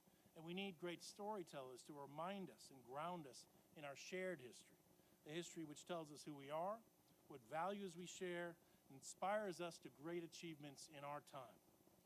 George Washington called the United States a great experiment. It's an experiment we're all still embarked upon. He called it the last great experiment in human happiness under civil society.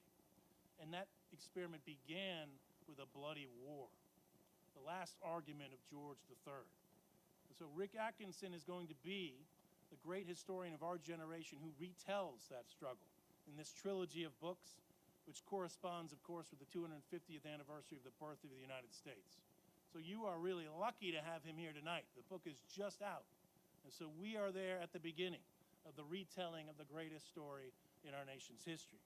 He's joined tonight by his lovely partner in life, his wife, Dr. Jane Chestnut Atkinson, who's a researcher and clinician at the National Institutes of Health. Welcome tonight. And let's all give a big Mount Vernon welcome to Rick Atkinson to take the stage.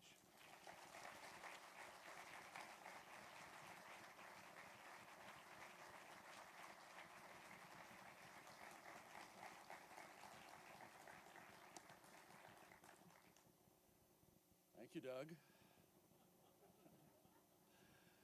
On Friday afternoon, I flew home to Washington from Dallas, and as the plane banked over the Potomac for the final approach into Reagan National, off the left wing, we had a beautiful view of this estate, the famous portico, the red roof contrasting with the white mansion and its famous cupola, the bowling green, the neat outbuildings. The young woman in the window seat in front of me turned to her boyfriend and said with a big smile, "There's Monticello." I swear on the Washington's graves it happened. Still work to be done, Doug.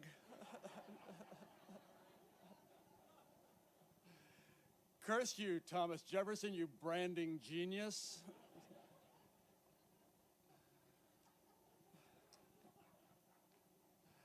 I went to high school about 5 miles north of here, back when the Washingtons were still in residence on the estate. And in truth, it must be said that Mount Vernon in the past half-century has grown tremendously in stature, interpretive clout, and sheer fun. Doug, you and your team are doing terrific work, and you've been great friends and partners to me. Thank you. Thank you. You mentioned, I worked in the newspaper business for years, including a long stint at the Washington Post as a reporter, editor, and foreign correspondent, but I began to have doubts about my career choice when one day someone told me the story of the world's first brain transplant. The doctor went in to see the patient the night before the procedure and said, "Congratulations, sir, you're about to have the world's first brain transplant, and you have a choice as to the kind of brain you can receive. You can have the brain of a military officer. That'll cost you $100 an ounce. You can have the brain of a professor of history. That will cost you $200 an ounce. Or you can have the brain of a journalist, but that will cost you $1,000 an ounce." The patient said, $1,000 an ounce? That's outrageous. Why is it so expensive? The doctor said, "Do you have any idea how many journalists it takes to get an ounce of brain?"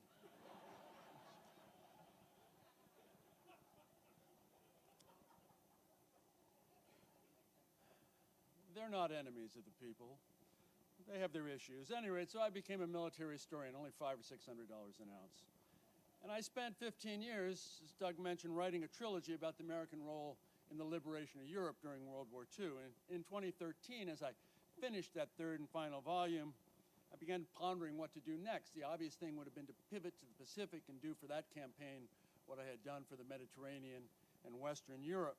But that would have required me to start World War II all over again at Pearl Harbor or even earlier, and that didn't have much appeal.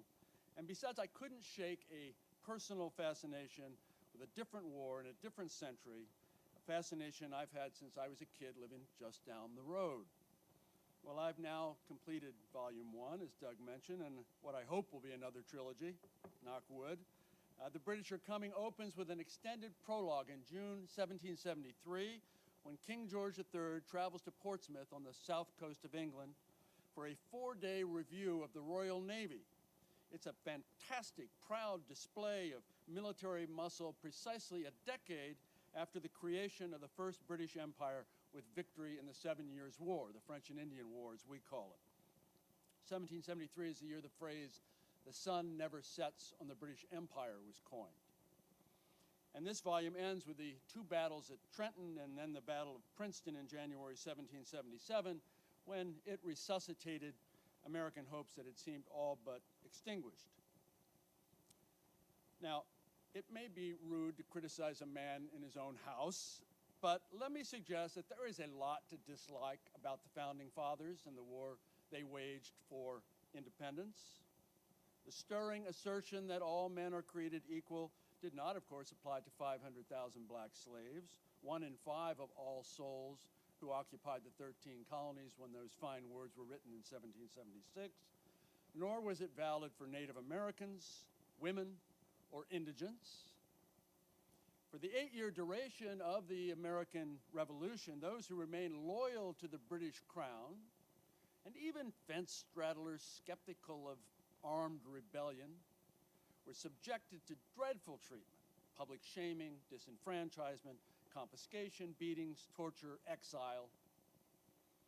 Some were imprisoned on Hudson River scows anchored below Albany or in an old Connecticut copper mine where they were lowered by windlass 70 feet below ground to rock-walled cells known simply as hell.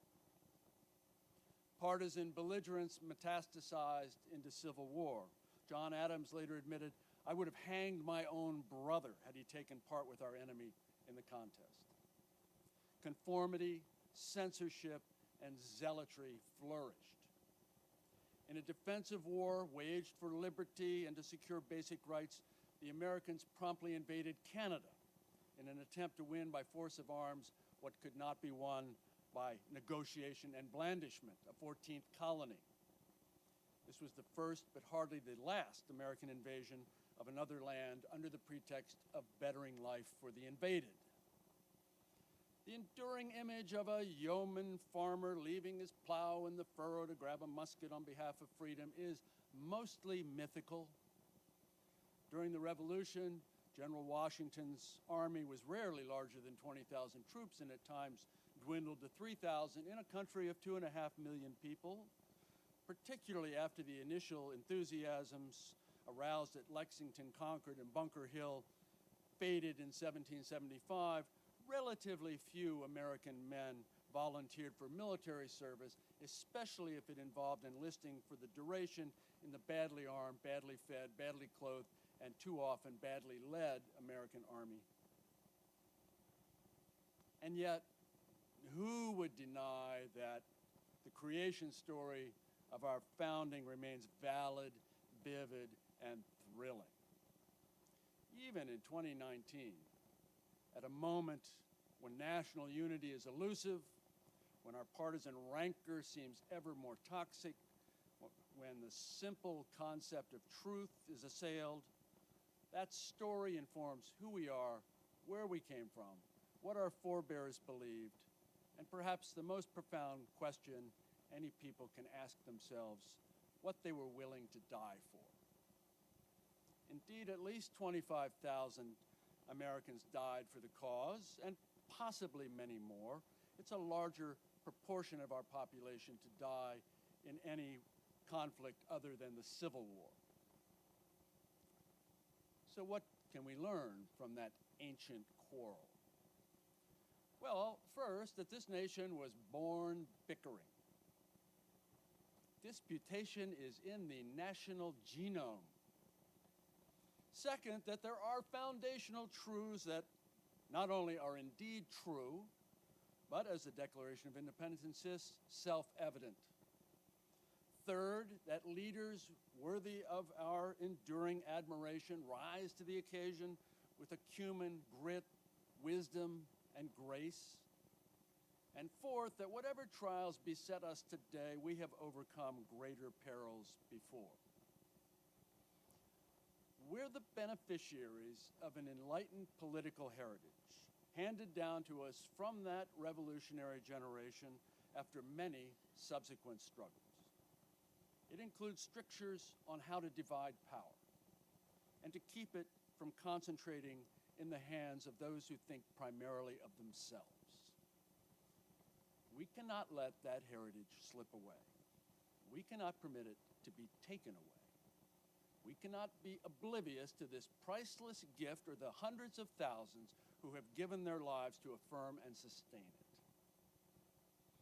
Now, the American Revolution was not a war between regimes or dynasties fought for territory or the usual commercial advantages, but rather an improvised struggle between two peoples of a common heritage who have been gradually sundered by divergent values and conflicting visions of the future world.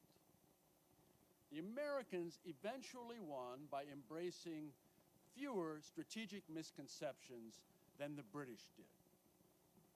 Certainly the rebels could be wrong-headed in believing that they had greater economic leverage over the mother country than they actually possessed, for example, or in caricaturing George III, who sat on his throne for 60 years and was shrewder, more complex, and more admirable than the overbearing ninny who still dominates our imaginations and even tonight is mincing across the stage in Hamilton. Yet George and his ministers made three critical miscalculations. One, that most colonists remain loyal to the crown, notwithstanding troublemakers in New England capable of inciting a rabble. Two, that firmness, including military firepower, would intimidate the obstreperous and eventually restore harmony. And three, that failure to reassert London's authority in America would eventually unstitch the newly created British Empire, encouraging insurrections in Ireland, Canada, the Sugar Islands of the West Indies, India. It's an 18th century version of the domino theory that would propel America into Vietnam 2 centuries later. Britain also underestimated the difficulty of waging a protracted war across 3,000 miles of open ocean in the age of sail, for 8 years, as it turned out. Expeditionary warfare, whether waged in North America in the 18th century or in Central Asia in the 21st century, is among the hardest of all martial enterprises. General Kelly could attest to that. The British Army in the Revolution, unable to gather food and forage from the American countryside without being ambushed, relied largely on provisions shipped from English and Irish ports. But of 40 transports dispatched across the Atlantic in the winter of 1775-76, only 8 of those 40 ships arrived directly in Boston. The rest were blown by gales back to Britain, or blown to the West Indies, or intercepted by rebel marauders.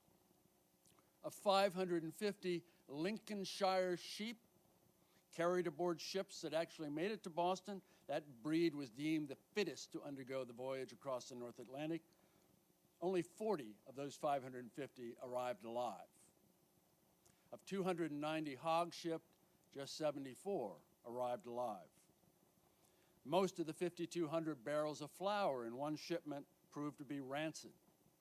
When the British moved to New York in the summer of 1776, and requested 950 horses to pull their artillery carriages and supply wagons.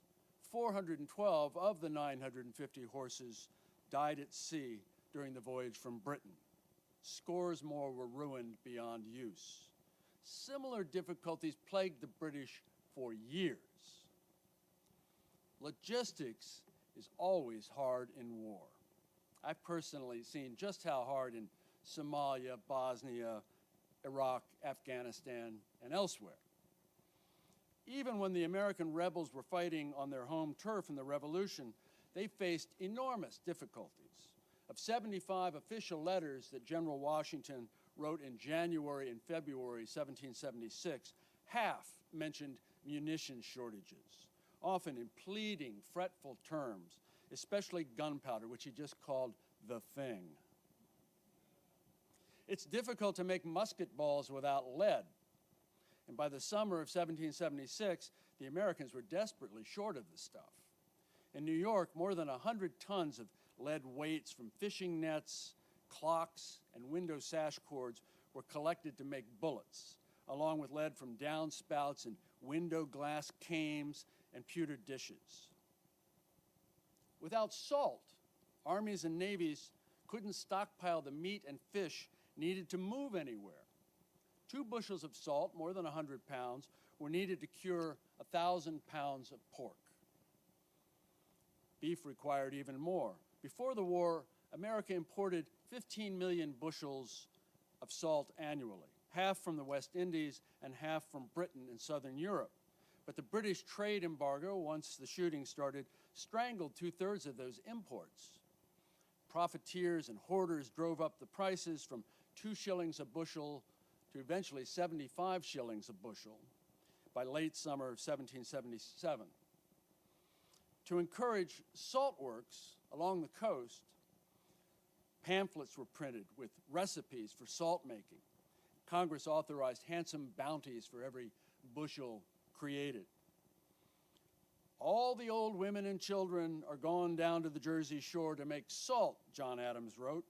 But 400 gallons of seawater were needed to boil off a single bushel of salt, and that required enormous stacks of firewood. Virginia spent more than 6,000 pounds, a huge sum in those days, to build evaporation ponds along the Chesapeake Bay, but collected a total of 50 bushels. It's probably the most expensive salt in the world. Yet those problems, substantial as they were, hardly matched Britain's problems. The 1,000 tons of bread required each month to feed British soldiers in New York often arrived from depots in Cork, moldy and infested with Irish rats. And there's no rat as nasty as an Irish rat. And those rats soon infested British storehouses on Staten Island. For the winter of 1776-77, the British needed 64,000 cords of firewood, 70 tons of candles, the daily allowance of a gill of rum for each redcoat. A gill is about 5 ounces. It's a gallon of rum a month per soldier. Took an enormous amount of shipping space. The British Navy Board needed 400 transports and victualling ships to move and supply the large force in New York. It's triple the tonnage used at the peak of the 7 Years' War. Let me talk for a moment about George, our last king. He's an intriguing adversary. Queen Elizabeth II only recently opened up to outside scrutiny the Georgian papers, which she owns, as part of a project to catalog and digitize the papers from all 4 Georges who became king in the 18th and 19th centuries. There are 350,000 pages, mostly from the reign of George III, most of them previously unpublished. And I was among the first allowed in to take a look for a whole month in April 2016 at Windsor Castle, where the papers are stored. Every morning I would show my badge at the Henry VIII gate and show it again at the Norman Tower, then climb 102 stone steps and 21 wooden stairs to the garret of the Round Tower, begun by William the Conqueror in the 11th century. And there are the papers. in gorgeous, oversized red binders. George was his own secretary until late in life when he began to go blind. He had become king in 1760 at the age of 22. And he wrote not only most of his correspondence himself, he also made the copies. And as you paw through these pages, there's a tactile sense of being in his presence. Among other things, he's a great list maker. Lists of British garrisons abroad between 1764 and 1775. Lists of Royal Navy vessels under construction in various shipyards. Lists of all his regiments in America with the number of officers, musicians, and rank and file for each tabulated with his arithmetic scratchings in the margins as he does his sums. George copied out his own recipes for cough syrup. Write this down. Rosemary, rice, vinegar, brown sugar, all boiled in silver. And insecticide, wormwood, vinegar, lime, swine's fat, quicksilver. He was an ardent theater goer, and he kept critical notes on performances, writing that one actor, for instance, had a formal gravity in his mien and a piercing eye. He'd married an obscure, drab German princess, Charlotte, as in Charlotte, North Carolina, Charlottesville. Charlotte learned to play God Save the King on the harpsichord during her voyage to England from Germany. They married 6 hours after they met, and he had the marriage bedroom decorated with 700 yards of blue damask and large basins of goldfish. Nothing says I love you like a bowl of goldfish. The happy union proved fertile. She produced children with lunar regularity. Eventually to number 15, and we see in his personal correspondence that George is a caring father. He's invested in the rearing of his kids. And through all this, he's trying to figure out the proper course for the British Empire, for the monarchy, and for his people. He's easy enough to dislike, but impossible, I find, to detest or simply dismiss as a reactionary autocrat. The war he chooses to wage is brutal, bloody, and often savage. Unlike modern war, killing is usually intimate, at very close range, face to face, often with a bayonet. That's partly because 18th century muskets were mostly inaccurate beyond 50 yards and usually hopeless beyond 100 yards. Scholars have calculated that in the fights at Lexington, Concord, and the British retreat to Boston on the first day of the war, April 19, 1775, the Americans fired at least 75,000 rounds, but only one bullet in every 300 or so actually hit a redcoat. The shot heard round the world probably missed. Battlefield wisdom held that it took a man's weight in bullets to kill him. And in Revolutionary War combat, that's not far wrong. On the other hand, massed musket fire by clusters of men firing in volleys, sending swarms of 1-ounce lead slugs flying downrange at perhaps 1,000 feet a second, that could be devastating. A man 5 feet 8 inches tall had an exterior surface of 2,550 square inches, of which 1,000 were exposed to gunfire when he was facing an enemy frontally at close range. Given the primitive inadequacy of 18th century medicine, which was hardly worthy of the name, if you're hit in the torso, you have more than a 50% chance of dying. If you're hit in the head, the odds of surviving are even worse. By the way, later studies by the British Army demonstrated that soldiers wearing conspicuous red uniforms were more than twice as likely to be shot in combat as those in muted blues and grays. Duh.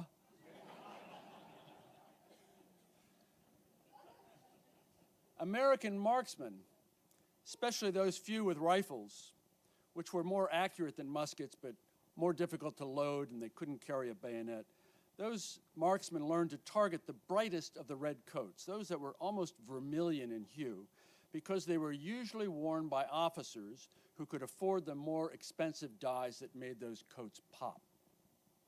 In the Battle of Bunker Hill on June 17, 1775, the British captured roughly a square mile of rebel-held territory at a cost of over 1,000 casualties, including 226 British dead. Well, those are some of the nuts and bolts of 18th century warfare. But what of the emotional guts of the revolution? That's what still moves us, stirs our pride, makes us feel that those men and women of more than a dozen generations ago have something to say to us. Why is that? Certainly that revolutionary generation can seem so distant as to be almost a foreign people.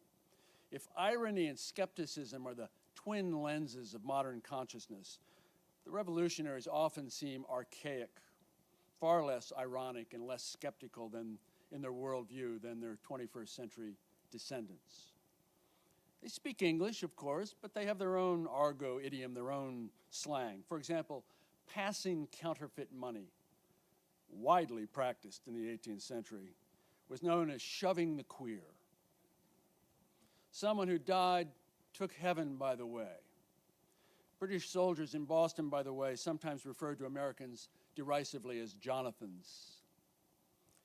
But these are minor differences. We rightly admire those Americans for their endurance, pertinacity, and sacrifice, not only displayed by men serving in the ranks, but by others swept up in the fraught events of those times. Lois Peters of Connecticut hadn't seen her husband, Captain Nathan Peters, in months because he was part of the force besieging the British at Boston, when she wrote him, "Pray come home as soon as possible. A visit from you at any time would be agreeable."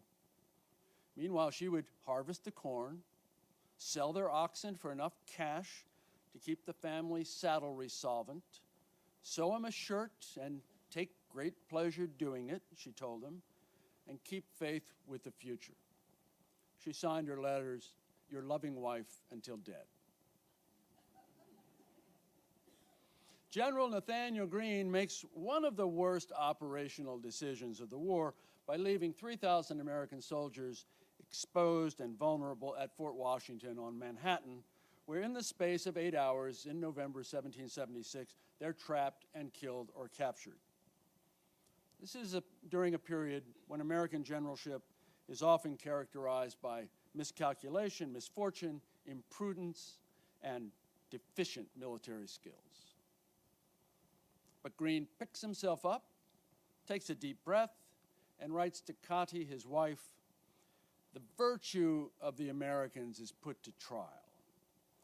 I am hardy and well amidst all the fatigues and hardships. Be of good courage. Don't be distressed. All things will turn out for the best." Be of good courage. He's speaking to us, to you, and he's certainly speaking to me. The sheer drama of the revolution keeps it compelling and often stunning, from the bloodletting at Bunker Hill, where 1 of every 8 British soldiers killed during the Long War would die in 4 hours, to the skin of the teeth escaped by Washington and his army in the fog across the East River in August 1776 after a terrible drubbing on Long Island. And beyond the battlefield, the theatrical power and pathos of the conflict surely outruns any dramatist's imagination. The abrupt arrival of the septuagenarian Benjamin Franklin in Paris to woo the French absolute monarchy into an alliance with radical Republicans. The 100,000 smallpox deaths in North America from 1775 to 1782. Those white men sitting in Philadelphia in the summer of 1776, lashing at horseflies with their handkerchiefs while carving up Thomas Jefferson's draft declaration to make it shorter and much better. The many American families, Ben Franklin's among them, ripped apart by irreconcilable political differences. If the central figures in our creation story have frequently been embalmed in reverence, they nonetheless remain beguiling, worthy of perpetual scrutiny and often of emulation. Washington is a case in point. Let's talk about him for a minute.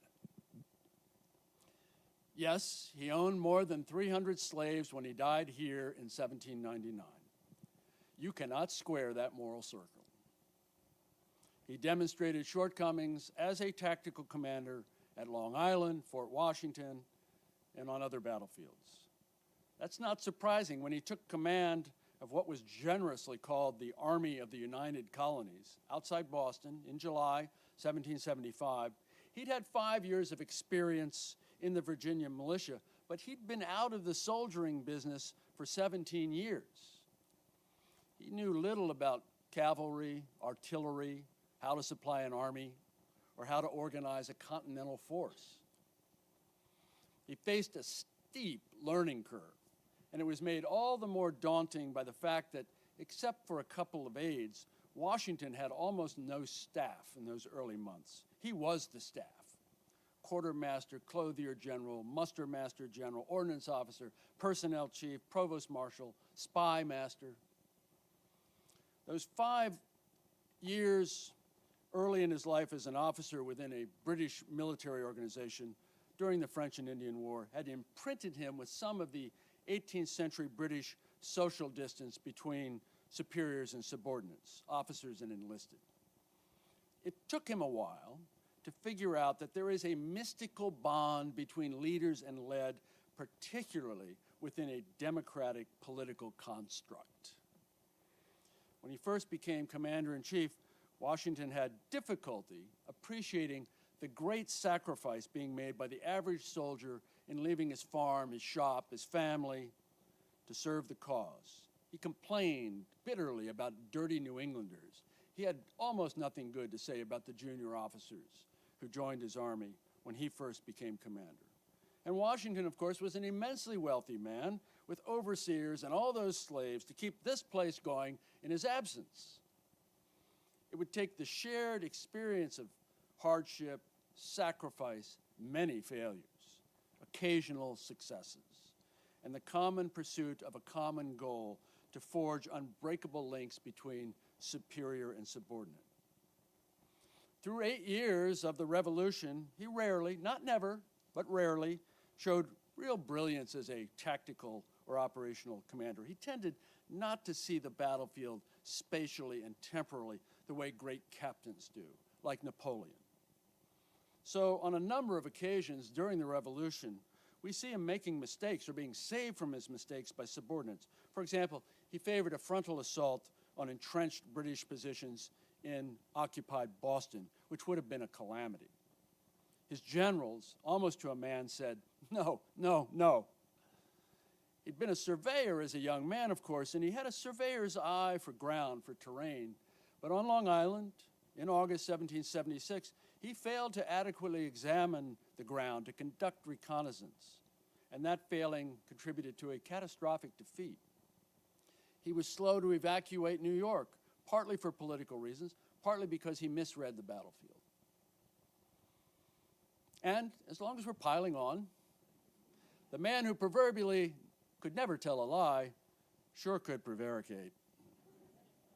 He didn't disabuse Congress that it was his idea to seize Dorchester Heights, the high ground overlooking Boston, which proved key to forcing the British to abandon the city. In truth, the idea was more or less forced on him by subordinates. And while he accepted responsibility for the capture of Fort Washington, he claimed, quite untruthfully, that he hadn't had time to really assess the American position there. In 1776, we find him carping about his troops, his officers, his lot in life. "I distrust everything," he complained.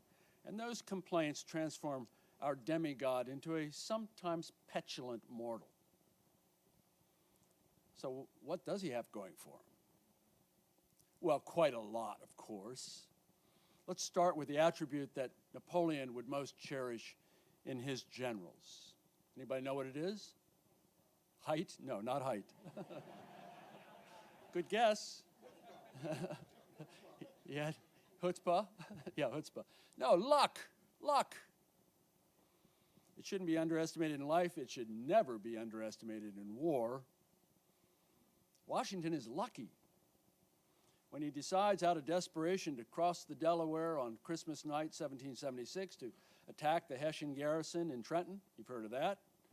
And when he then decides to double down and a few days later crosses the Delaware again for what turns out to be the victorious battle at Princeton, he displays boldness and a good grasp of his intelligence, meticulous preparation, and an ability to adapt as conditions change. But he himself refers to, quote, 2 lucky strokes at Trenton and Princeton. By this time, he'd demonstrated a gift for improvisation and the deft escape, an ability to grab the occasion by the forelock, as one British historian put it. He's durable and robust. 43 years old when he takes command in 1775. For the subsequent 8 years of war, he shows an iron constitution. He never seems to even catch cold. That's important.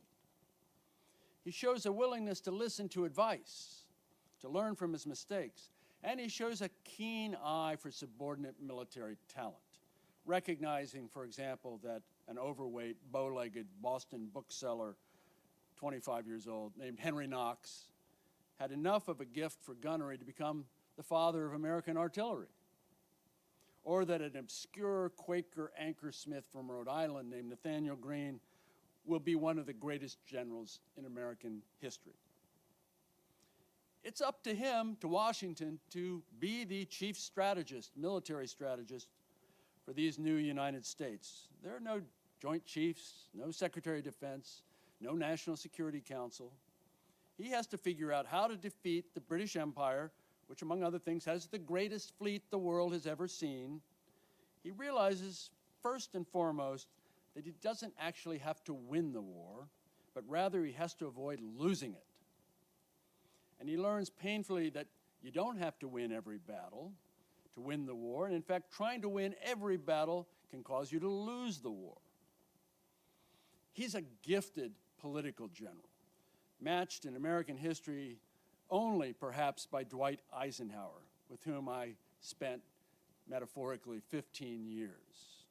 And we're not talking about partisan politics, of course, but rather political in the sense of instinctively knowing how to motivate both subordinates and superiors, how to maneuver, how to inspire, how to compromise. What a concept.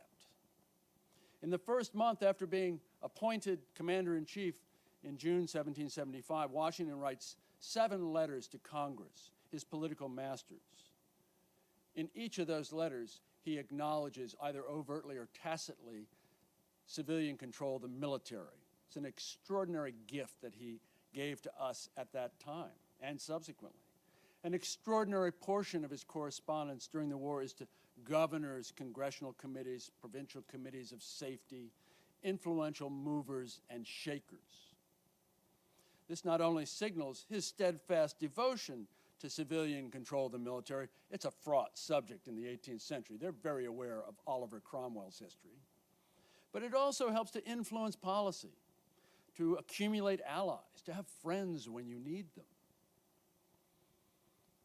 He also learns some bitter lessons, that war is rarely linear. It prefers a path of fits and starts, ups and downs, triumphs and cataclysms, that only battle can reveal those with the necessary dark heart for killing, years of killing, that only those with the requisite stamina, aptitude, and yes, luck, will be able to see it through.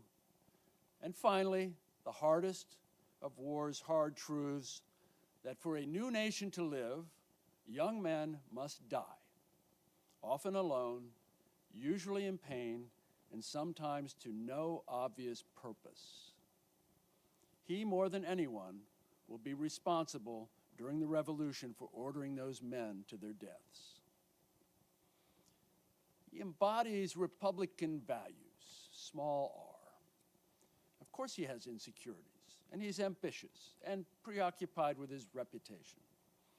But he recognizes that there must be a moral core at the center of the great enterprise he commands, knowing that immoral behavior is a slippery slope in war as in life. He's constantly reminding his soldiers to behave, in part because he knows that a civil war, and the revolution is our first civil war, is about hearts and minds, and that soldier behavior is critical to winning that battle. Great responsibility enlarges him. He rightly embodies the sacrifice of personal interests to a greater good, as well as other virtues, dignity, humility, determination, moral stamina, incorruptibility, traits that should remain true north for every citizen today. His faith gave others faith. His strength made others strong. And finally, he develops a shrewd understanding of the ornery, independent peoples known collectively as Americans. In January 1777, Washington wrote, "A people unused to restraint must be led. They will not be drove." He was a leader, and how lucky we are. Lesser personalities, largely lost to history, speak to Americans in the 21st century of constancy and an antique patriotism. "Heaven only knows what may be my fate," Captain John McPherson wrote in a last letter to his father before being killed at Quebec. "I experienced no reluctance in this cause to venture a life which I consider is only lent to be used when my country demands it." Likewise, Lieutenant Samuel Cooper wrote his wife, "The dangers we are to encounter I know not, but it shall never be said to my children, 'Your father was a coward.'" He too died at Quebec. Even Benedict Arnold, perhaps the finest battle captain on either side early in the war before his subsequent missteps, wrote after being shot in the leg in Canada, "I am in the way of duty and I know no fear."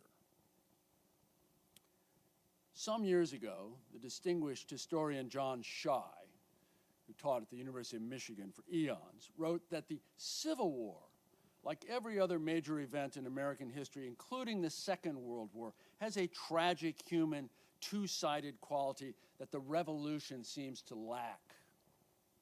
The whole complex of revolutionary events takes on a smooth, self-contained character that makes getting the right emotional grip on the subject very difficult. My premise is that tragedy is the bedrock of every war because every war is about young men and sometimes women dying young.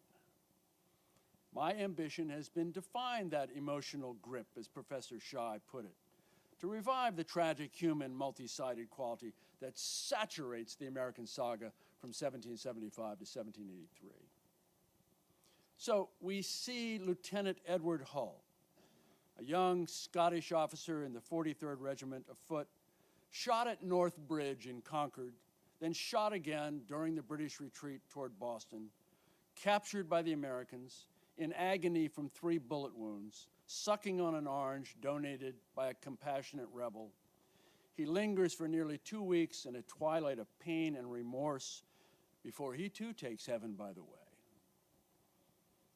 Or we see Mary Pierce, the widow of a private killed at Bunker Hill while fighting with the Massachusetts militia, as she petitions the Commonwealth for precisely £5 and 12 shillings in compensation for her husband's lost coat, trousers, stockings, shoes buckled, silk handkerchief, knife, and tobacco box.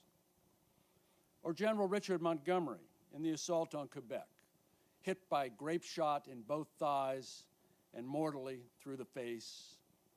His effects were auctioned off to his officers a couple days after his death, item by item. 2 volumes of Polybius, Johnson's Dictionary of the English Language, a buffalo skin and clothes brush bought by Captain Aaron Burr, and a wardrobe that included ruffled shirts, holland waistcoats, and a pair of tea-tongs, all purchased by Benedict Arnold. Or we see Illinois, the island of nuts, a couple hundred acres in the Richelieu River just above the New York border, where thousands of American soldiers retreating from Canada in June 1776 jammed a malarial hell, half of them suffering from smallpox, dysentery, typhus, or some other god-awful malady, infested with lice and maggots. One doctor wrote, "We had nothing to give them. It broke my heart, and I wept till I had not more power to weep." And we see Matthew Patton of Bedford, New Hampshire, whose son John had survived a gunshot wound to the arm at Bunker Hill, but did not survive Île Noire. Mr. Patton wrote simply in his diary, "I got an account of my John's death of the smallpox at Canada. He was 24 years and 31 days old." The historian Bruce Caton considered the American Civil War a redemptive tragedy. Surely the same can be said of the American Revolution. It embodied the enduring aspirations of an idealistic people and brought forth a nation abounding with a sense of destiny. No wonder the world was agog. "The cause of America," wrote the essayist Thomas Paine, "is the cause of all mankind." Even now, the war for independence offers clues to our national temperament. It remains a bright mirror in which we see traits that fashion the American character, from ingenuity and resilience to brutality and pugnacity. We've come far in almost 2.5 centuries in power, diversity, tolerance, and sheer scale. But in some respects, those ancestors remain nearer than we know. Their existential struggle churned up issues that perplex us to this day, including individual liberty versus collective security, the proper limits on executive power, the obligations of citizenship, and the elusive quest for a more equitable society. The tacit primal question of 1776 persists in 2019. Who do we want to be? Democracy is never a thing done, the poet and Librarian of Congress Archibald MacLeish told us. Democracy is always something that a nation must be doing.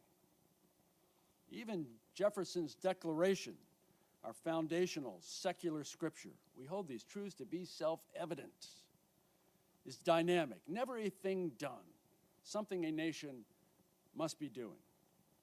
The great Yale historian Edmund Morgan wrote that the creed of equality did not give men and women equality, but invited them to claim it, invited them not to know their place and keep it, but to seek and demand a better place. The American Revolution lasted 3,089 days, and the result was epical and enduring, the creation of the American Republic, among mankind's most remarkable achievements. Nearly 90,000 more days have elapsed since those horsefly-swatting men asserted a human birthright of life, liberty, and the pursuit of happiness. Keeping faith with those who fought, suffered, and died for the principles we profess to still cherish requires more than a nodding acquaintance with them, more than a perfunctory acknowledgement of their struggles. For better and for worse, their story is our story. Their fight remains our fight. Thanks so much for having me here tonight. Thank you. Thank you.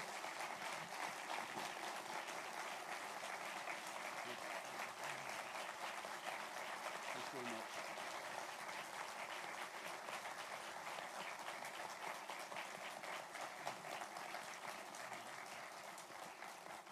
Thank you for that. And you students in the other room, wake up. All right, we've got time for questions, I believe, and there are folks on both sides with microphones, and they will find you and they will give you a microphone.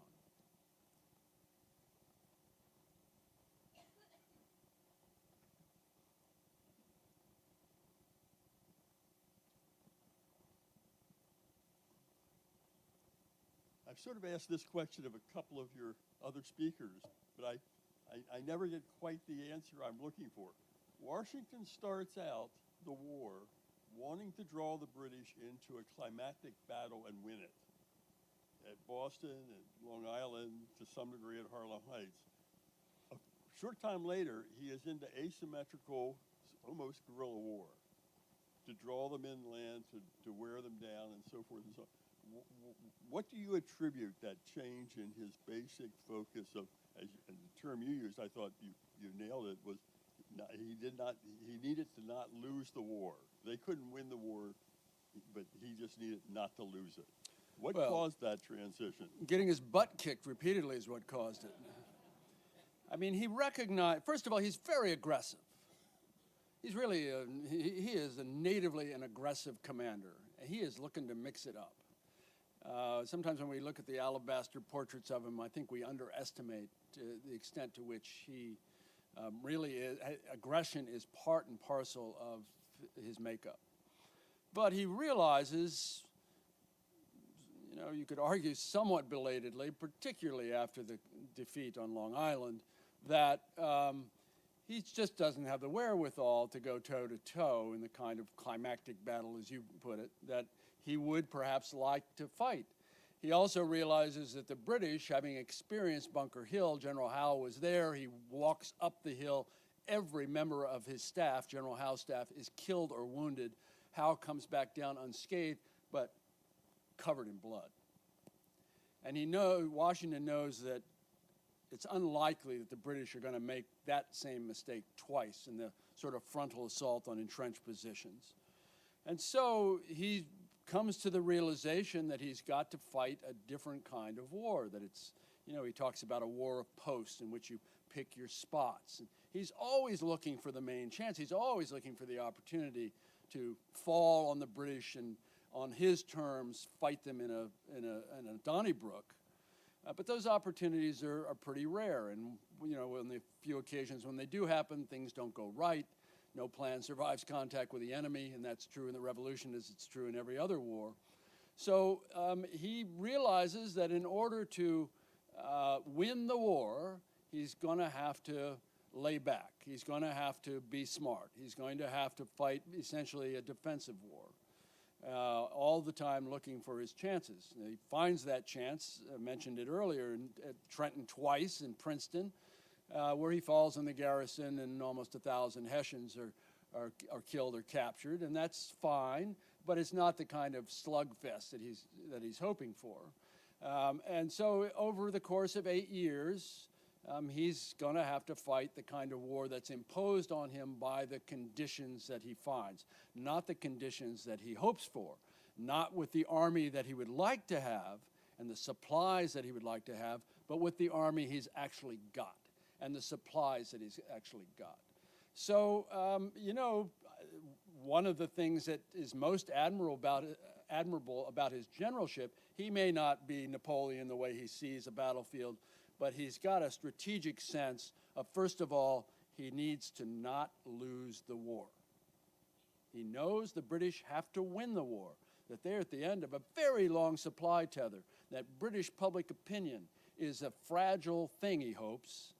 Turns out not to be as fragile as you might think, it takes 8 years, but that if he can drag it out, if he can bleed them here and there, nicks and cuts and British soldiers bleeding, that he cannot lose the war and therefore eventually win it. I think it's quite a remarkable realization by him, and it's a tribute to the fact that he really has some chops as a general. Now you can say to the next speaker, I've asked the three last.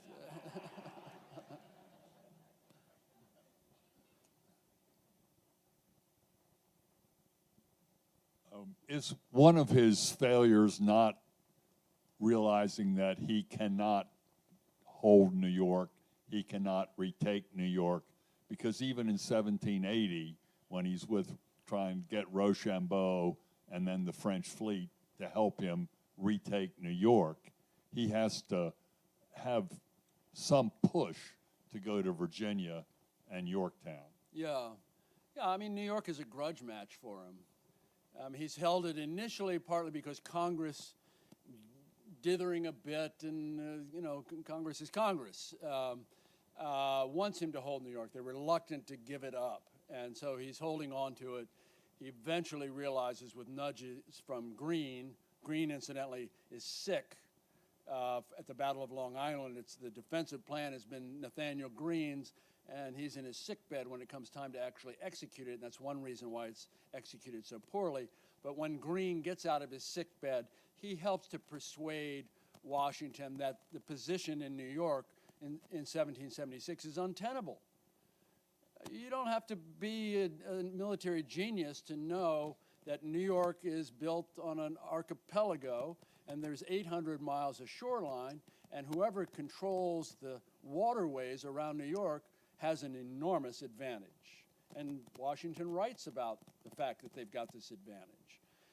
So when he finally is persuaded that Manhattan Island, first of all, is not going to be his for long, and he makes the mistake of affirming Greene's decision to leave the garrison at Fort Washington, but that's when he begins to the process of being ejected from New York. And it clearly sticks in his craw for years. You know, he's looking for an opportunity to take it back. You know, it's a pivot in the whole colonial construct. And if he can get back New York in 1780, that's going to make the British hold on the 13 colonies generally very, very difficult. It's been their headquarters for 4 years at that point. But he needs, again, to be kind of general. There's a better opportunity waiting for you in the South. And it turns out there's a better opportunity waiting for him in the South. It's called Yorktown. And, you know, again, to his credit, he's not a stubborn fool. He's not, I am the commander-in-chief, don't tell me what I should think. He listens to it, looks at the maps, thinks it through, and makes a decision. Can't ask for more than that in a commander-in-chief. You know, I think that's what's happening when, in that interval between 1776 and 1780. A lot happens then to him, but I think all the time New York is in the back of his mind.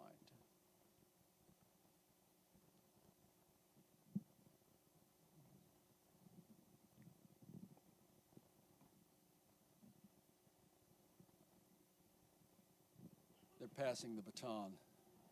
Sir. Thank you for your lecture. I really enjoyed it. It sounds like prior to the Revolution or during the early days, the Loyalists and the Patriots there was very little civility and there was a lot of violence. We know a similar situation occurred prior to the Civil War. And it sort of feels like we're in that same position right now. How do we get out of where we are now without having another war? Well, that's depressing.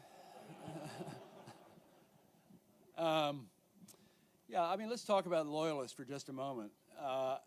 You know, John Adams said long after the war that about a third of the American population during the war were Loyalists, and about a third were either indifferent or they just wanted to stay out of the way, and a third were rebels, patriots.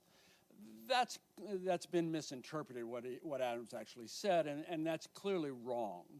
Modern scholarship indicates that of the 2 million white Americans in the 13 colonies when the insurrection begins, probably 18 to 20% are loyalists. Now, loyalism is a shifting concept. You might be loyal when the British Army is in your backyard, but when they leave and your neighbors come over and stick a finger in your chest and tell you that you're going to go to jail, you may be less loyal to the crown at that point. So there's a lot of that, and that's not uncommon in an insurgency. But 18 to 20% is not sufficient, as it turns out, and not nearly the percentage that the king and his ministers believe. It's not sufficient to tilt the cause in favor of the British. They cannot rally in sufficient numbers and provide the human terrain, to use a term Petraeus uses all the time, is very complex in America in the 1770s. And the notion that there will be enough of a silent majority of loyalists able to rally to the British cause when the army shows up proves to be a pipe dream in almost all cases. And so consequently, one of the things that the patriots, let's call them the patriots, doesn't imply moral superiority, are doing is to try to suppress the loyalists to the extent they can with the kinds of measures that I mentioned, including some really nasty measures. You're right. I mean, there were parallels to the Civil War. I don't think that, the parallels to today, I hope it's not to that point. Again, I think that historically we have been at loggerheads often. And we've had serious political disagreements, and we've been nasty to each other. What does it take to right the ship and getting us all pulling the rope in the same direction?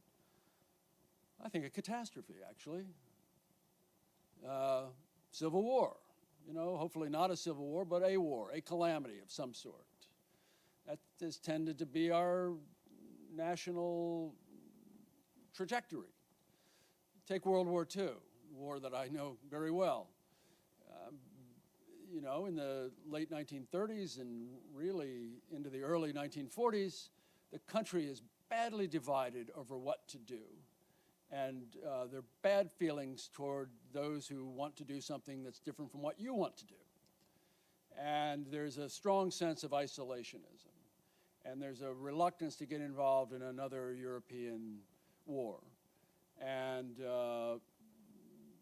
the feelings run high and they run hot, and they're hard feelings. And what does it take to get us out of that? Well, it takes Pearl Harbor and 291,000 battle deaths and 400,000 American dead over the course of World War II to feel like we're all pulling the rope in the same direction. Now, I hope that that's not the case. I think one thing that would be helpful is to have a leader who can unify us. When you see him or her, you let me know. That's not a partisan statement. That's an observation. It's hard to be optimistic about things today, but on the other hand, I think it's wrong to be excessively pessimistic. One reason to study our history not only is to acknowledge those who've come before us, but it's to feel that we've found our way before. We know how to get ourselves out of jams. We are very, very inventive, and we are extremely capable when we put our minds to it. And, I have faith in the future. I have faith in my children's future. And when we lose that, then we're really in trouble. Thanks for the question. Thank you.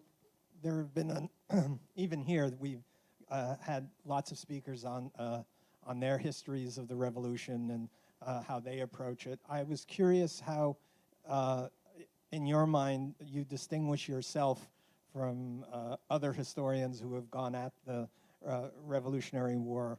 What kinds of things you want to bring to it that perhaps previous historians have not? How you distinguish yourself in this crowd? Yeah, it's a crowd. There have been quite a few books written about it. Not as many as World War II, I think, actually. I think Amazon has 60,000 hardback books on World War II. How do I distinguish myself from it? I'm going to leave that to you, the reader. I think, in part, that what I bring to it is a real intensity as an archive rat. The mystery of the next unopened archival box still entrances me. And I know that all great events, like all great figures in history, are bottomless, that there is more to discover, there's more to write about. People will be writing about Abraham Lincoln 500 years from now. The same is true for World War II. And so I know that there is stuff to find. I found it in the garret of the Round Tower, for example, among many other places. I fancy that I'm a writer and that I can write a narrative that you will want to read and that you will feel the emotional resonances in the power of the writing and the power of the story told. But again, I leave that to you. It's reviewed on the cover of the New York Times Book Review 2 days ago. You can take a look and see what Joseph Ellis said. And he said nice things, and he's a good guy to have on your side. So it's, you know, I think that it's incumbent on anybody tackling this big subject, ground that's been well trod, to bring something to it. You have to feel that you can move the ball forward. I feel like I'm moving the ball forward.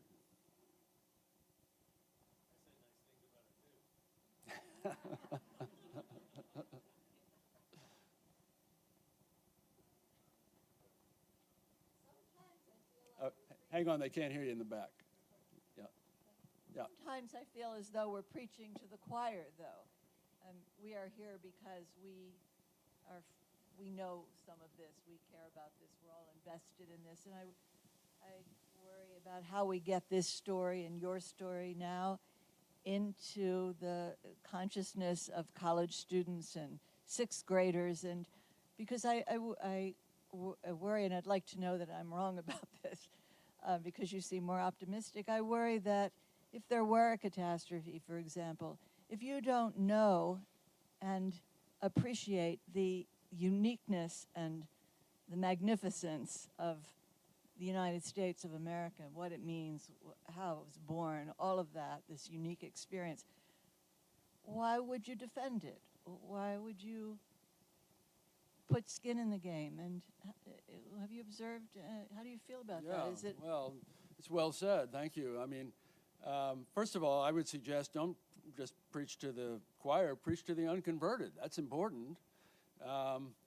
Yeah, I know you're trying. And, you know, I was here for Revolutionary War weekend at the beginning of May, and despite threatening weather, there were thousands here, families enjoying the reenactors and doing all the other things that go on here. And it's spectacular, and it's a way to reach out to the community, in a way to bring to the 21st century a sense of what the 18th century was like, in a sense of what this place was like. And I think those are marvelous things to do. I mean, you know, World War II, country of 130 million people, we had 16.1 million in uniform. Everybody had someone they loved in harm's way.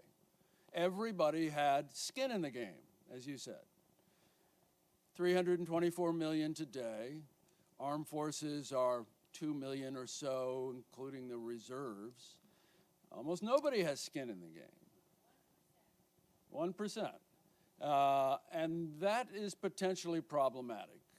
It's problematic for the country in terms of having a sense that we're sending our sons and daughters off to bad places, that we, in fact, have an emotional investment in our military.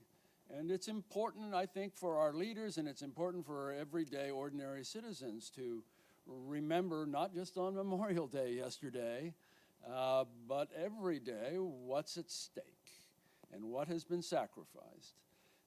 And that's part of the story that you're talking about. You know, there's no easy answer to your good question. Why would they risk what they risk if they don't know what it is that has been given to us? Well, that's why it's really important, you know, to insist that the schools do what the schools should be doing, that the community does what the community should be doing, that, you know, General Kelly and I were talking about Section 60 in Arlington Cemetery, where many of our Afghan and Iraq dead are buried now.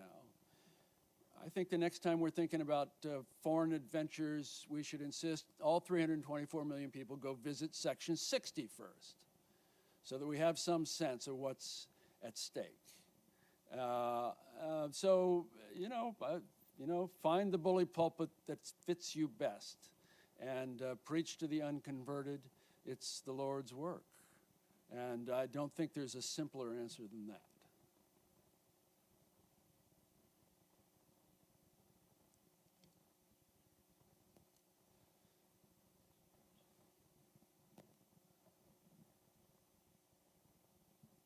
I just wanted to say how much I enjoyed your talk and the liberal way you sprinkled your talk with quotes that were both a mix of humor and inspiration. So whether it was your own, the shot heard round the world, probably missed, or others, I am in the way of duty and I know no fear. I mean, that was wonderful and noteworthy and appreciated. I'd love to know what you're working on next. If you need ideas, I have an idea for you. Thanks. You were taking notes, weren't you? Well, I know what I'm working on next because I'm committed to, this damnable trilogy. Having been through it once before, and it took me 15 years, I don't expect this one to be any less consuming. And so I'm just starting to work on the research for Volume 2, which I think will take me from early 1777, when we've left off Volume 1, probably through the Battle of Charleston, which is the spring of 1780. It's a terrible defeat for the Americans. Speaking of grudges, the British have held a grudge about Charleston since they were ejected in their efforts to take Charleston at Sullivan's Island in the summer of 1776. And there were 5,000 American soldiers who were captured at Charleston. It really looks like maybe the British cause is turning in their favor. So that'll keep me busy for, quite some time. And I don't know what your idea is, but if it's really alluring, I don't want to hear about it.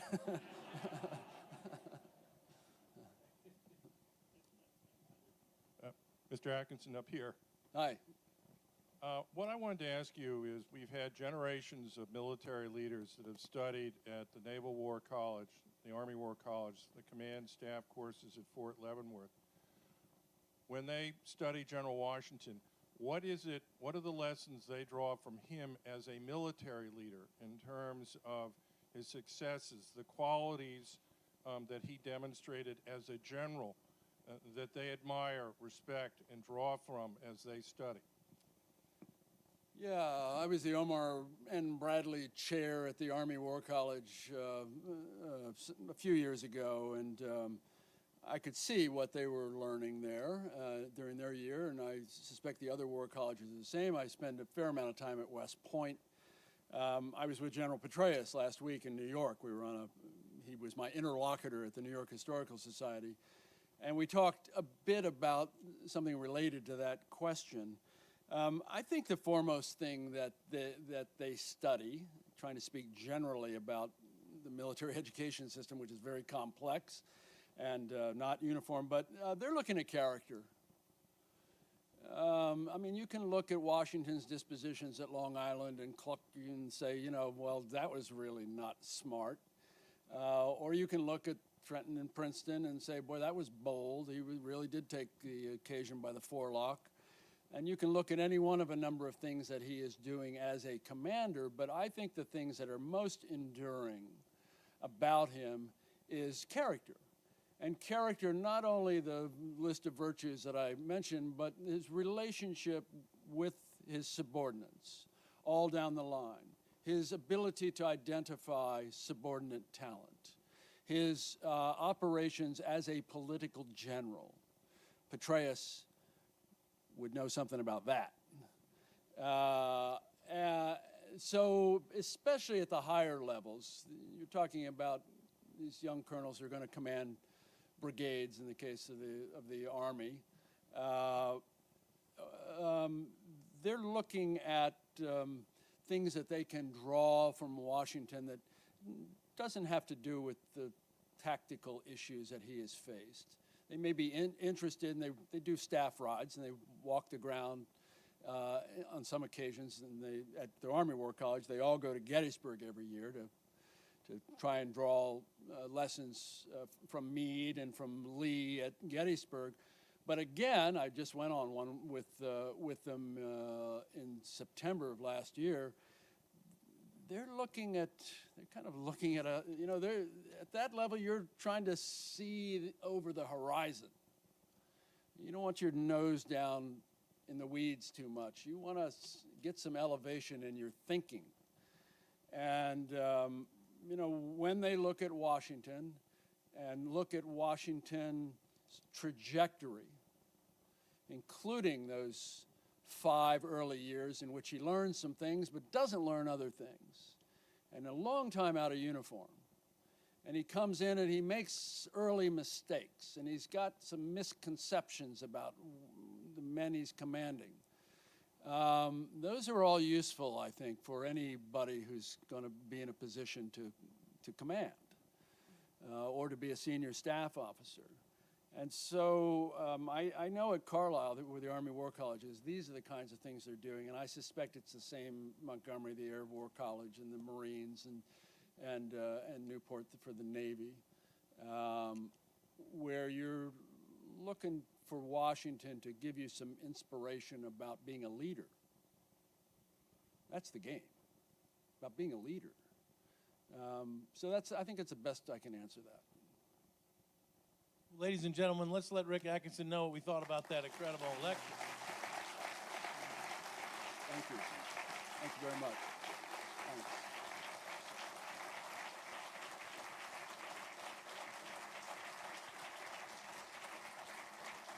Fantastic. Okay. Hamilton, of course, felt the need to sit down and explain this decision to his father-in-law, Philip Schuyler, because Schuyler was a very good friend of Washington. This was obviously a very unorthodox thing to do for a young man to quit Washington's staff, and it was really Hamilton. If he didn't provoke the feud, he certainly capitalized on it and took advantage of it to do what he wanted to do, perhaps all along, to leave, and have his own field command. But he when he sat down and wrote this letter to his father-in-law, he described what it was like working for Washington, and he describes Washington as very moody and temperamental, and says, "The great man and I have come to an open rupture. He shall for once at least repent his ill humor." Now, I had never encountered George Washington in that mode. And far from being disappointed by that, I actually was relieved. It suddenly humanized him. He came alive for me in that moment, seeing him, not only in that letter, but other letters that Hamilton wrote during the war, actually gave it an immediacy to Washington, that I hadn't experienced before. They say that no man is a hero to his valet, and Washington during the Revolutionary War was working under excruciating pressure. Yeah. And I think that precisely because he had such immense self-control and he had this enormous image to live up to, he blew off steam in private, and Hamilton saw that. I think also Washington's nature was that, it was why Washington did so well in life. Washington was a real perfectionist. He was very, whether it was at Mount Vernon or in the federal government, he was very exacting and demanding in terms of what he wanted, and demanded very, very high performance from people. So he was a very hard-charging boss, not at all the easygoing soft shoe boss that people had imagined. But I could remember that moment when I read that letter.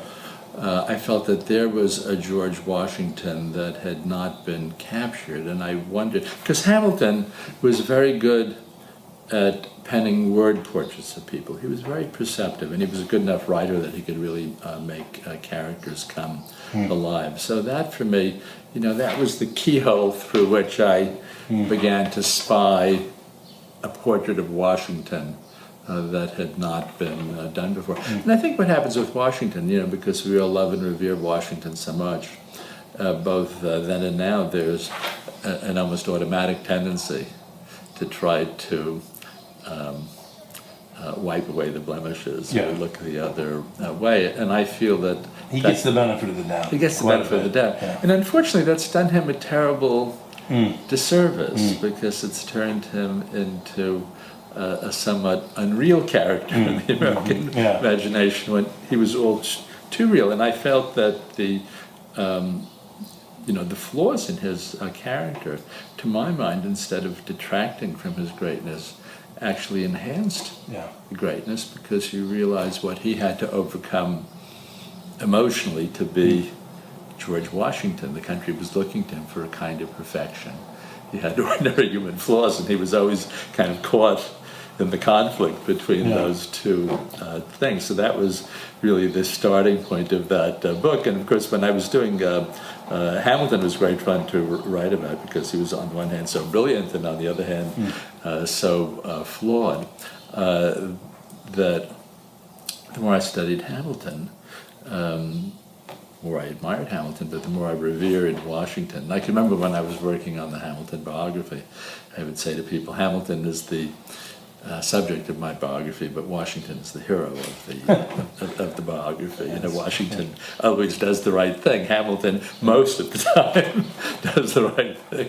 All right, so before we jump into the Hamilton and Washington, there was one thing about the Washington biography. So I think it can be fairly said that your biography of Washington is probably the definitive biography since Douglas Southall Freeman's multi-set, and then his single volume as well, which is a really great book still. But one thing you had access to was all the papers of George Washington Project, and I know that the people down there in Charlottesville and documentary editors everywhere are really pleased with you, because A, you give them lots of credit, B, you use the newest things and didn't use the old stuff when there was new stuff available. And there's so many biographies still where people are still using the writings of Washington and not using the papers of George Washington. So talk a little bit about that project and how it helped you kind of advance where Freeman had been. I feel very humble about this. I feel that if I at all saw farther than other biographers, it was because I was standing on the shoulders of this extraordinary team of editors down at Charlottesville. And that was actually one of the reasons that I did the book, because the old edition that had formed the basis for Freeman, Flexner, and that generation of historians was really very limited. I have it in the bedroom. I think it was 17 volumes, very large print, very wide margins.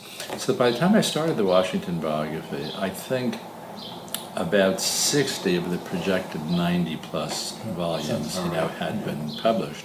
So I said to myself, do I want to wait until, all 90-plus volumes were published? I thought that was, given my age, tempting fate to do that. But I thought that there was already enough on the record. Undoubtedly, when all of the 90-plus have been finished, someone will come, along and try another synthesis. But it's probably the single most frequently asked question that I got when I was working on the book. People would say, is there anything new left to say? And I would say to people, the work is just beginning now. We actually know so much more about George Washington than his own contemporaries. I dare say we know more about George Washington than Martha did, because there are moments where his life is so minutely documented in those volumes. You can feel on certain days that on an hour-to-hour basis you're following him around Mount Vernon, or on an hour basis you're following him through a series of meetings with his cabinet secretaries and visiting dignitaries. It's astonished. And Washington was very thorough, very meticulous. He was a consummate record keeper, God bless him, and not only recorded everything, sometimes rather surprising, the things that he would record. But he had a great regard for the paper trail that he was creating. I was very fascinated during the Revolutionary War that he creates a staff of people and gets a special appropriation to create this beautiful edition of his wartime letters, and then took great care in terms of transporting them back to Mount Vernon. Of course, you know the story much better than I do. He even thought of creating a house, library. Would have been the first presidential library on the estate. So he's tending the documentary record as if he knew that, I was going to come along, and dozens of other biographers were going to come along and be coming through the egomaniacal version. That's coming through all of these, things. You feel that he is. You feel that it was Washington himself who spread a banquet table of documents that all of us have been feasting on, for a great many years. So I started off with the thought that the Hamilton and Washington come from very different worlds, but they seem to get on. They're attracted to each other. They come together. What is it? What are the things about each other that they admire? Well, first, let me say that there are, even though those lives are so different, there are certain parallels in terms of where these two men have come from. Because Hamilton is an illegitimate, orphaned boy from the Caribbean, is painfully aware of his lack of status, is tremendously ambitious in terms of wanting to enter into high society and into the political world. He's an autodidact. He's constantly improving himself, but he really is an outsider trying to fight his way into the inner ranks of society and government. And George Washington's story, although he was born at a much higher level, as I recall, his father had 10,000, enormous amount of acreage and slaves. But Washington too was very self-conscious about what he referred to as his defective education. He wants to enter the upper ranks of Virginia gentry, and so he was, in his way, as hard-charging and ambitious as Hamilton was, and had a similar consciousness of being an outsider. Also, both of them, as young men, had an unusual capacity for befriending powerful older men who became their mentors and champions. And so I think in this, we could talk about this when we come to the show, because have you seen the show yet? No. Okay. This is actually very central to the show, because Lin-Manuel Miranda asked me, would Washington have seen Hamilton as a younger version of himself? And I said, yes, their personalities were so unlike, but there was something about their situations that would have seemed familiar to Washington. Now, Hamilton always said that their personalities could not have been more different. He used the word dispositions. He said our dispositions could not have been more alike. But what we mean by personality, I think, is what he meant by dispositions.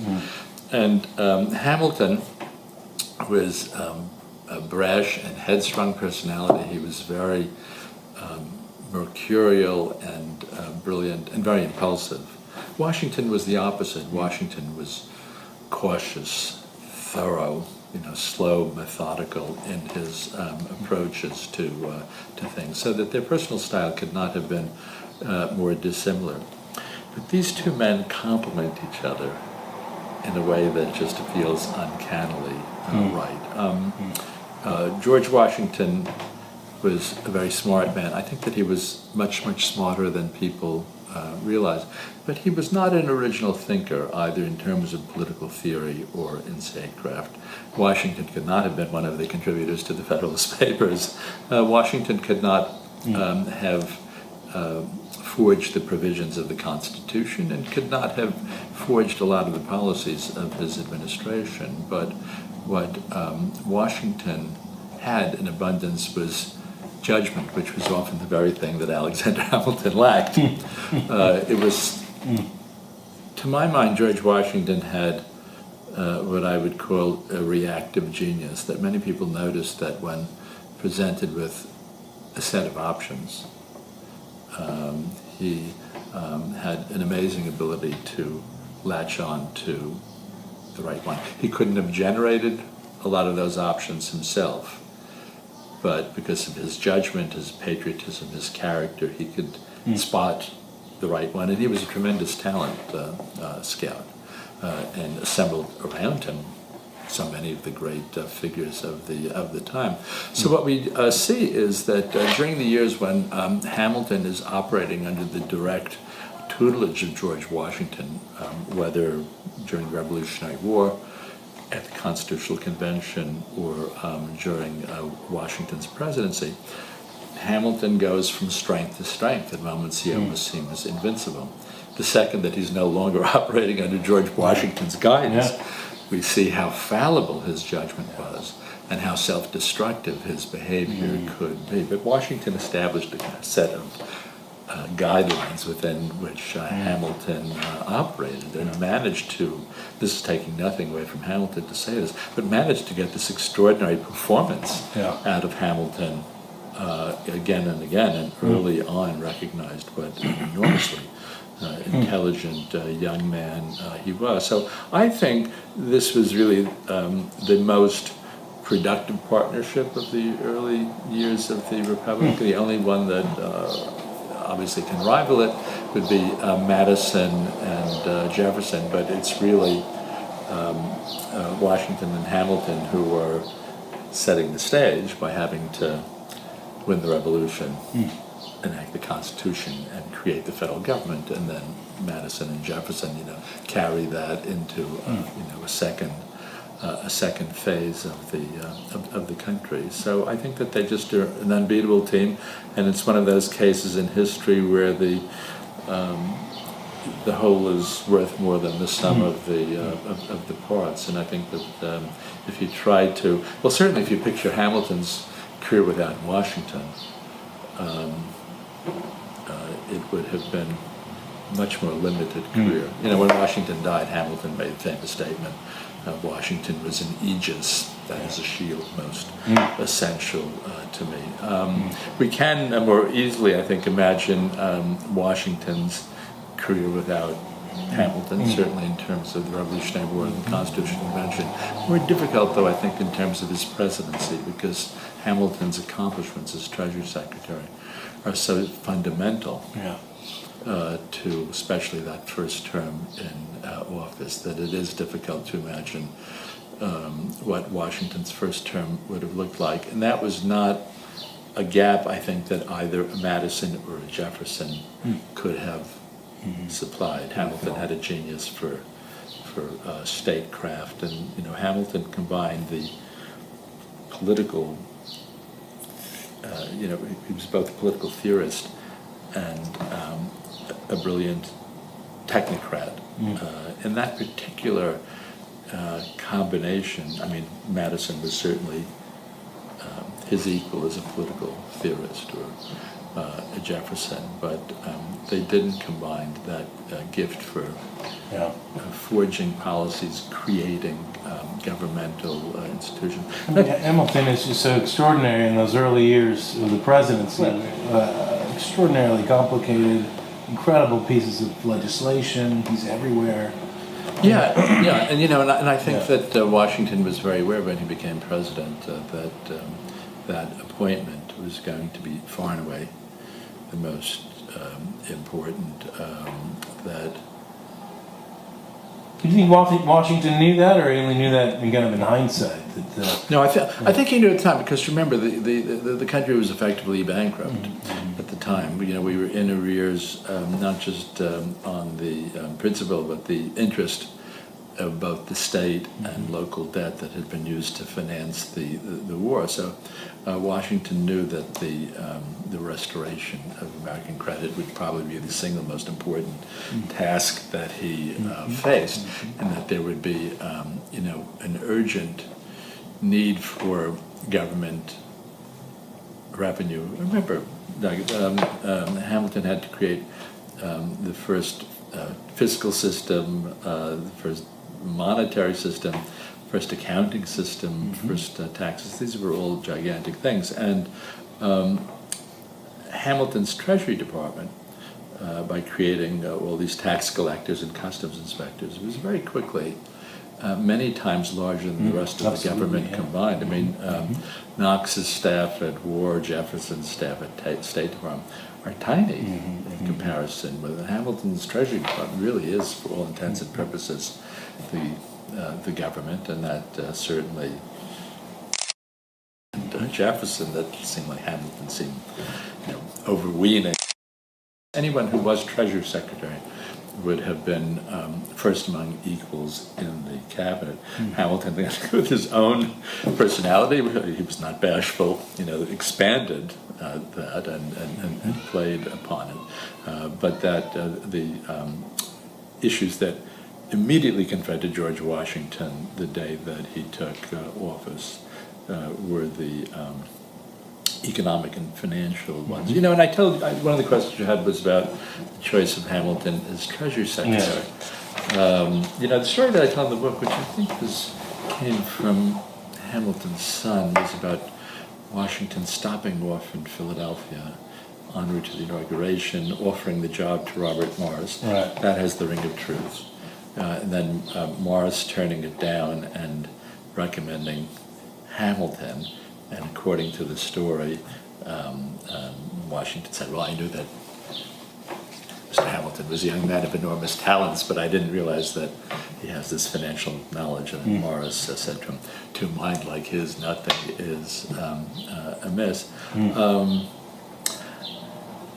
I'm sure that Washington knew much more about Hamilton's views at that point. They were having dinner every day during the Revolutionary War when all these topics were being freely discussed. Also, and Washington couldn't have been oblivious of this, Hamilton, as they're going from camp to camp, Hamilton is lugging all of these books about economics and finance. He's already boning up to be Treasury Secretary. And he's writing letters and essays, and very much kind of the Hamiltonian system is already foreshadowed in letters that he was writing back during the Revolutionary War. So Washington must have had some inkling of this. But I would love to have had even kind of, better information that moment in the book. The only name that I was able to come up with in terms of other people being considered was Robert Morris, and that would be completely predictable since he'd been the chief financier. It's a bit opaque. All right, so let's now, when did Hamilton then first come to the attention of Washington? And then how did he become a member of his military family? Well, Hamilton's reputation preceded him even before January 1777, which is when notice was sent out for Hamilton to contact Washington about being aide de camp. Hamilton had already distinguished himself at the Battle of White Plains, crossing of New Jersey. Hamilton had fought at the battles of Trenton and Princeton, in both places where he had really stood out. And he had already rebuffed invitations from Alexander McDougall, Nathaniel Greene, and Lord Stirling to join their staffs.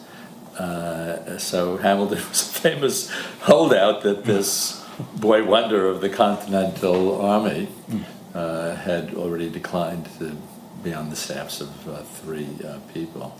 I guess Washington figured, correctly as it turned out, that an invitation from him would be irresistible. But Hamilton had this unusual combination of gifts, because on the one hand, he was very well versed in military lore. He was always something of a daredevil. He was very fearless in battle. Throughout his life, he was physically fearless personality. But he was also smart. He had not completed his college education at King's, but his intellectual reputation preceded him. And so, Washington during the Revolution was feeling quite oppressed by the weight of the correspondence that he had to handle. He was in a very unenviable situation. He was serving 14 political masters, 13 state governors, and the Continental Congress. And so his correspondence is immense. And like any general, he wanted to be able to concentrate on military matters rather than writing these endless letters. But the endless letters were necessary because he was short of men and gunpowder, shoes, clothing, blankets, food, everything. So it was like 8.5 years of badgering people to contribute to the cause. And Hamilton was a superb letter writer. The way that Washington worked with his aides is that Washington would give them what he called headings, I guess what we would call topics, or points to be covered. And he would give them to Hamilton early in the morning, and then Hamilton would write beautiful letters in response. And Hamilton was also good, not so much mimicking Washington's voice, although there was a little bit of that, but he always the letters feel Washingtonian rather than Hamiltonian, because like all good speechwriters or all good secretaries in that situation, he had a way of intuiting what the boss wanted in the letter. That was probably also a little bit frustrating for Hamilton, because he had a large ego. Subordinating himself to someone else was uncomfortable, and actually, of all people to subordinate yourself to, though, I mean, at that moment, Washington is the only guy he would have, I guess. Yeah, absolutely. But Hamilton, from the time that he was a boy, had this obsession with military glory. Actually, the very first letter that we have from Hamilton when he was in his early teens, and with Hamilton writing, "I wish there was a war," so that he could prove himself. And Hamilton knew, and he was right about this, that post-war political glory would not go to the person who'd written the most beautiful letters during the war, but to the battlefield heroes. Is that the seed of his growing frustration in Washington? Absolutely, because he keeps asking Washington for field command. Another young man would have been so pleased and flattered to be on Washington's family that he would have asked for nothing more. But Hamilton had this vaulting ambition, and was really intent before the war ended of distinguishing himself on the field of battle, which he did. But it's testimony to how much Washington needed him, that Washington would not let him go. Also one thing that I discovered was very, very important in terms of their relationship was that Hamilton was bilingual. Hamilton's mother was French Huguenot, and so Hamilton, grew up not only with English but French. And as the French alliance became so important, it was no small thing, because Hamilton was handling all the correspondence with our French allies. And Hamilton's French was so good, it was very funny reading, for instance, his at times when Lafayette was away and they were exchanging letters. Lafayette would write a letter to Hamilton in French, and it would be full of spelling and grammatical errors. And then Hamilton would write back an absolutely faultless letter in French to the Frenchman. His French was much better than Lafayette's. So there were kind of all of these things that I think made it very difficult for Washington to let go of this young man who was sulking about the fact that he couldn't get a field command. But Washington made the right decision, that Hamilton was probably more valuable behind a desk than he was on the field of battle. But when he finally had his chance at Yorktown, he certainly did cover himself with glory, and it was very much the realization of this boyhood dream. So was he ever? The story was this, as best I was able to reconstruct it. The French in the relationship with the Americans at Yorktown, the French really had the upper hand. But the French liked to maintain the appearance that this was an equal relationship, or even that the Americans were leading. And so what happened, there were these two redoubts, I think, that's not how it's pronounced, There's two redoubts, 9 and 10, that had to be taken. And so Washington decided, again in this spirit of Franco-American amity, that one redoubt would be taken by the French and one redoubt would be taken by the Americans. Now, he kind of made an interesting decision, because in terms of the American redoubt, that is the Continental Army redoubt, that he handed that off to Lafayette for the decision, that Lafayette chose his aide, Gimat, G-I-M-A-T. So it was really French both sides, one kind of nominally Continental Army. Hamilton was furious when he found out about this, because he outranked Gimat. He was very close with Lafayette, may have been annoyed, probably was annoyed with Lafayette for not choosing him.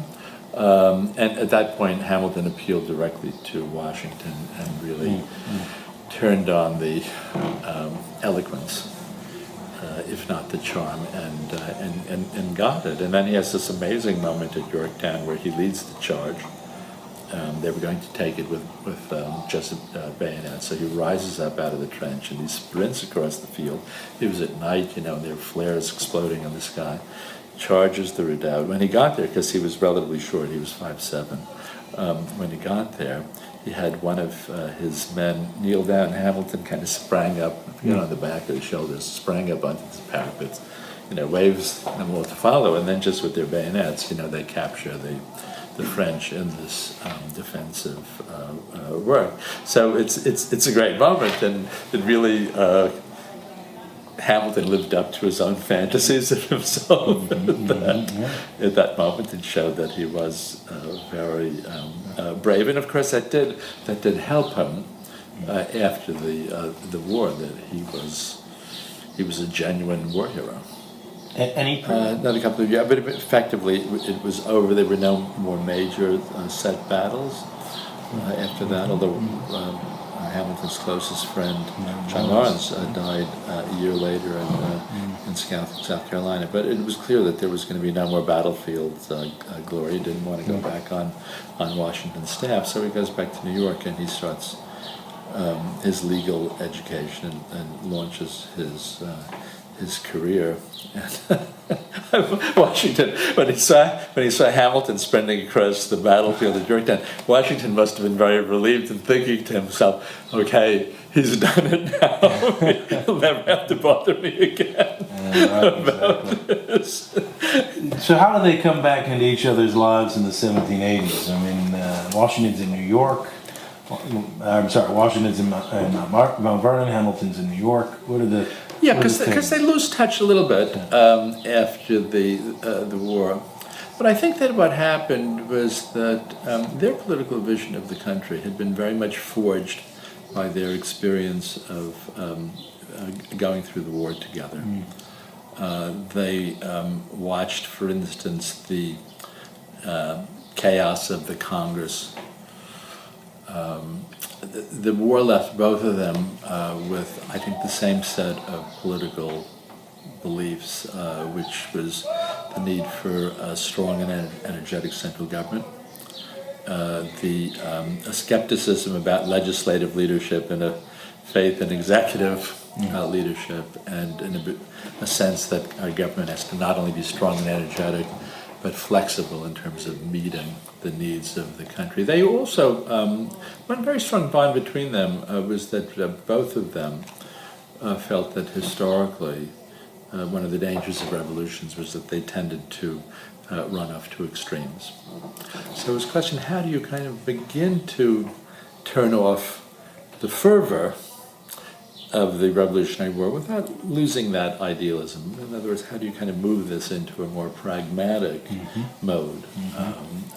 And when they saw things like Shays' Rebellion, when they saw states squabbling between each other, both of them were fearful of anarchy, fearful of mob rule. Both of them had wary of human nature is the way that I would say it. And, this comes to, that defines a set of beliefs that unites them. So really, Hamilton and Washington, at first apart, then together, are having very similar reactions to the post-war political situation, and have very, very similar diagnosis in terms of the need to revise or even replace the Articles of Confederation and to establish a much stronger government. So Hamilton, he wasn't the only one, but I think that Hamilton was very important in terms of coaxing Washington back out of retirement, of beginning to sort of tutor him in the constitutional issues, which Hamilton did along with Madison and Knox. They were all sending him memos, beginning to brief him for the Constitutional Convention, but also convincing Washington that the American Revolution is incomplete without the Constitutional Convention. Then I would convince him that the Constitutional Convention was incomplete without the creation of the federal government with Washington as president. And so, actually, when they come back together at the Constitutional Convention,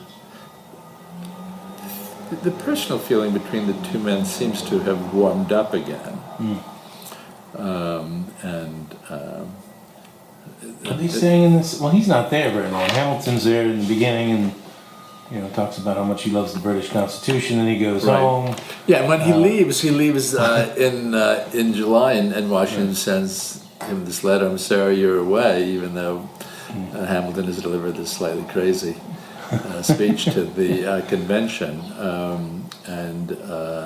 So I think the fact that Washington was so eager to, have Hamilton come back, which he did. Of course, Hamilton was the only one from New York who signed the document. That Washington saw them as kindred spirits in terms of these constitutional issues. So really, at that point, from the lead up to the Constitutional Convention and beyond, they really never lose contact with each other again, and the relationship only grows broader and deeper as time goes on. How does it emerge? As the tensions between Jefferson, Madison, Hamilton all start to appear. Where's Washington's role in that? He goes from being sort of trying to stay above the fray, or helping to try to mediate, to shifting over into one side at some point. How would you describe that story? I think what happens is that Washington, although as time goes on, it's clear that his sympathies are much more with the Federalists than with the Republicans or Jeffersonians at the time. Washington was a very good president in terms of encouraging a free interplay of ideas within the government, and so he genuinely wants different voices. He uses the same style of governance actually that he uses as a general in terms of canvassing opinion. He would ask people, and then he would kind of very slowly ponder. Hamilton said he ponders slowly. What was the line? Ponder slowly, ponder surely. And that was Washington's style. And even when Hamilton and Jefferson starts feuding, instead of wanting a unified or monolithic voice to his administration, he does want to have these differences of opinion going on. He's very, upset by the feud, and he's very upset when Jefferson leaves. A modern president might react and say, he's not a member of the team, and we have to get rid of him. He's not sympathetic with it. And Washington was able to tolerate really quite a significant degree of dissent from within his own administration. I think that what happens, on the one hand, Madison fairly quickly, with the new government, goes from being a trusted advisor to Washington on political and constitutional questions. It goes to being an apostate and begins to make speeches attacking Hamilton's financial system. So it's really Madison who begins to exile himself from Washington's affection. It was really Madison who was initiating that, not Washington. So Washington starts feeling a sense of betrayal with Madison. And then again, Washington doesn't realize at first the extent to which Jefferson, as Secretary of State, is helping to orchestrate a lot of the congressional and press attacks on the administration. But again, it's Jefferson who is pulling away from Washington. It's not Washington who is pushing him away. And also, I think that one reason that Washington and Hamilton become so extraordinarily close is that Hamilton showed extraordinary loyalty to Washington. Was never scheming against Washington behind his back, and Hamilton could scheme, but not against Washington. And so Washington never had cause doubt the personal and political loyalty of Alexander Hamilton right up till the day that he died. It was an extraordinarily good relationship, and Washington ended up feeling quite bitter towards Madison, and Jefferson really didn't speak to them the last few years of his life. And I was very struck when I came upon the story, and I was doing the biography of when Jefferson visited Mount Vernon after Washington died, and Martha Washington said it was the second worst day of her life, the first day being when her husband died. But it's a very, very strong statement. They chased it down both to the reminiscences of one of the congressmen that was there from 1840, but there's also someone saying that contemporaneously as well, one of the people in that party. So it's clear that Martha was saying those kinds of things. Yeah, Martha was kind of more, she was a fiercer and more militant political personality. Because, you know, less guarded perhaps, Yeah, and boy, how fiercely loyal to the memory of her husband. So the part of Washington's life that few people talk about is his when he comes back and to be the commander of this quasi-war army. I don't know what else we call it. Provisional army. Provisional army. And insisted that Hamilton be his second in command over John Adams's complaints and even against the notion of the seniority of somebody like Knox, who, you know, it seems like he would have been, you know, he would have had the right to be in the second position there. Why was Washington so insistent upon Hamilton in that moment? Well, first of all, you know, in 1798, when Adams pretty much drafted Washington to become the general of this new provisional army, Washington was 66 years old, quite infirm. You know, we know from the Gilbert Stuart photo, as far as Gilbert Stuart paintings, of just a few years earlier, that Washington had become a stiff and craggy person and aged considerably. He doesn't, when you look at, you know, the famous standing portrait, Washington doesn't look like somebody who would go out and take the battlefield as the general. And I think that he realized that probably this was physically beyond him.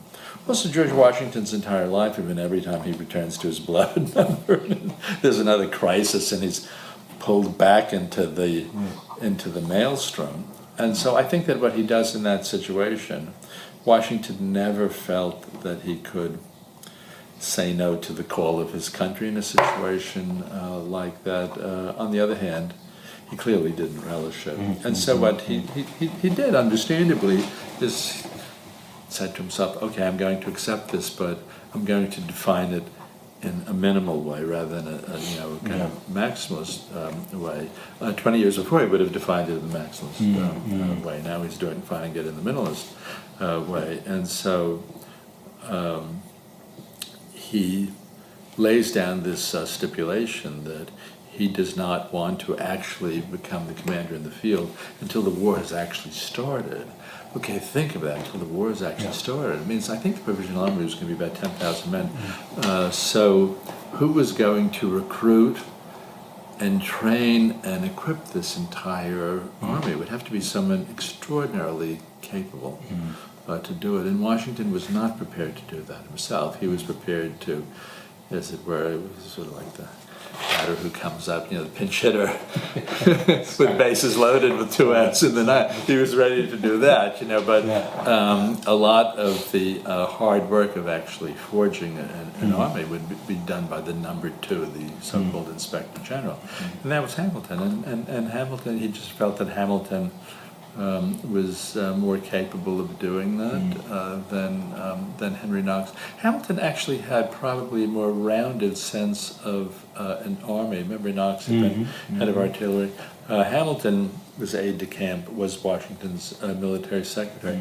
But if you look at a lot of those Revolutionary War councils, Hamilton was there. He was colonel, you know, but the other 10 people in the room were generals. So he was in on all the major strategy discussions. I think also being on Washington's staff, Hamilton had a kind of nuts and bolts sense, because he was involved with all, the correspondence with the Congress in terms of all of the kind of commissary and quartermaster matters of creating an army, feeding them, clothing them, housing them, all of this, training them, which I don't know that Knox would have had that. And there have kind of been other things that happened with Henry Knox that would have made Washington and also Hamilton reluctant to bring him back. But, so Hamilton becomes the Inspector General. Hamilton becomes Major General. People don't realize that Alexander Hamilton ended up Major General, but of course it was,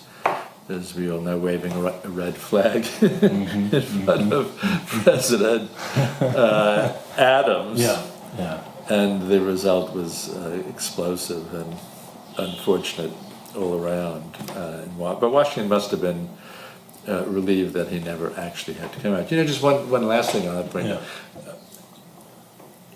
In their letters about a possible war with France, which I took seriously, I actually took seriously the idea of a French invasion, and they discussed what form it would take. And they felt that when the French landed, it wouldn't be like the British strategy where you occupy a few coastal cities.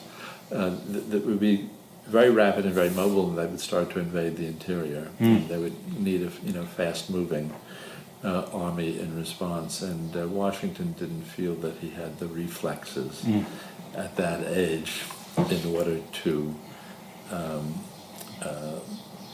be the general for that kind of fast-moving campaign. I think it probably would have, even physically beyond his capacity. Fascinating. In Washington really through Hamilton. Why did you decide to do Hamilton? Well, this seems ironic now, but in 1998, when I started working on Hamilton, he seemed to be the neglected and misunderstood founding father, and I thought, oh, he's the one who's overlooked. I should do Hamilton. And also, I had done a series of books about tycoons of the Gilded Age, and wanted to move away from that. And Hamilton seemed like if only you lived 100 years later. Well, it was kind of a perfect exit. It was a perfect exit strategy for me from the Gilded Age, because with Hamilton, I knew that I would get an enormous amount of financial history. After all, he creates the financial infrastructure of the country. But it would also lead me into military history, constitutional theory, foreign affairs, and kind of lots of other things, and give me a whole new century to move around in. And so, but it's funny because I feel, starting with the book and now with Lin-Manuel in the show, we no longer have to worry that Hamilton is the overlooked founding father. Well, the show is, let's get to the show, because that's kind of an extraordinary story. From my point of view, as a historian, as a biographer, and all of a sudden, you're like a Hollywood producer. It's how did this come about? Your relationship with Lin-Manuel Miranda? Well, in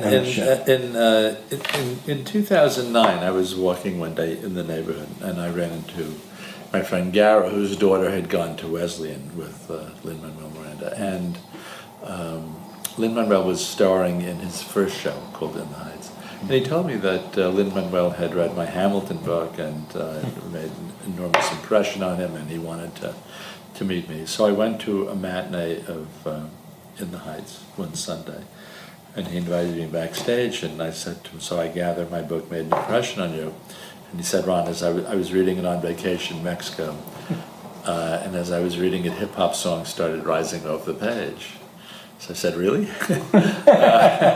This is not a. That wasn't what you were going for? This is not a typical reaction to one of my books. And he asked me on the spot to be the historical consultant. And so I said to him, you mean you want me to tell you when something is wrong? And he said, yes. He said, I want historians to take this seriously, which I think they are. So that launched what has been an amazing 6-year process working with him. And, in the early period, we would have lunch and discuss Hamilton's psychology, relationships.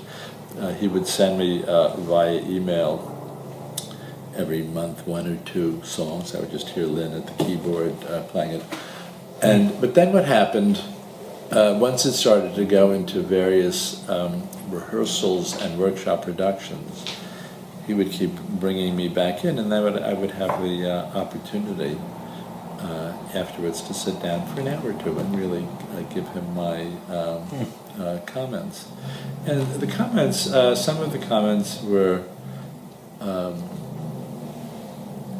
if I thought something was factually incorrect, although I have to say he's very well read, and he was almost always aware when he was departing from the fact. But he had a sound dramatic reason. I think that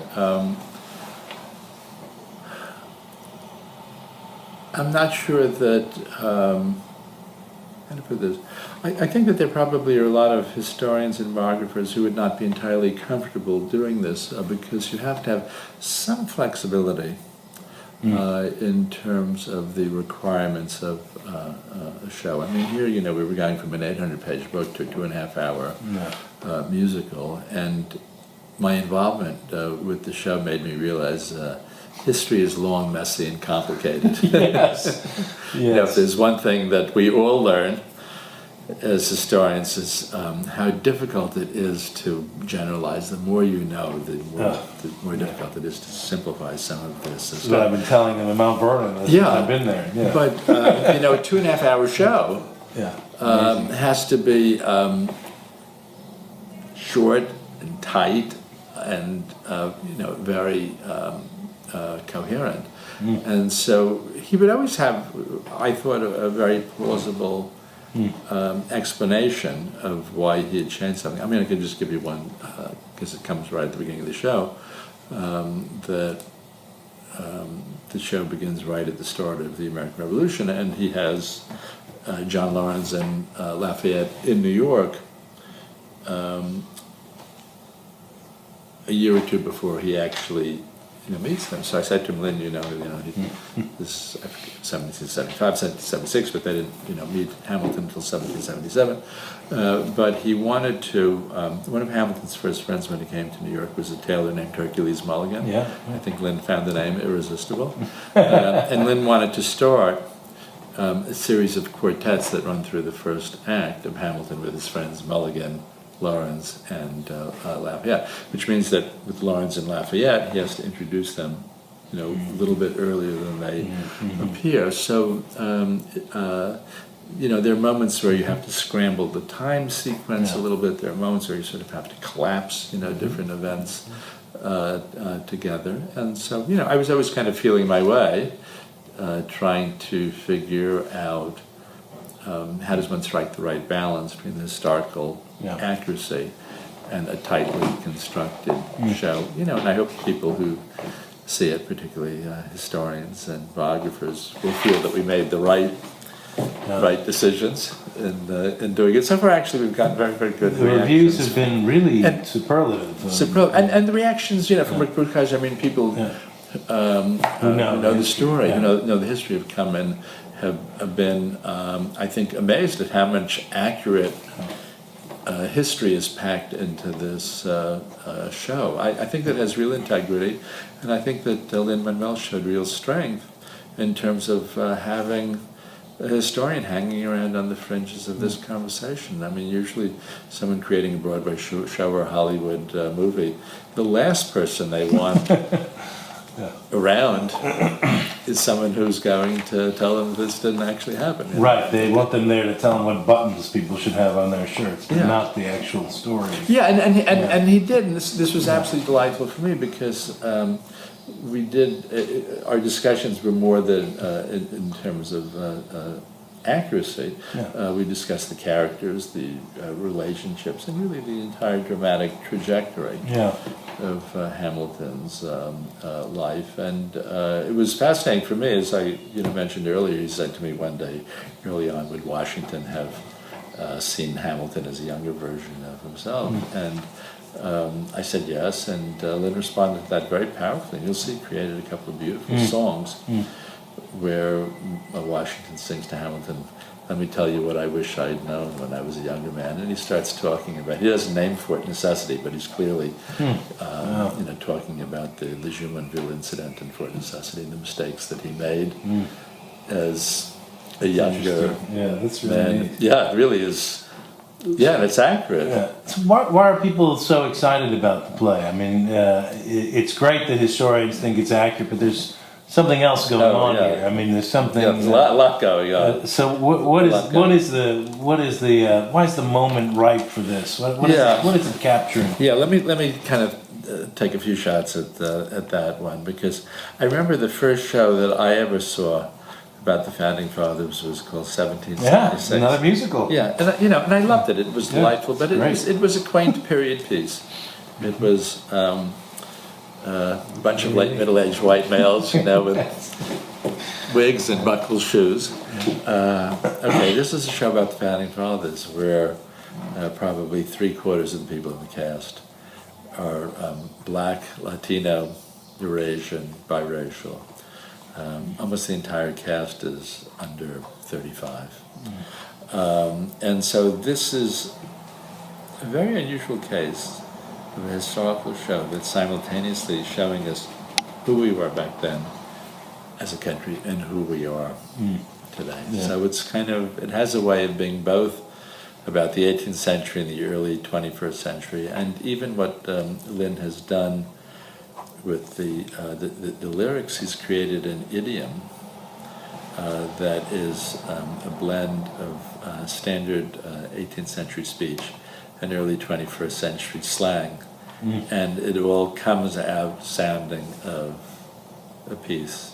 Have you seen? Did you see the I've seen clips of it on YouTube and that sort of thing. Yeah, that kind of give you a sense of the way that he blends it, and then even kind of musically, the sounds blend the 18th century and 21st century, and so this young, largely black and Latino cast has a very, very special feel for the early years of the Republic.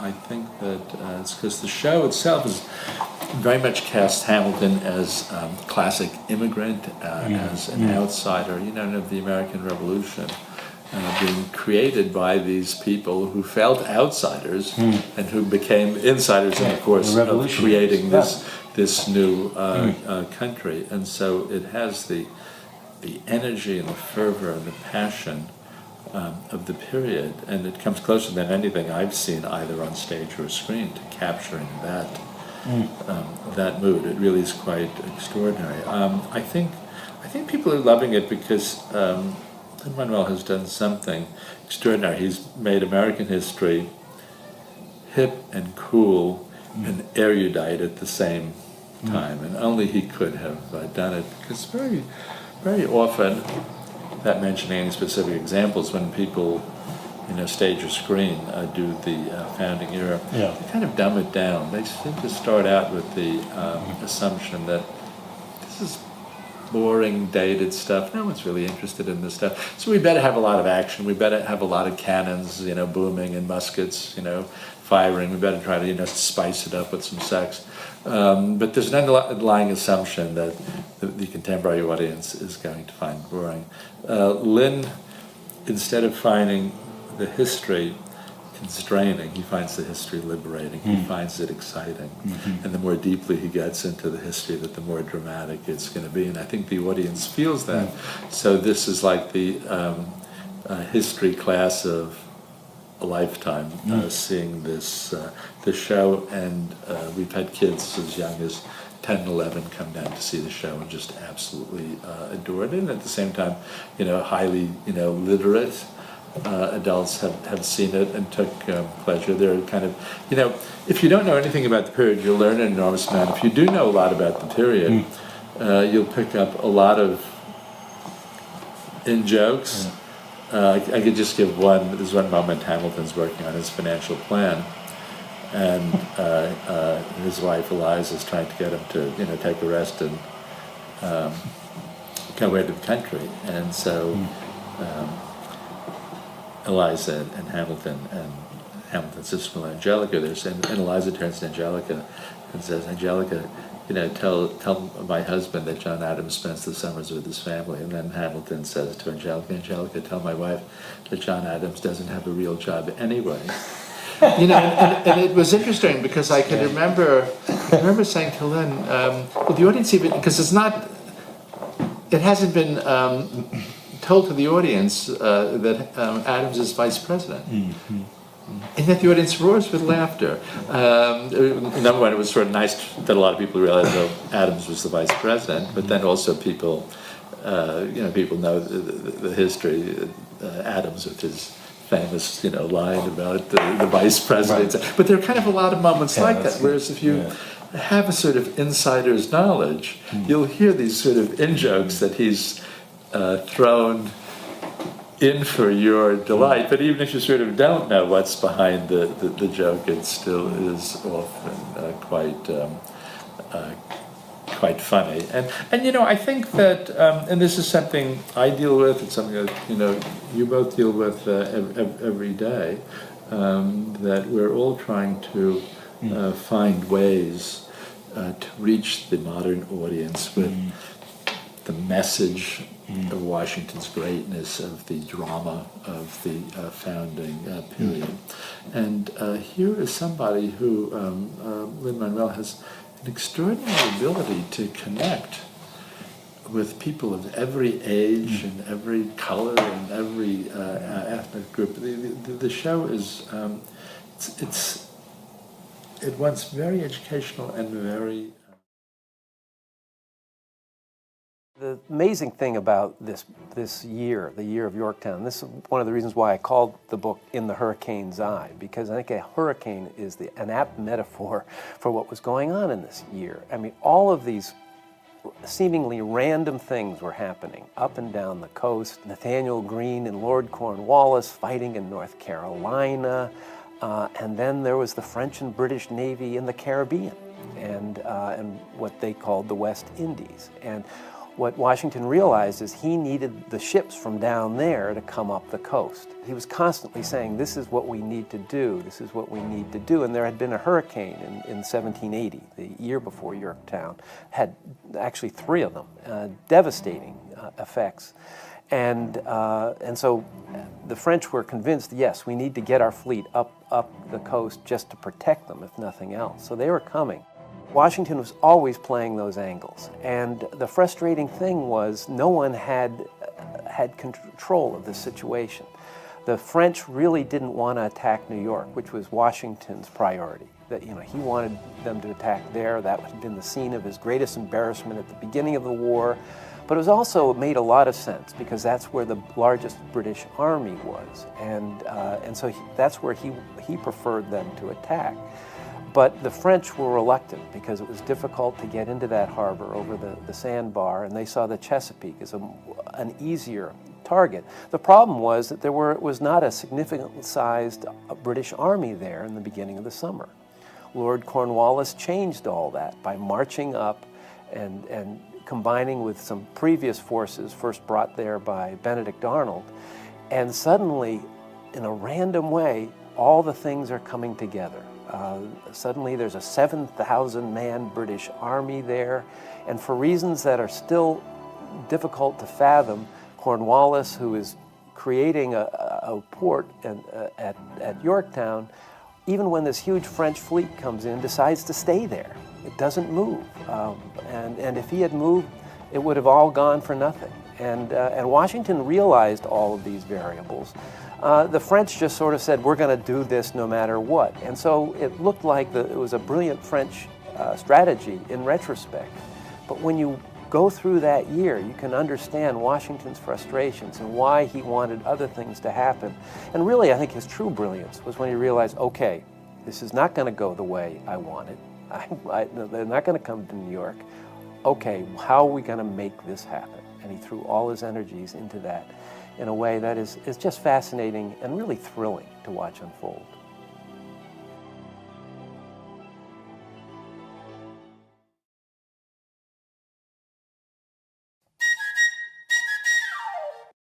Welcome back to another exciting season of North American Cup football. It looks like we'll have an exhilarating 1781 season in store for us this year.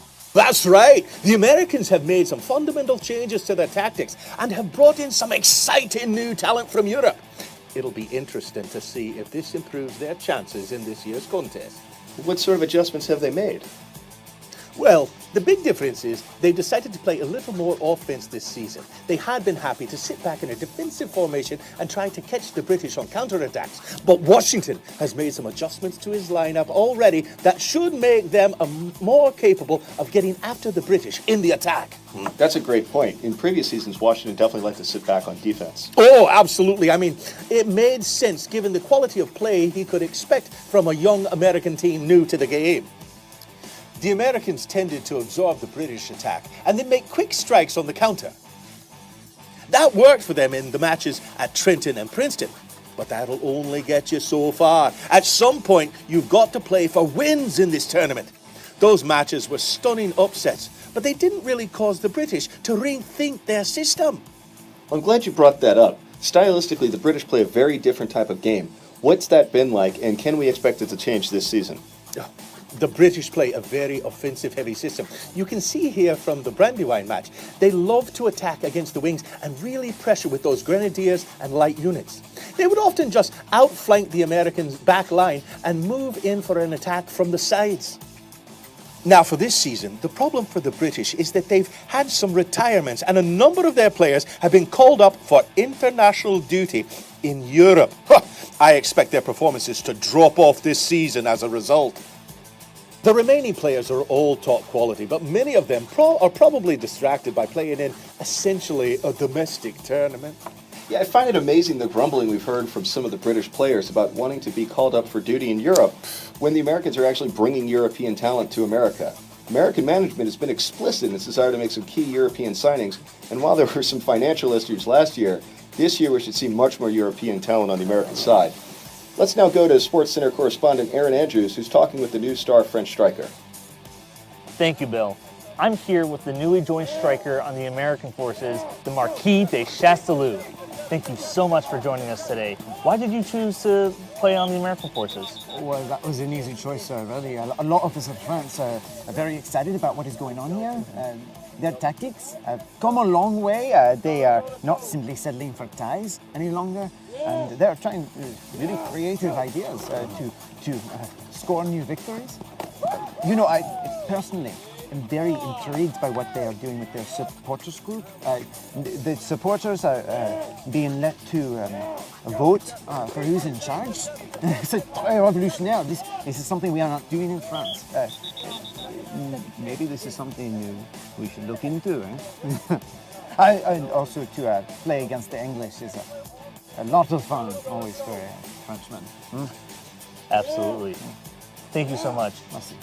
Any chance to play against the English is always fun. Yeah, as a Scot, I can appreciate that. Great stuff! I'm really looking forward to this season. I think we all are. Well, thank you for joining us for this preview of the 1781 season of the North American Cup. We'll see you after the match.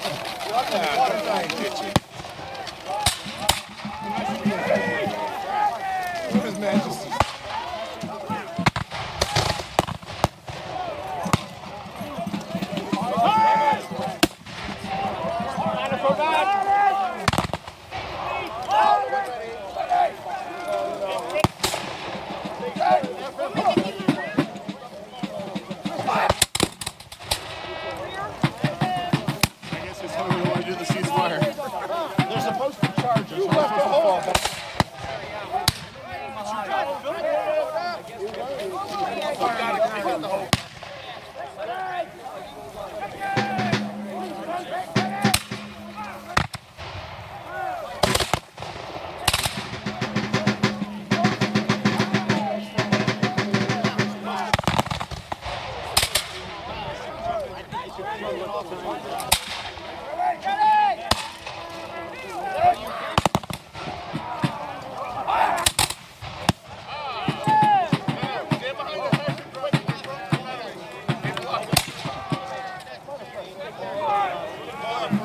think an officer could die. We have plenty of them. Yeah, back. I already did.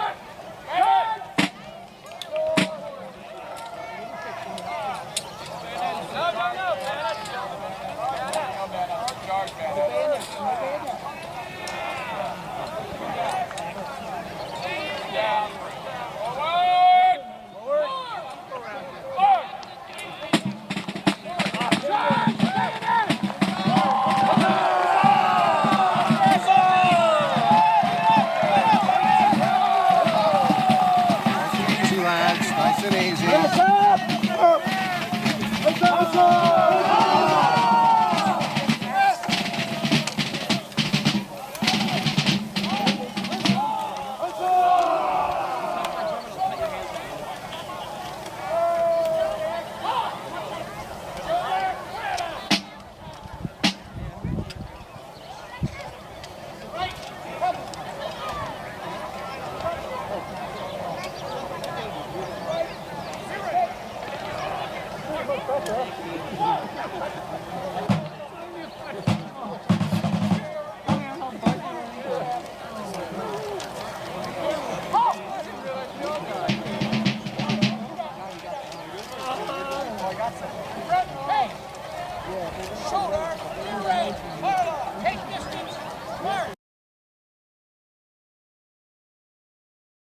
I had written two other books about the Revolution, Bunker Hill and Valiant Ambition, with Valiant Ambition focusing on Benedict Arnold and Washington. It ends with Arnold's unsuccessful attempt to surrender West Point to the British and his great treason.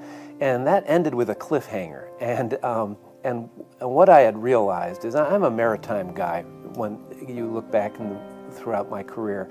And I knew that there was a naval battle, the Battle of the Chesapeake, fought between the British and the French, that really created the circumstances that made the victory at Yorktown possible. And I had always wanted to do a tall ship naval encounter. I'm a big Patrick O'Brien fan, and so this was my chance. And so I realized with this book, this was a way to bring the revolution to a conclusion. I knew I wanted to focus on Washington because it really was his vision that was ultimately realized. But I also, there was this naval battle at the center of it. And what was fascinating to me, each one of my books, I'm interested in finding things that most of us don't realize about the revolution. And this was that, Yorktown was a fait accompli, given that the French were able to defeat the British just off the entrance to the Chesapeake. No Americans participated in it. This is not the narrative most of us associate with how we won our freedom in the American Revolution. So this is really, all this added up to, this is a book I had to write.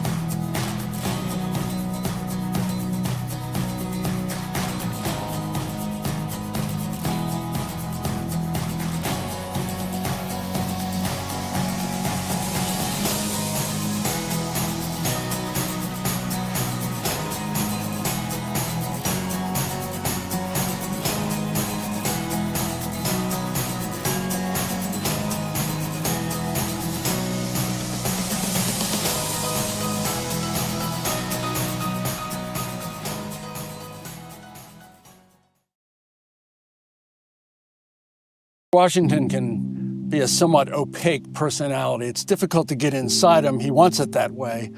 Someone who was painting his portrait once said that he had a remarkably dead eye when he didn't want people to see inside him too much. Like most humans, he occasionally felt unappreciated. He wanted to be appreciated. He felt misunderstood by Congress at times. He felt misunderstood by his own army at times. Despite fighting for 8 years under very strenuous circumstances, he generally kept his temper, but when he lost his temper, it was molten. We see in a letter that he wrote to his overseer at Mount Vernon, Lund, Washington, as clear an idea of what it is that he feels he's doing and why he's doing it as anything else that he writes during the whole war. And he tells Lunt, this is May 19th, 1780, in a letter, "You ask how I am to be rewarded for all this. There's one reward that nothing can deprive me of, and that is the consciousness of having done my duty with the strictest rectitude and most scrupulous exactness, and the certain knowledge that if we should ultimately fail in the present contest, it is not owing to the want of exertion in me." That's a pretty extraordinary statement, and it's a pretty good insight into his own feeling of self-worth, his own feeling of why he's been fighting as long as he has for 5 years at that point, and where he hopes he's going in terms of posterity, how he's going to be remembered by his country.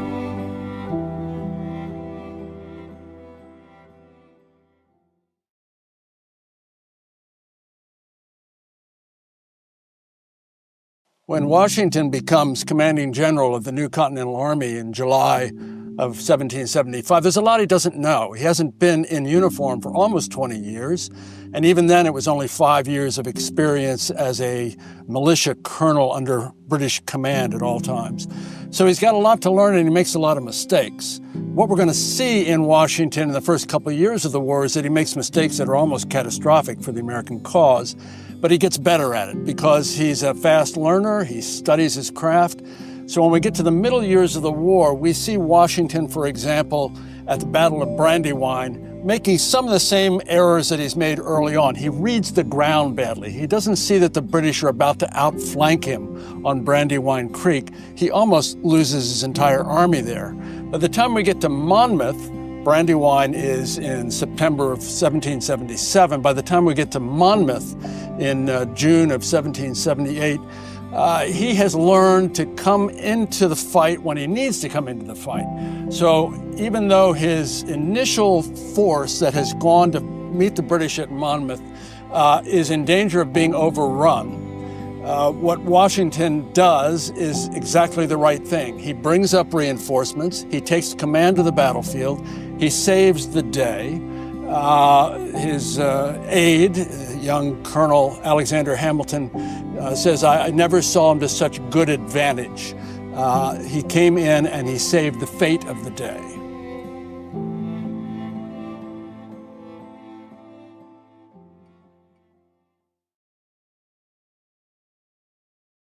There are two principal forces fighting for the American cause against the British during the American Revolution.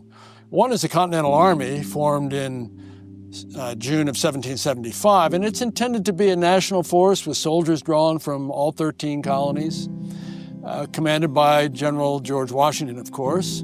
The other is militia. Militia are part-time soldiers.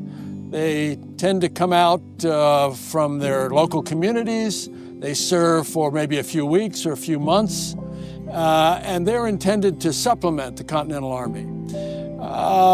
General Washington has almost nothing good to say about the militias. They tend to be not very well trained. They tend to be, in some cases, not particularly well led.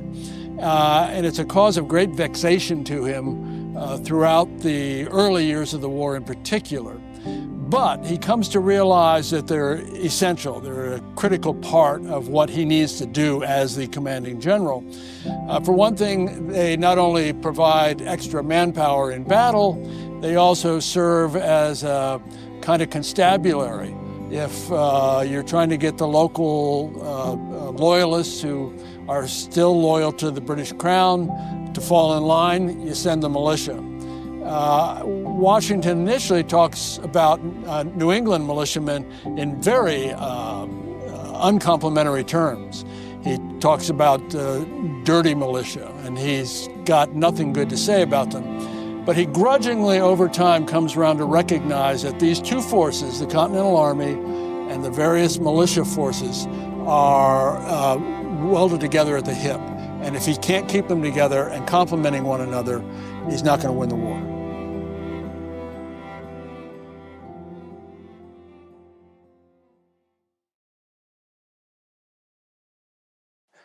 Why is George Washington, a Virginian, made commander of the Continental Army in July of 1775? Well, it's partly because he is a Virginian. It was an effort by the Second Continental Congress to unify what was not yet a country. 13 disparate colonies, each of them basically their own independent country. And so the thought was that if you bring in a Virginian to command what is largely a New England force in 1775, it sends a signal to the all 13 colonies. It also is a recruiting tool to try to get Southerners involved in what we now know is going to be an 8-year war. Washington shows up on July 2nd, 1775, dressed much like this. He's not wearing epaulets at that time. The rank insignia is a light blue sash across his chest. But he shows up and he's a forbidding presence. He's well over 6 feet tall. He commands any room that he enters. He's got a lot to learn about the army that he's going to command. He's going to find out that the New Englanders are not the dirty rascals that he privately refers to them as. He's going to have to learn that their fate and his fate are inextricably intertwined. It's going to be part of the process of becoming an excellent general, a war-winning general, to figure out how to integrate New Englanders with the other colonies and how to come into their lives as someone who can lead them to victory and can fully appreciate the sacrifice that they are making in leaving their farms, their families, their shops to serve the cause with him.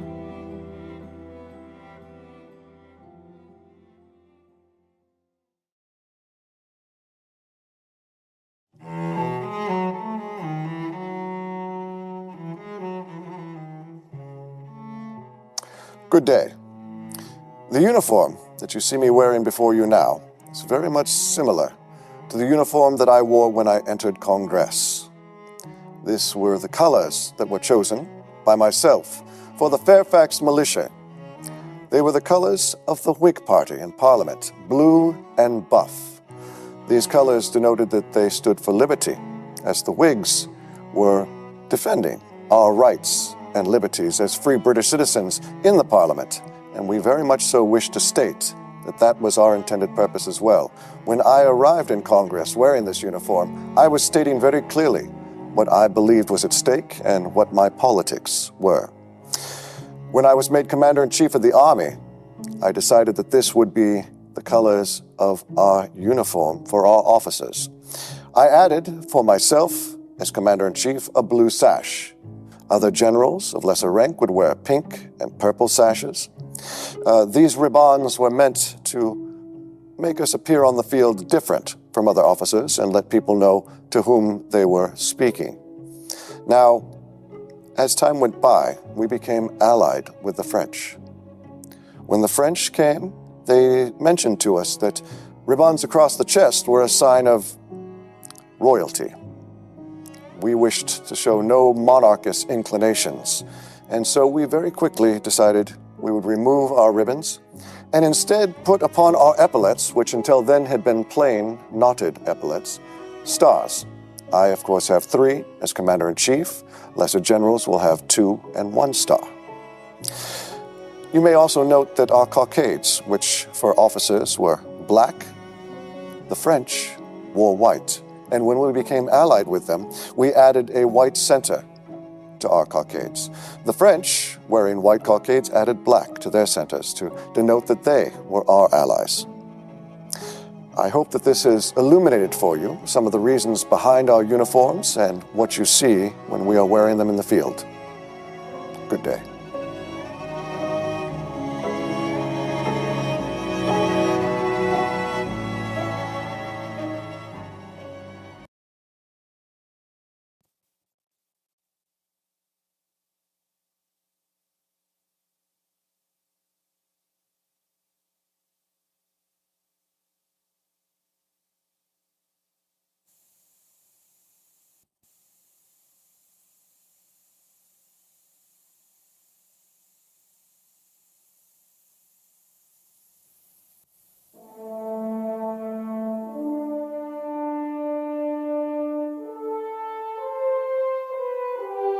As George Washington's lifelong friend, I, James Craik, Surgeon General of the Continental Army, record this story as one among many attesting to his greatness.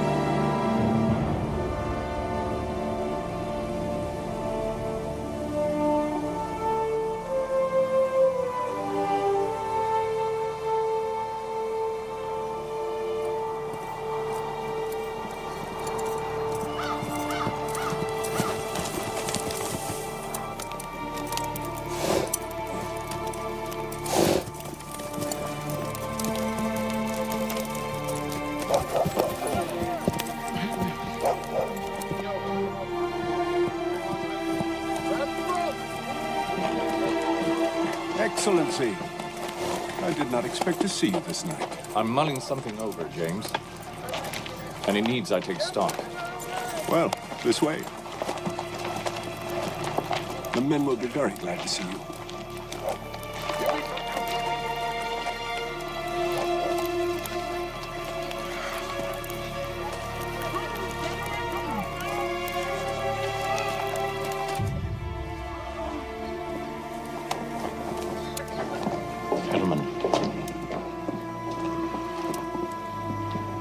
How many have we?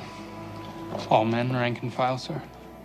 10,104. Of which almost 6,000 are too ill to depend upon. Add 4 regiments from the Northern Army. Just arrived. Cadwallader brings perhaps another 1,800. Most beaten down by cold or disease. In short, General, a very thin force. Thick enough for me. War Council, gentlemen.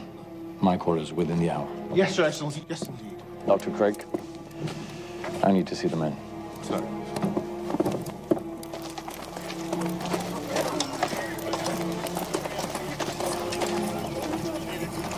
A war council. But we're settled in winter quarters. As are the Brits, Larry, and their Hessian hired hands. What better time to tan their hides?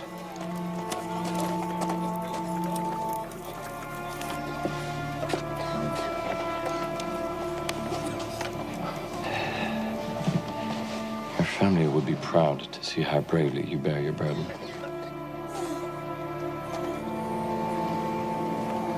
And where are you from, lad? Virginia, sir. On the Pamunkey, hard by the Chamberlain holdings. They say you know that area well, sir. I do. It was back in the spring of 1758. Colonel Washington. Mr. Chamberlain. Colonel Washington. Knew who it was the moment I spotted you. Who else has that stature, I asked. Unexpected pleasure, eh? Ladies will be delighted. Oh, I'm sorry to disappoint them, but I carry dispatches to the governor, and I'm afraid... Friend, man must eat, no? And your servant here needs time to tend the horses. Besides, 'tis time for dinner. Well, you are a most generous soul. Washington, a 26-year-old British colonial officer fighting in the French and Indian War, was riding to Williamsburg on military business. According to family legend, this is where his love story with Martha began. I'm delighted to stop by, though I fear I have but an hour to spare. Oh, meet the guests, eh? Then decide. Frenchie has no future in the Ohio. He has no taste for settlement. And it's only people, not armies. Look at this. The very man that can tell us all about the frontier. Where on earth did you find him, brother? Rushing to Williamsburg to offer Governor Dinwiddie all the details, Thomas. Oh, but you must tell us first, Colonel. Let the man breathe, Thomas. Mrs. Chamberlain. Ladies, how very gracious of you to receive me. The grace is yours, if you can satisfy my husband's curiosity. Mrs. Custis, may I present Colonel George Washington, our dear friend, Martha Dandridge Custis. Your servant, madam. His day is done. I knew of your late husband and thought well of him. I thank you, sir. Are you a soldier, sir? Yes, I am, young man. Have you killed Indians? Jackie, take your sister and find Cook. I'm sure your tea's ready.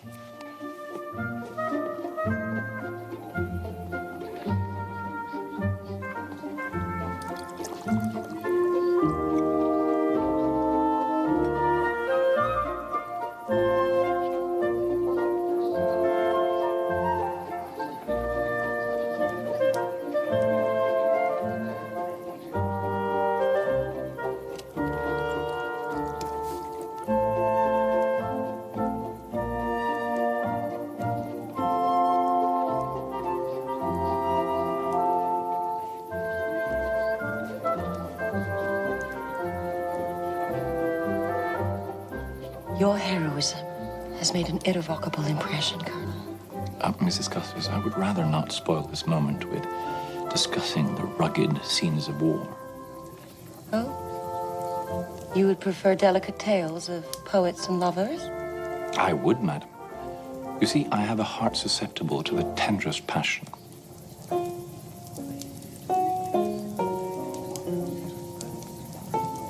Seven months later, Washington and the widow Custis were married. 16 years after that, the Revolutionary War broke out. By the end of 1776, the situation had grown desperate. His Excellency knew that without a victory, he could not hold the army together, and all would be lost. Time was not on his side. As His Excellency put it, a strike must be struck. Hello now, gentlemen.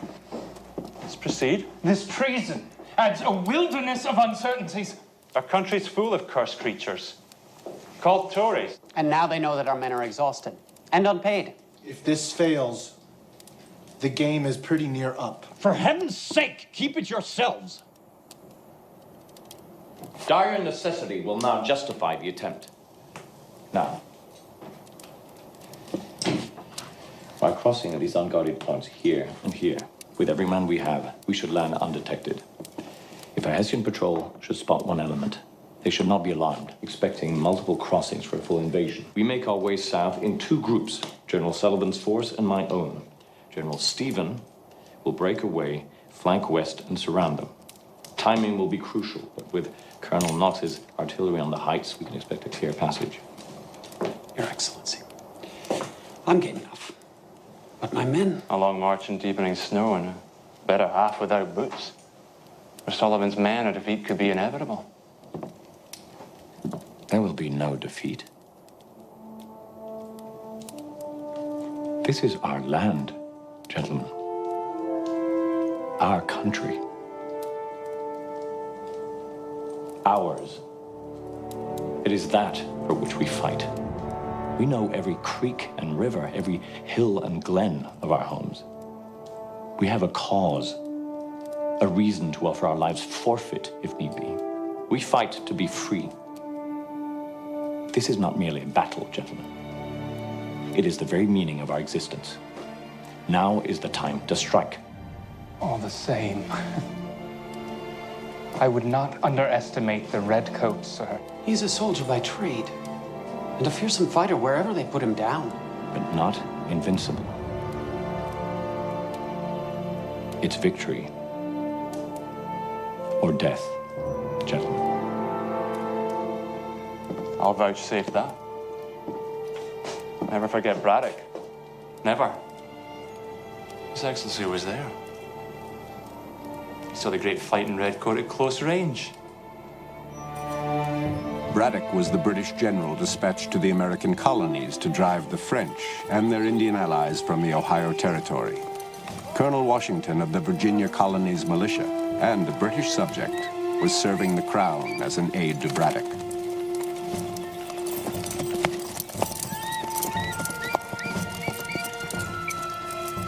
Compliments, General Braddock, sir. If I may, sir, might I suggest we take the precaution of allowing the American force to take to the woods and scout the terrain? And have my army wandering about like women about their shop hopping? Why would I do that, I wonder? Well, they know this frontier, sir. They can read the forest, see how the birds fly. The birds, with their wings, I'm told. Take care! Sir, Colonel Gage reports clear passage ahead. Thank you, Captain Bannister. I've put out flankers. Colonel Gage's advance guard will tell us if the enemy's about. Look here, I know you mean well, but I'm really long past having advice given to me by a provincial officer. Thank you. Sir. Up! Front! Forward!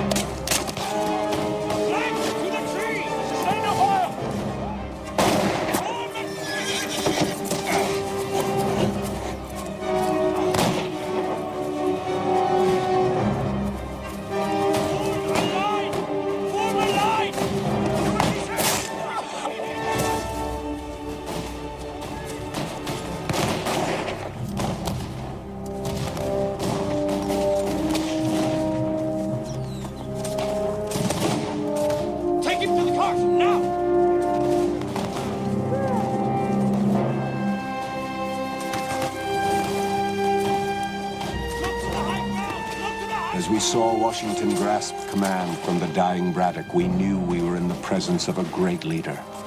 His bravery was extraordinary. He looked death in the face and never flinched. For many of us, this was the beginning of our new nation, for we had learned the redcoat was not invincible. 20 years later, in a small farmhouse on the Delaware, that same determination and courage were present, inspiring us all. We have to exert ourselves to look forward with hope that some strange luck may yet turn up in our favor. Now, I have determined to cross the river and make an attack on Trenton. And from that council of war, His Excellency boldly led us into a battle he was determined to win. Move quickly, men! Move quickly, men!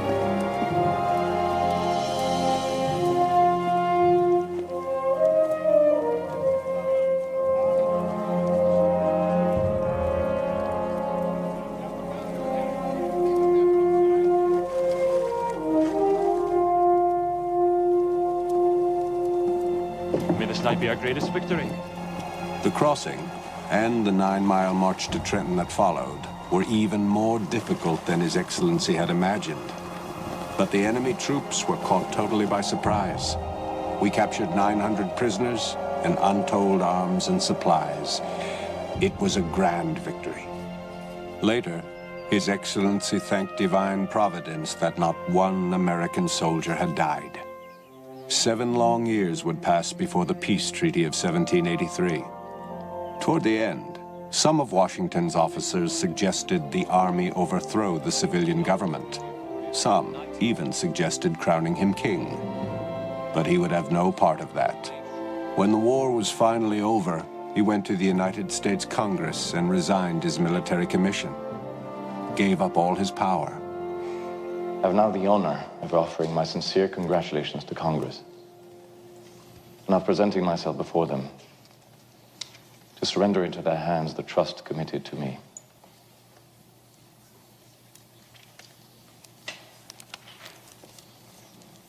I hereby offer my commission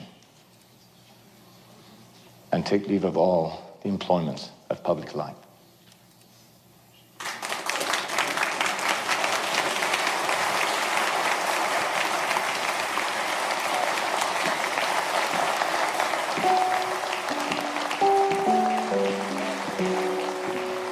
He put America into the hands of the people, where it belonged. His resignation accepted, he mounted up and rode home to Mount Vernon.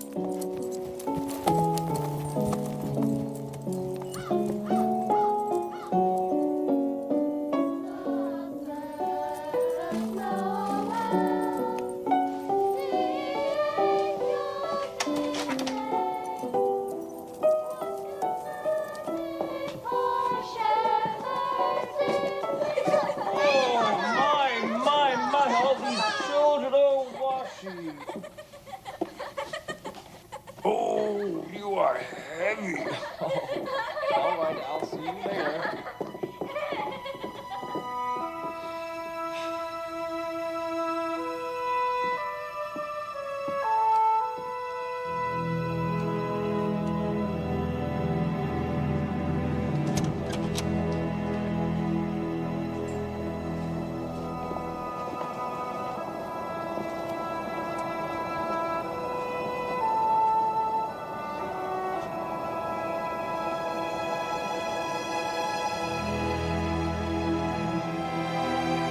Will we ever see his like again? Perhaps, if we remain true to his memory.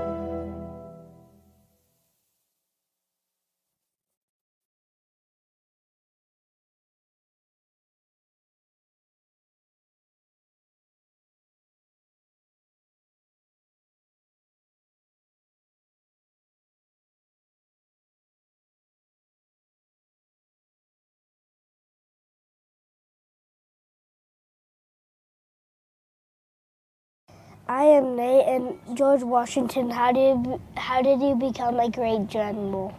Well, how did I become a great general? I, first of all, appreciate that approbation. It's lovely to hear you call me a great general.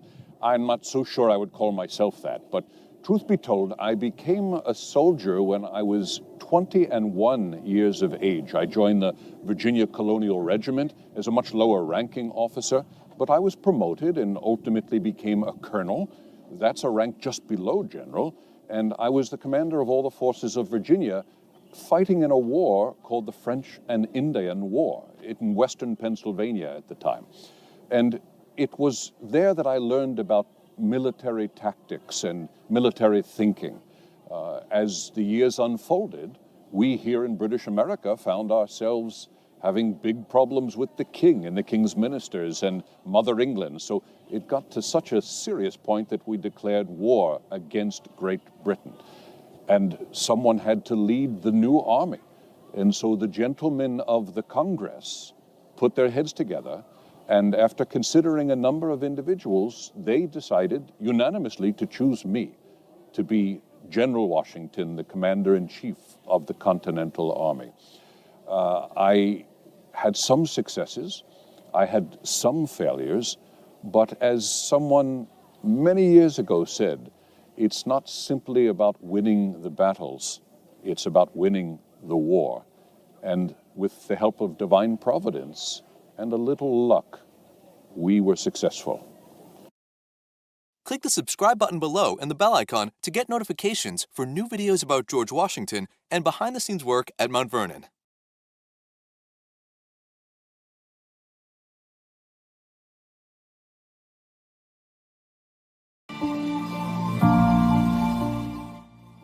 I'm asking if George Washington had the gun in the army.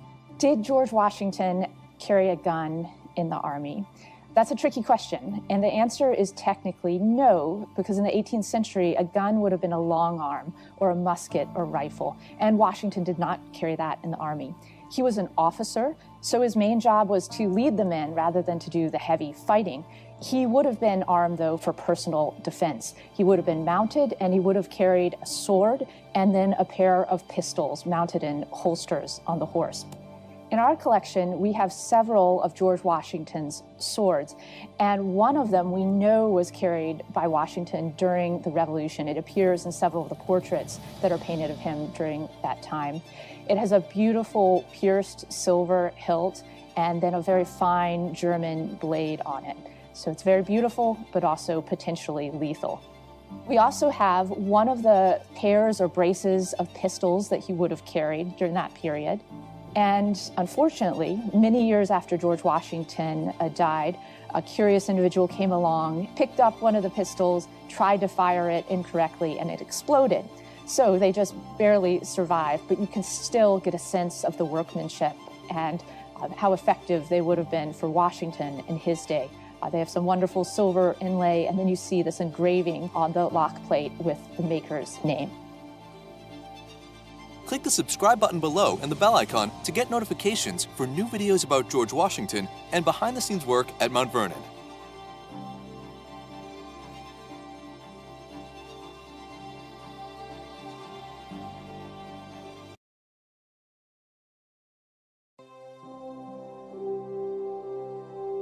My name is Mark Wilson. I am at 6th grade at Riverside Elementary School, and I want to know if George Washington voted for independence in the First Continental Congress. The question is, did George Washington vote yes for independence in the Continental Congress? It's an interesting question because no, he didn't actually vote yes for independence in the Continental Congress because he wasn't there. He was actually in the field fighting against the British at the time the Continental Congress was debating the question of independence. Washington very much favored independence, however, because once the Declaration of Independence was passed, he had it read to all of his troops. He was in New York at the time, preparing New York for the invasion of the British, and they did come, and eventually they did fight. So George Washington was very much in favor of independence. In fact, he would be a stalwart supporter of independence and did not ever want to compromise and have some sort of compromise peace but instead persisted through the long 8 years of the war until finally the war was won.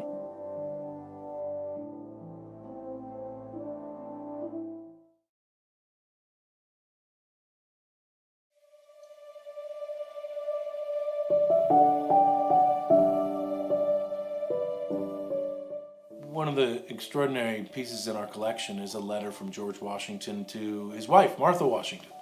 And it's extraordinary because the correspondence between them doesn't exist.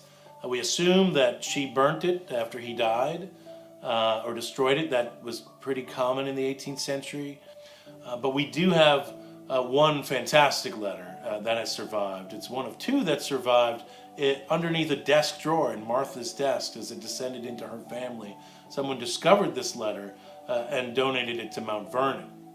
So this is an extraordinary letter because George Washington writes it from Philadelphia in June of 1775. If you remember what's happening in that moment, the American Revolutionary War really begins with the shots heard round the world at the Battle of Lexington and Concord in Massachusetts. And that's when George Washington steps onto the stage that's going to make him the most famous man in the 18th century. He's appointed the commander-in-chief of that army in Philadelphia, and he has to leave. He has to get all his stuff together and leave and go to Boston.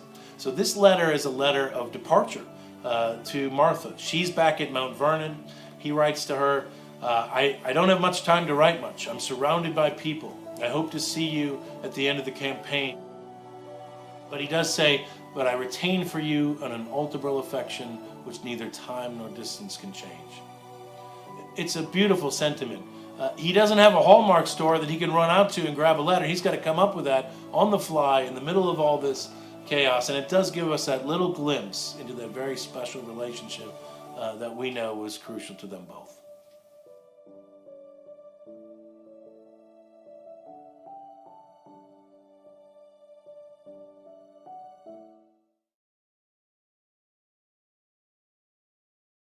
We wrote this book, all three of us. It was a perfect storm of three individuals. I did most of the writing. Stuart Mowbray, my co-author, did the layout and all the photography, and Brian Hendelson's the man who made it possible. In 2014, Brian acquired the last remaining Washington-owned sword that's in private hands. And as it came to Mount Vernon and we started looking at that sword in conjunction with the other Washington swords, it almost screamed at us that nobody had ever decided to tackle this amazing group of swords. There are no other groups of swords from the period that were assembled over an adult's lifetime, over the course of decades, that just by chance belonged to a very important individual. So it was a golden opportunity to take these swords, tell their stories, relate them to each other, and at the same time clear up some of the misinformation that's been bandied about concerning a lot of these swords. And not to mention nowadays with the quality photography that you can do, it was a chance to show these things in full, beautiful color. Conservatively, he had at least 11, but I'm betting there were more. If somebody really tried to push me and say, how many do you think he had? I would bet the number was probably closer to maybe 16, maybe 18. We just don't know. Most of his swords could be seen as dual purpose. The swords that he had that were true military instruments, from what we can tell, were all gifts. They weren't swords he went out and purchased. The swords that we know he went out and acquired tend to be katos, which are, sort of lightly hilted, curved-bladed weapons that could be worn while out riding, or they could be worn on military service. And the more formal type of sword, a small sword with a longer, straight blade and a particular type of hilt architecture, was the sort of thing he would have worn on more dressy occasions. But none of them were specifically military. None of the swords he acquired for himself. There's one in private hands, the last one. There are 4 that are owned by the Mount Vernon Ladies Association. There are 2 at Morristown National Historic Park. And there's 1 at the State Library of New York and Albany. The only one we can place for sure is the steel-hilted small sword that's now in the collection of the New York State Library. There was a description penned by a visitor who paid a call to Washington at the presidential mansion in Philadelphia in 1795, and he describes Washington wearing a black velvet suit and having a beautiful steel-hilted small sword at his side with a white vellum scabbard. So we know that one's there for sure. it's fairly safe to assume that the green-handled Kato was seen on Washington's side in the 1790s when he was president, and he was reviewing troops that were headed off. So we knew he wore that then. We know for sure that the silver-hilted smallsword of 1767 was the sword that he probably wore when he resigned his commission, and probably the one he wore when he was inaugurated for the first time in 1789. Probably the best group of paintings are the series of portraits of Washington done during the Revolutionary War period by Charles Wilson Peale, and they show a variety of Washington swords which still exist. There are a number of portraits that show small swords that we're not quite sure. There's a particular portrait that has a sword that looks very much like the 1767 small sword, but the color's wrong. The color of the grip looks like it's copper. It doesn't quite make sense, so that could be taken as evidence for the existence of another sword that's currently whereabouts unknown. When we get into the 19th century, by that point, Washington is long gone. He's out of the public eye. His swords have been dispersed, and they're in the hands of descendants. And I guess you had to kind of come up with a basic sword to put in your painting. But a few of them got it right. When Vanderlyn executed a beautiful version of the Lansdowne portrait of Washington after Stuart's original, he very clearly depicted the steel-hilted smallsword, which was then in the possession of George Corbin Washington. This is in the 1830s. He obviously had access to this sword and put it in that particular painting. When Leutze painted his famous Washington crossing the Delaware River, he very clearly shows an erroneous representation of what's clearly the Bailey silver and ivory hilted Kato. But that sword, by 1850, was in the hands of the United States people because it had been donated through Congress in 1843. So he certainly would have had access to it. He would have been able to see it. Or he may have seen a representation of that sword in the 1779 Peale canvas, showing Washington at the Battle of Princeton. The one sword that Washington had that I would say would have been unfashionable is a 17th century sword that we believe is ancestral, so he would have inherited it. And like anything you might get from your ancestor, you cherish it, you love it, but you don't necessarily want to use it all the time. Washington was very conscious of his image. He followed fashion, and one of the best ways you can look at how he kept fashionable is if you follow his succession of small swords. True, one of them was a gift, but they distinctly follow what was really in fashion in London between the 1750 period and what was really fashionable at the height of the Revolution. His steel-hilted smallsword, we've recently found out dates from at least 1779. We have concrete proof of that, in Washington's own words, that it was in his hands, but it's almost an ahead-of-its-time sword. Most sword scholars would look at it and place it in the mid-1780s at the earliest. We know swords like this did exist as early as the late 1770s, but it's the sort of thing you'd expect to see just in London. So how Washington gets his hands on one at the height of the Revolution, when he's certainly doing no business with anybody in London, is a real mystery to us. He had a very interesting provision. He decided that he wanted 5 of his nephews, not all of his nephews, 5 specific nephews, each to pick one sword, and then the order he listed them in his will is the order they were to choose. And he put in an interesting passage in there. He said, in talking about the swords, he quantified them as, of which I may die possessed. So he's telling you, sometimes I get rid of swords, sometimes people give me swords, sometimes I buy a new sword. I don't know how long I'm going to live. Swords come and go. So that's a very sort of a tantalizing insight into the way he saw them.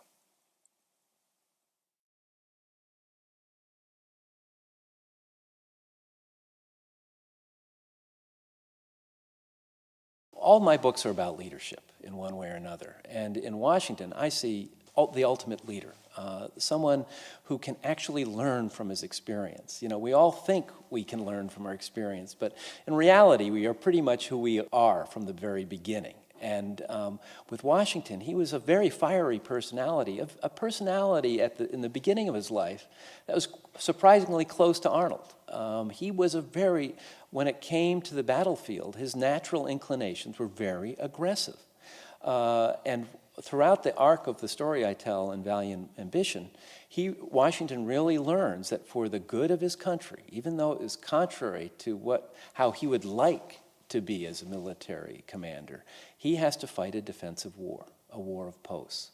And this just drives him crazy. It's not the way he wants to do it. He wants to take that bold stroke that ends this war quickly, because he recognizes more than anyone that this country is in danger of falling apart.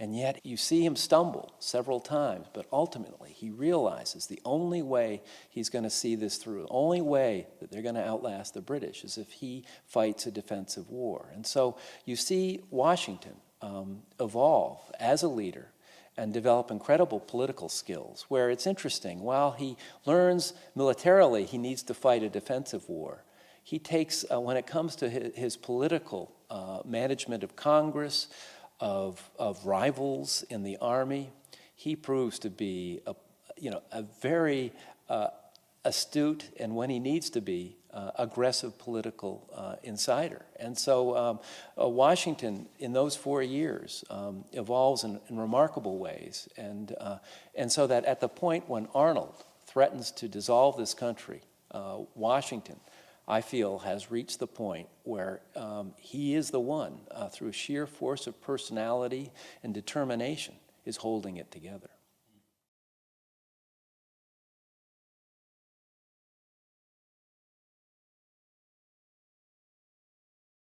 Arnold and Washington, it's surprising to us today. We think of Washington as this careful, pragmatic leader, who will not take unnecessary chances. But there's a part of him that was very much like Arnold. And I think, Arnold was in many ways what Washington could have been if he was 10 years younger and not saddled with the terrible responsibility of command. He could have gone in there and been that kind of battlefield hero that worked miracles on the battlefield. I mean, that I think was a kind of fantasy for Washington, but he couldn't, of course, he realized he couldn't do that as commander-in-chief. And so he had, I think, great sympathy and respect for Arnold as a warrior. And he realized he could carry it too far, but he lacked those kinds of military figures in his army. He desperately needed someone like an Arnold. And I think it created kind of a blind spot for him. And Washington was, unlike Arnold, a very trusting person by personality. He gave the people he trusted. He had to, or he couldn't have created a functioning army. And so Arnold caught, it wasn't until Arnold caught a lot of people by surprise, but Washington in particular. And yet I think one of Washington's greatest moments is after he learns of Arnold's attempt to turn over West Point. Everyone around him is fulminating with outrage. And Washington, you can tell, is feeling this. But he writes this incredible letter to his French counterpart, Rochambeau, putting it in an immense perspective. Here he is in the midst of all of this. One of his best generals has gone to the British, and he says, the remarkable thing is here we are, this new republic in the middle of a battle, and the remarkable thing is there haven't been more attempts like this. And and he was able to see the long view while people around him are surrendering to their passions. He, through his force of personality and character, a character that he has been creating all his life, is able to contain that and to turn those energies in a positive and ultimately constructive direction.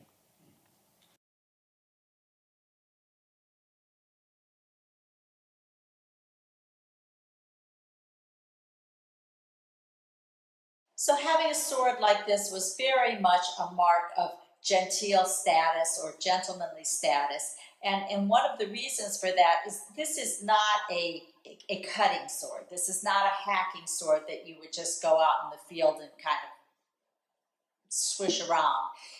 Having a sword like this implies that you have the skill to wield it, and that means that you had probably trained in the art of fencing, and ergo, you had the money and leisure to do that, so you must be a gentleman. So having this kind of sword had very definite social implications that people in the 18th century would definitely have recognized. So one question that people ask is, well, really, how good a swordsman was George Washington? And we don't really have any definite descriptions of that. There are references that he suggests he took fencing lessons as a young man in Fredericksburg. And there is a reference from one Frenchman who noted that Washington was particularly graceful in how he carried his sword, how he moved with it. He had that gentlemanly air. So George Washington's 1767 small sword is one of our most treasured artifacts here at Mount Vernon, and we hope you will come and see it. It's on display at the Donald W. Reynolds Museum here at George Washington's Mount Vernon. Please come and see it.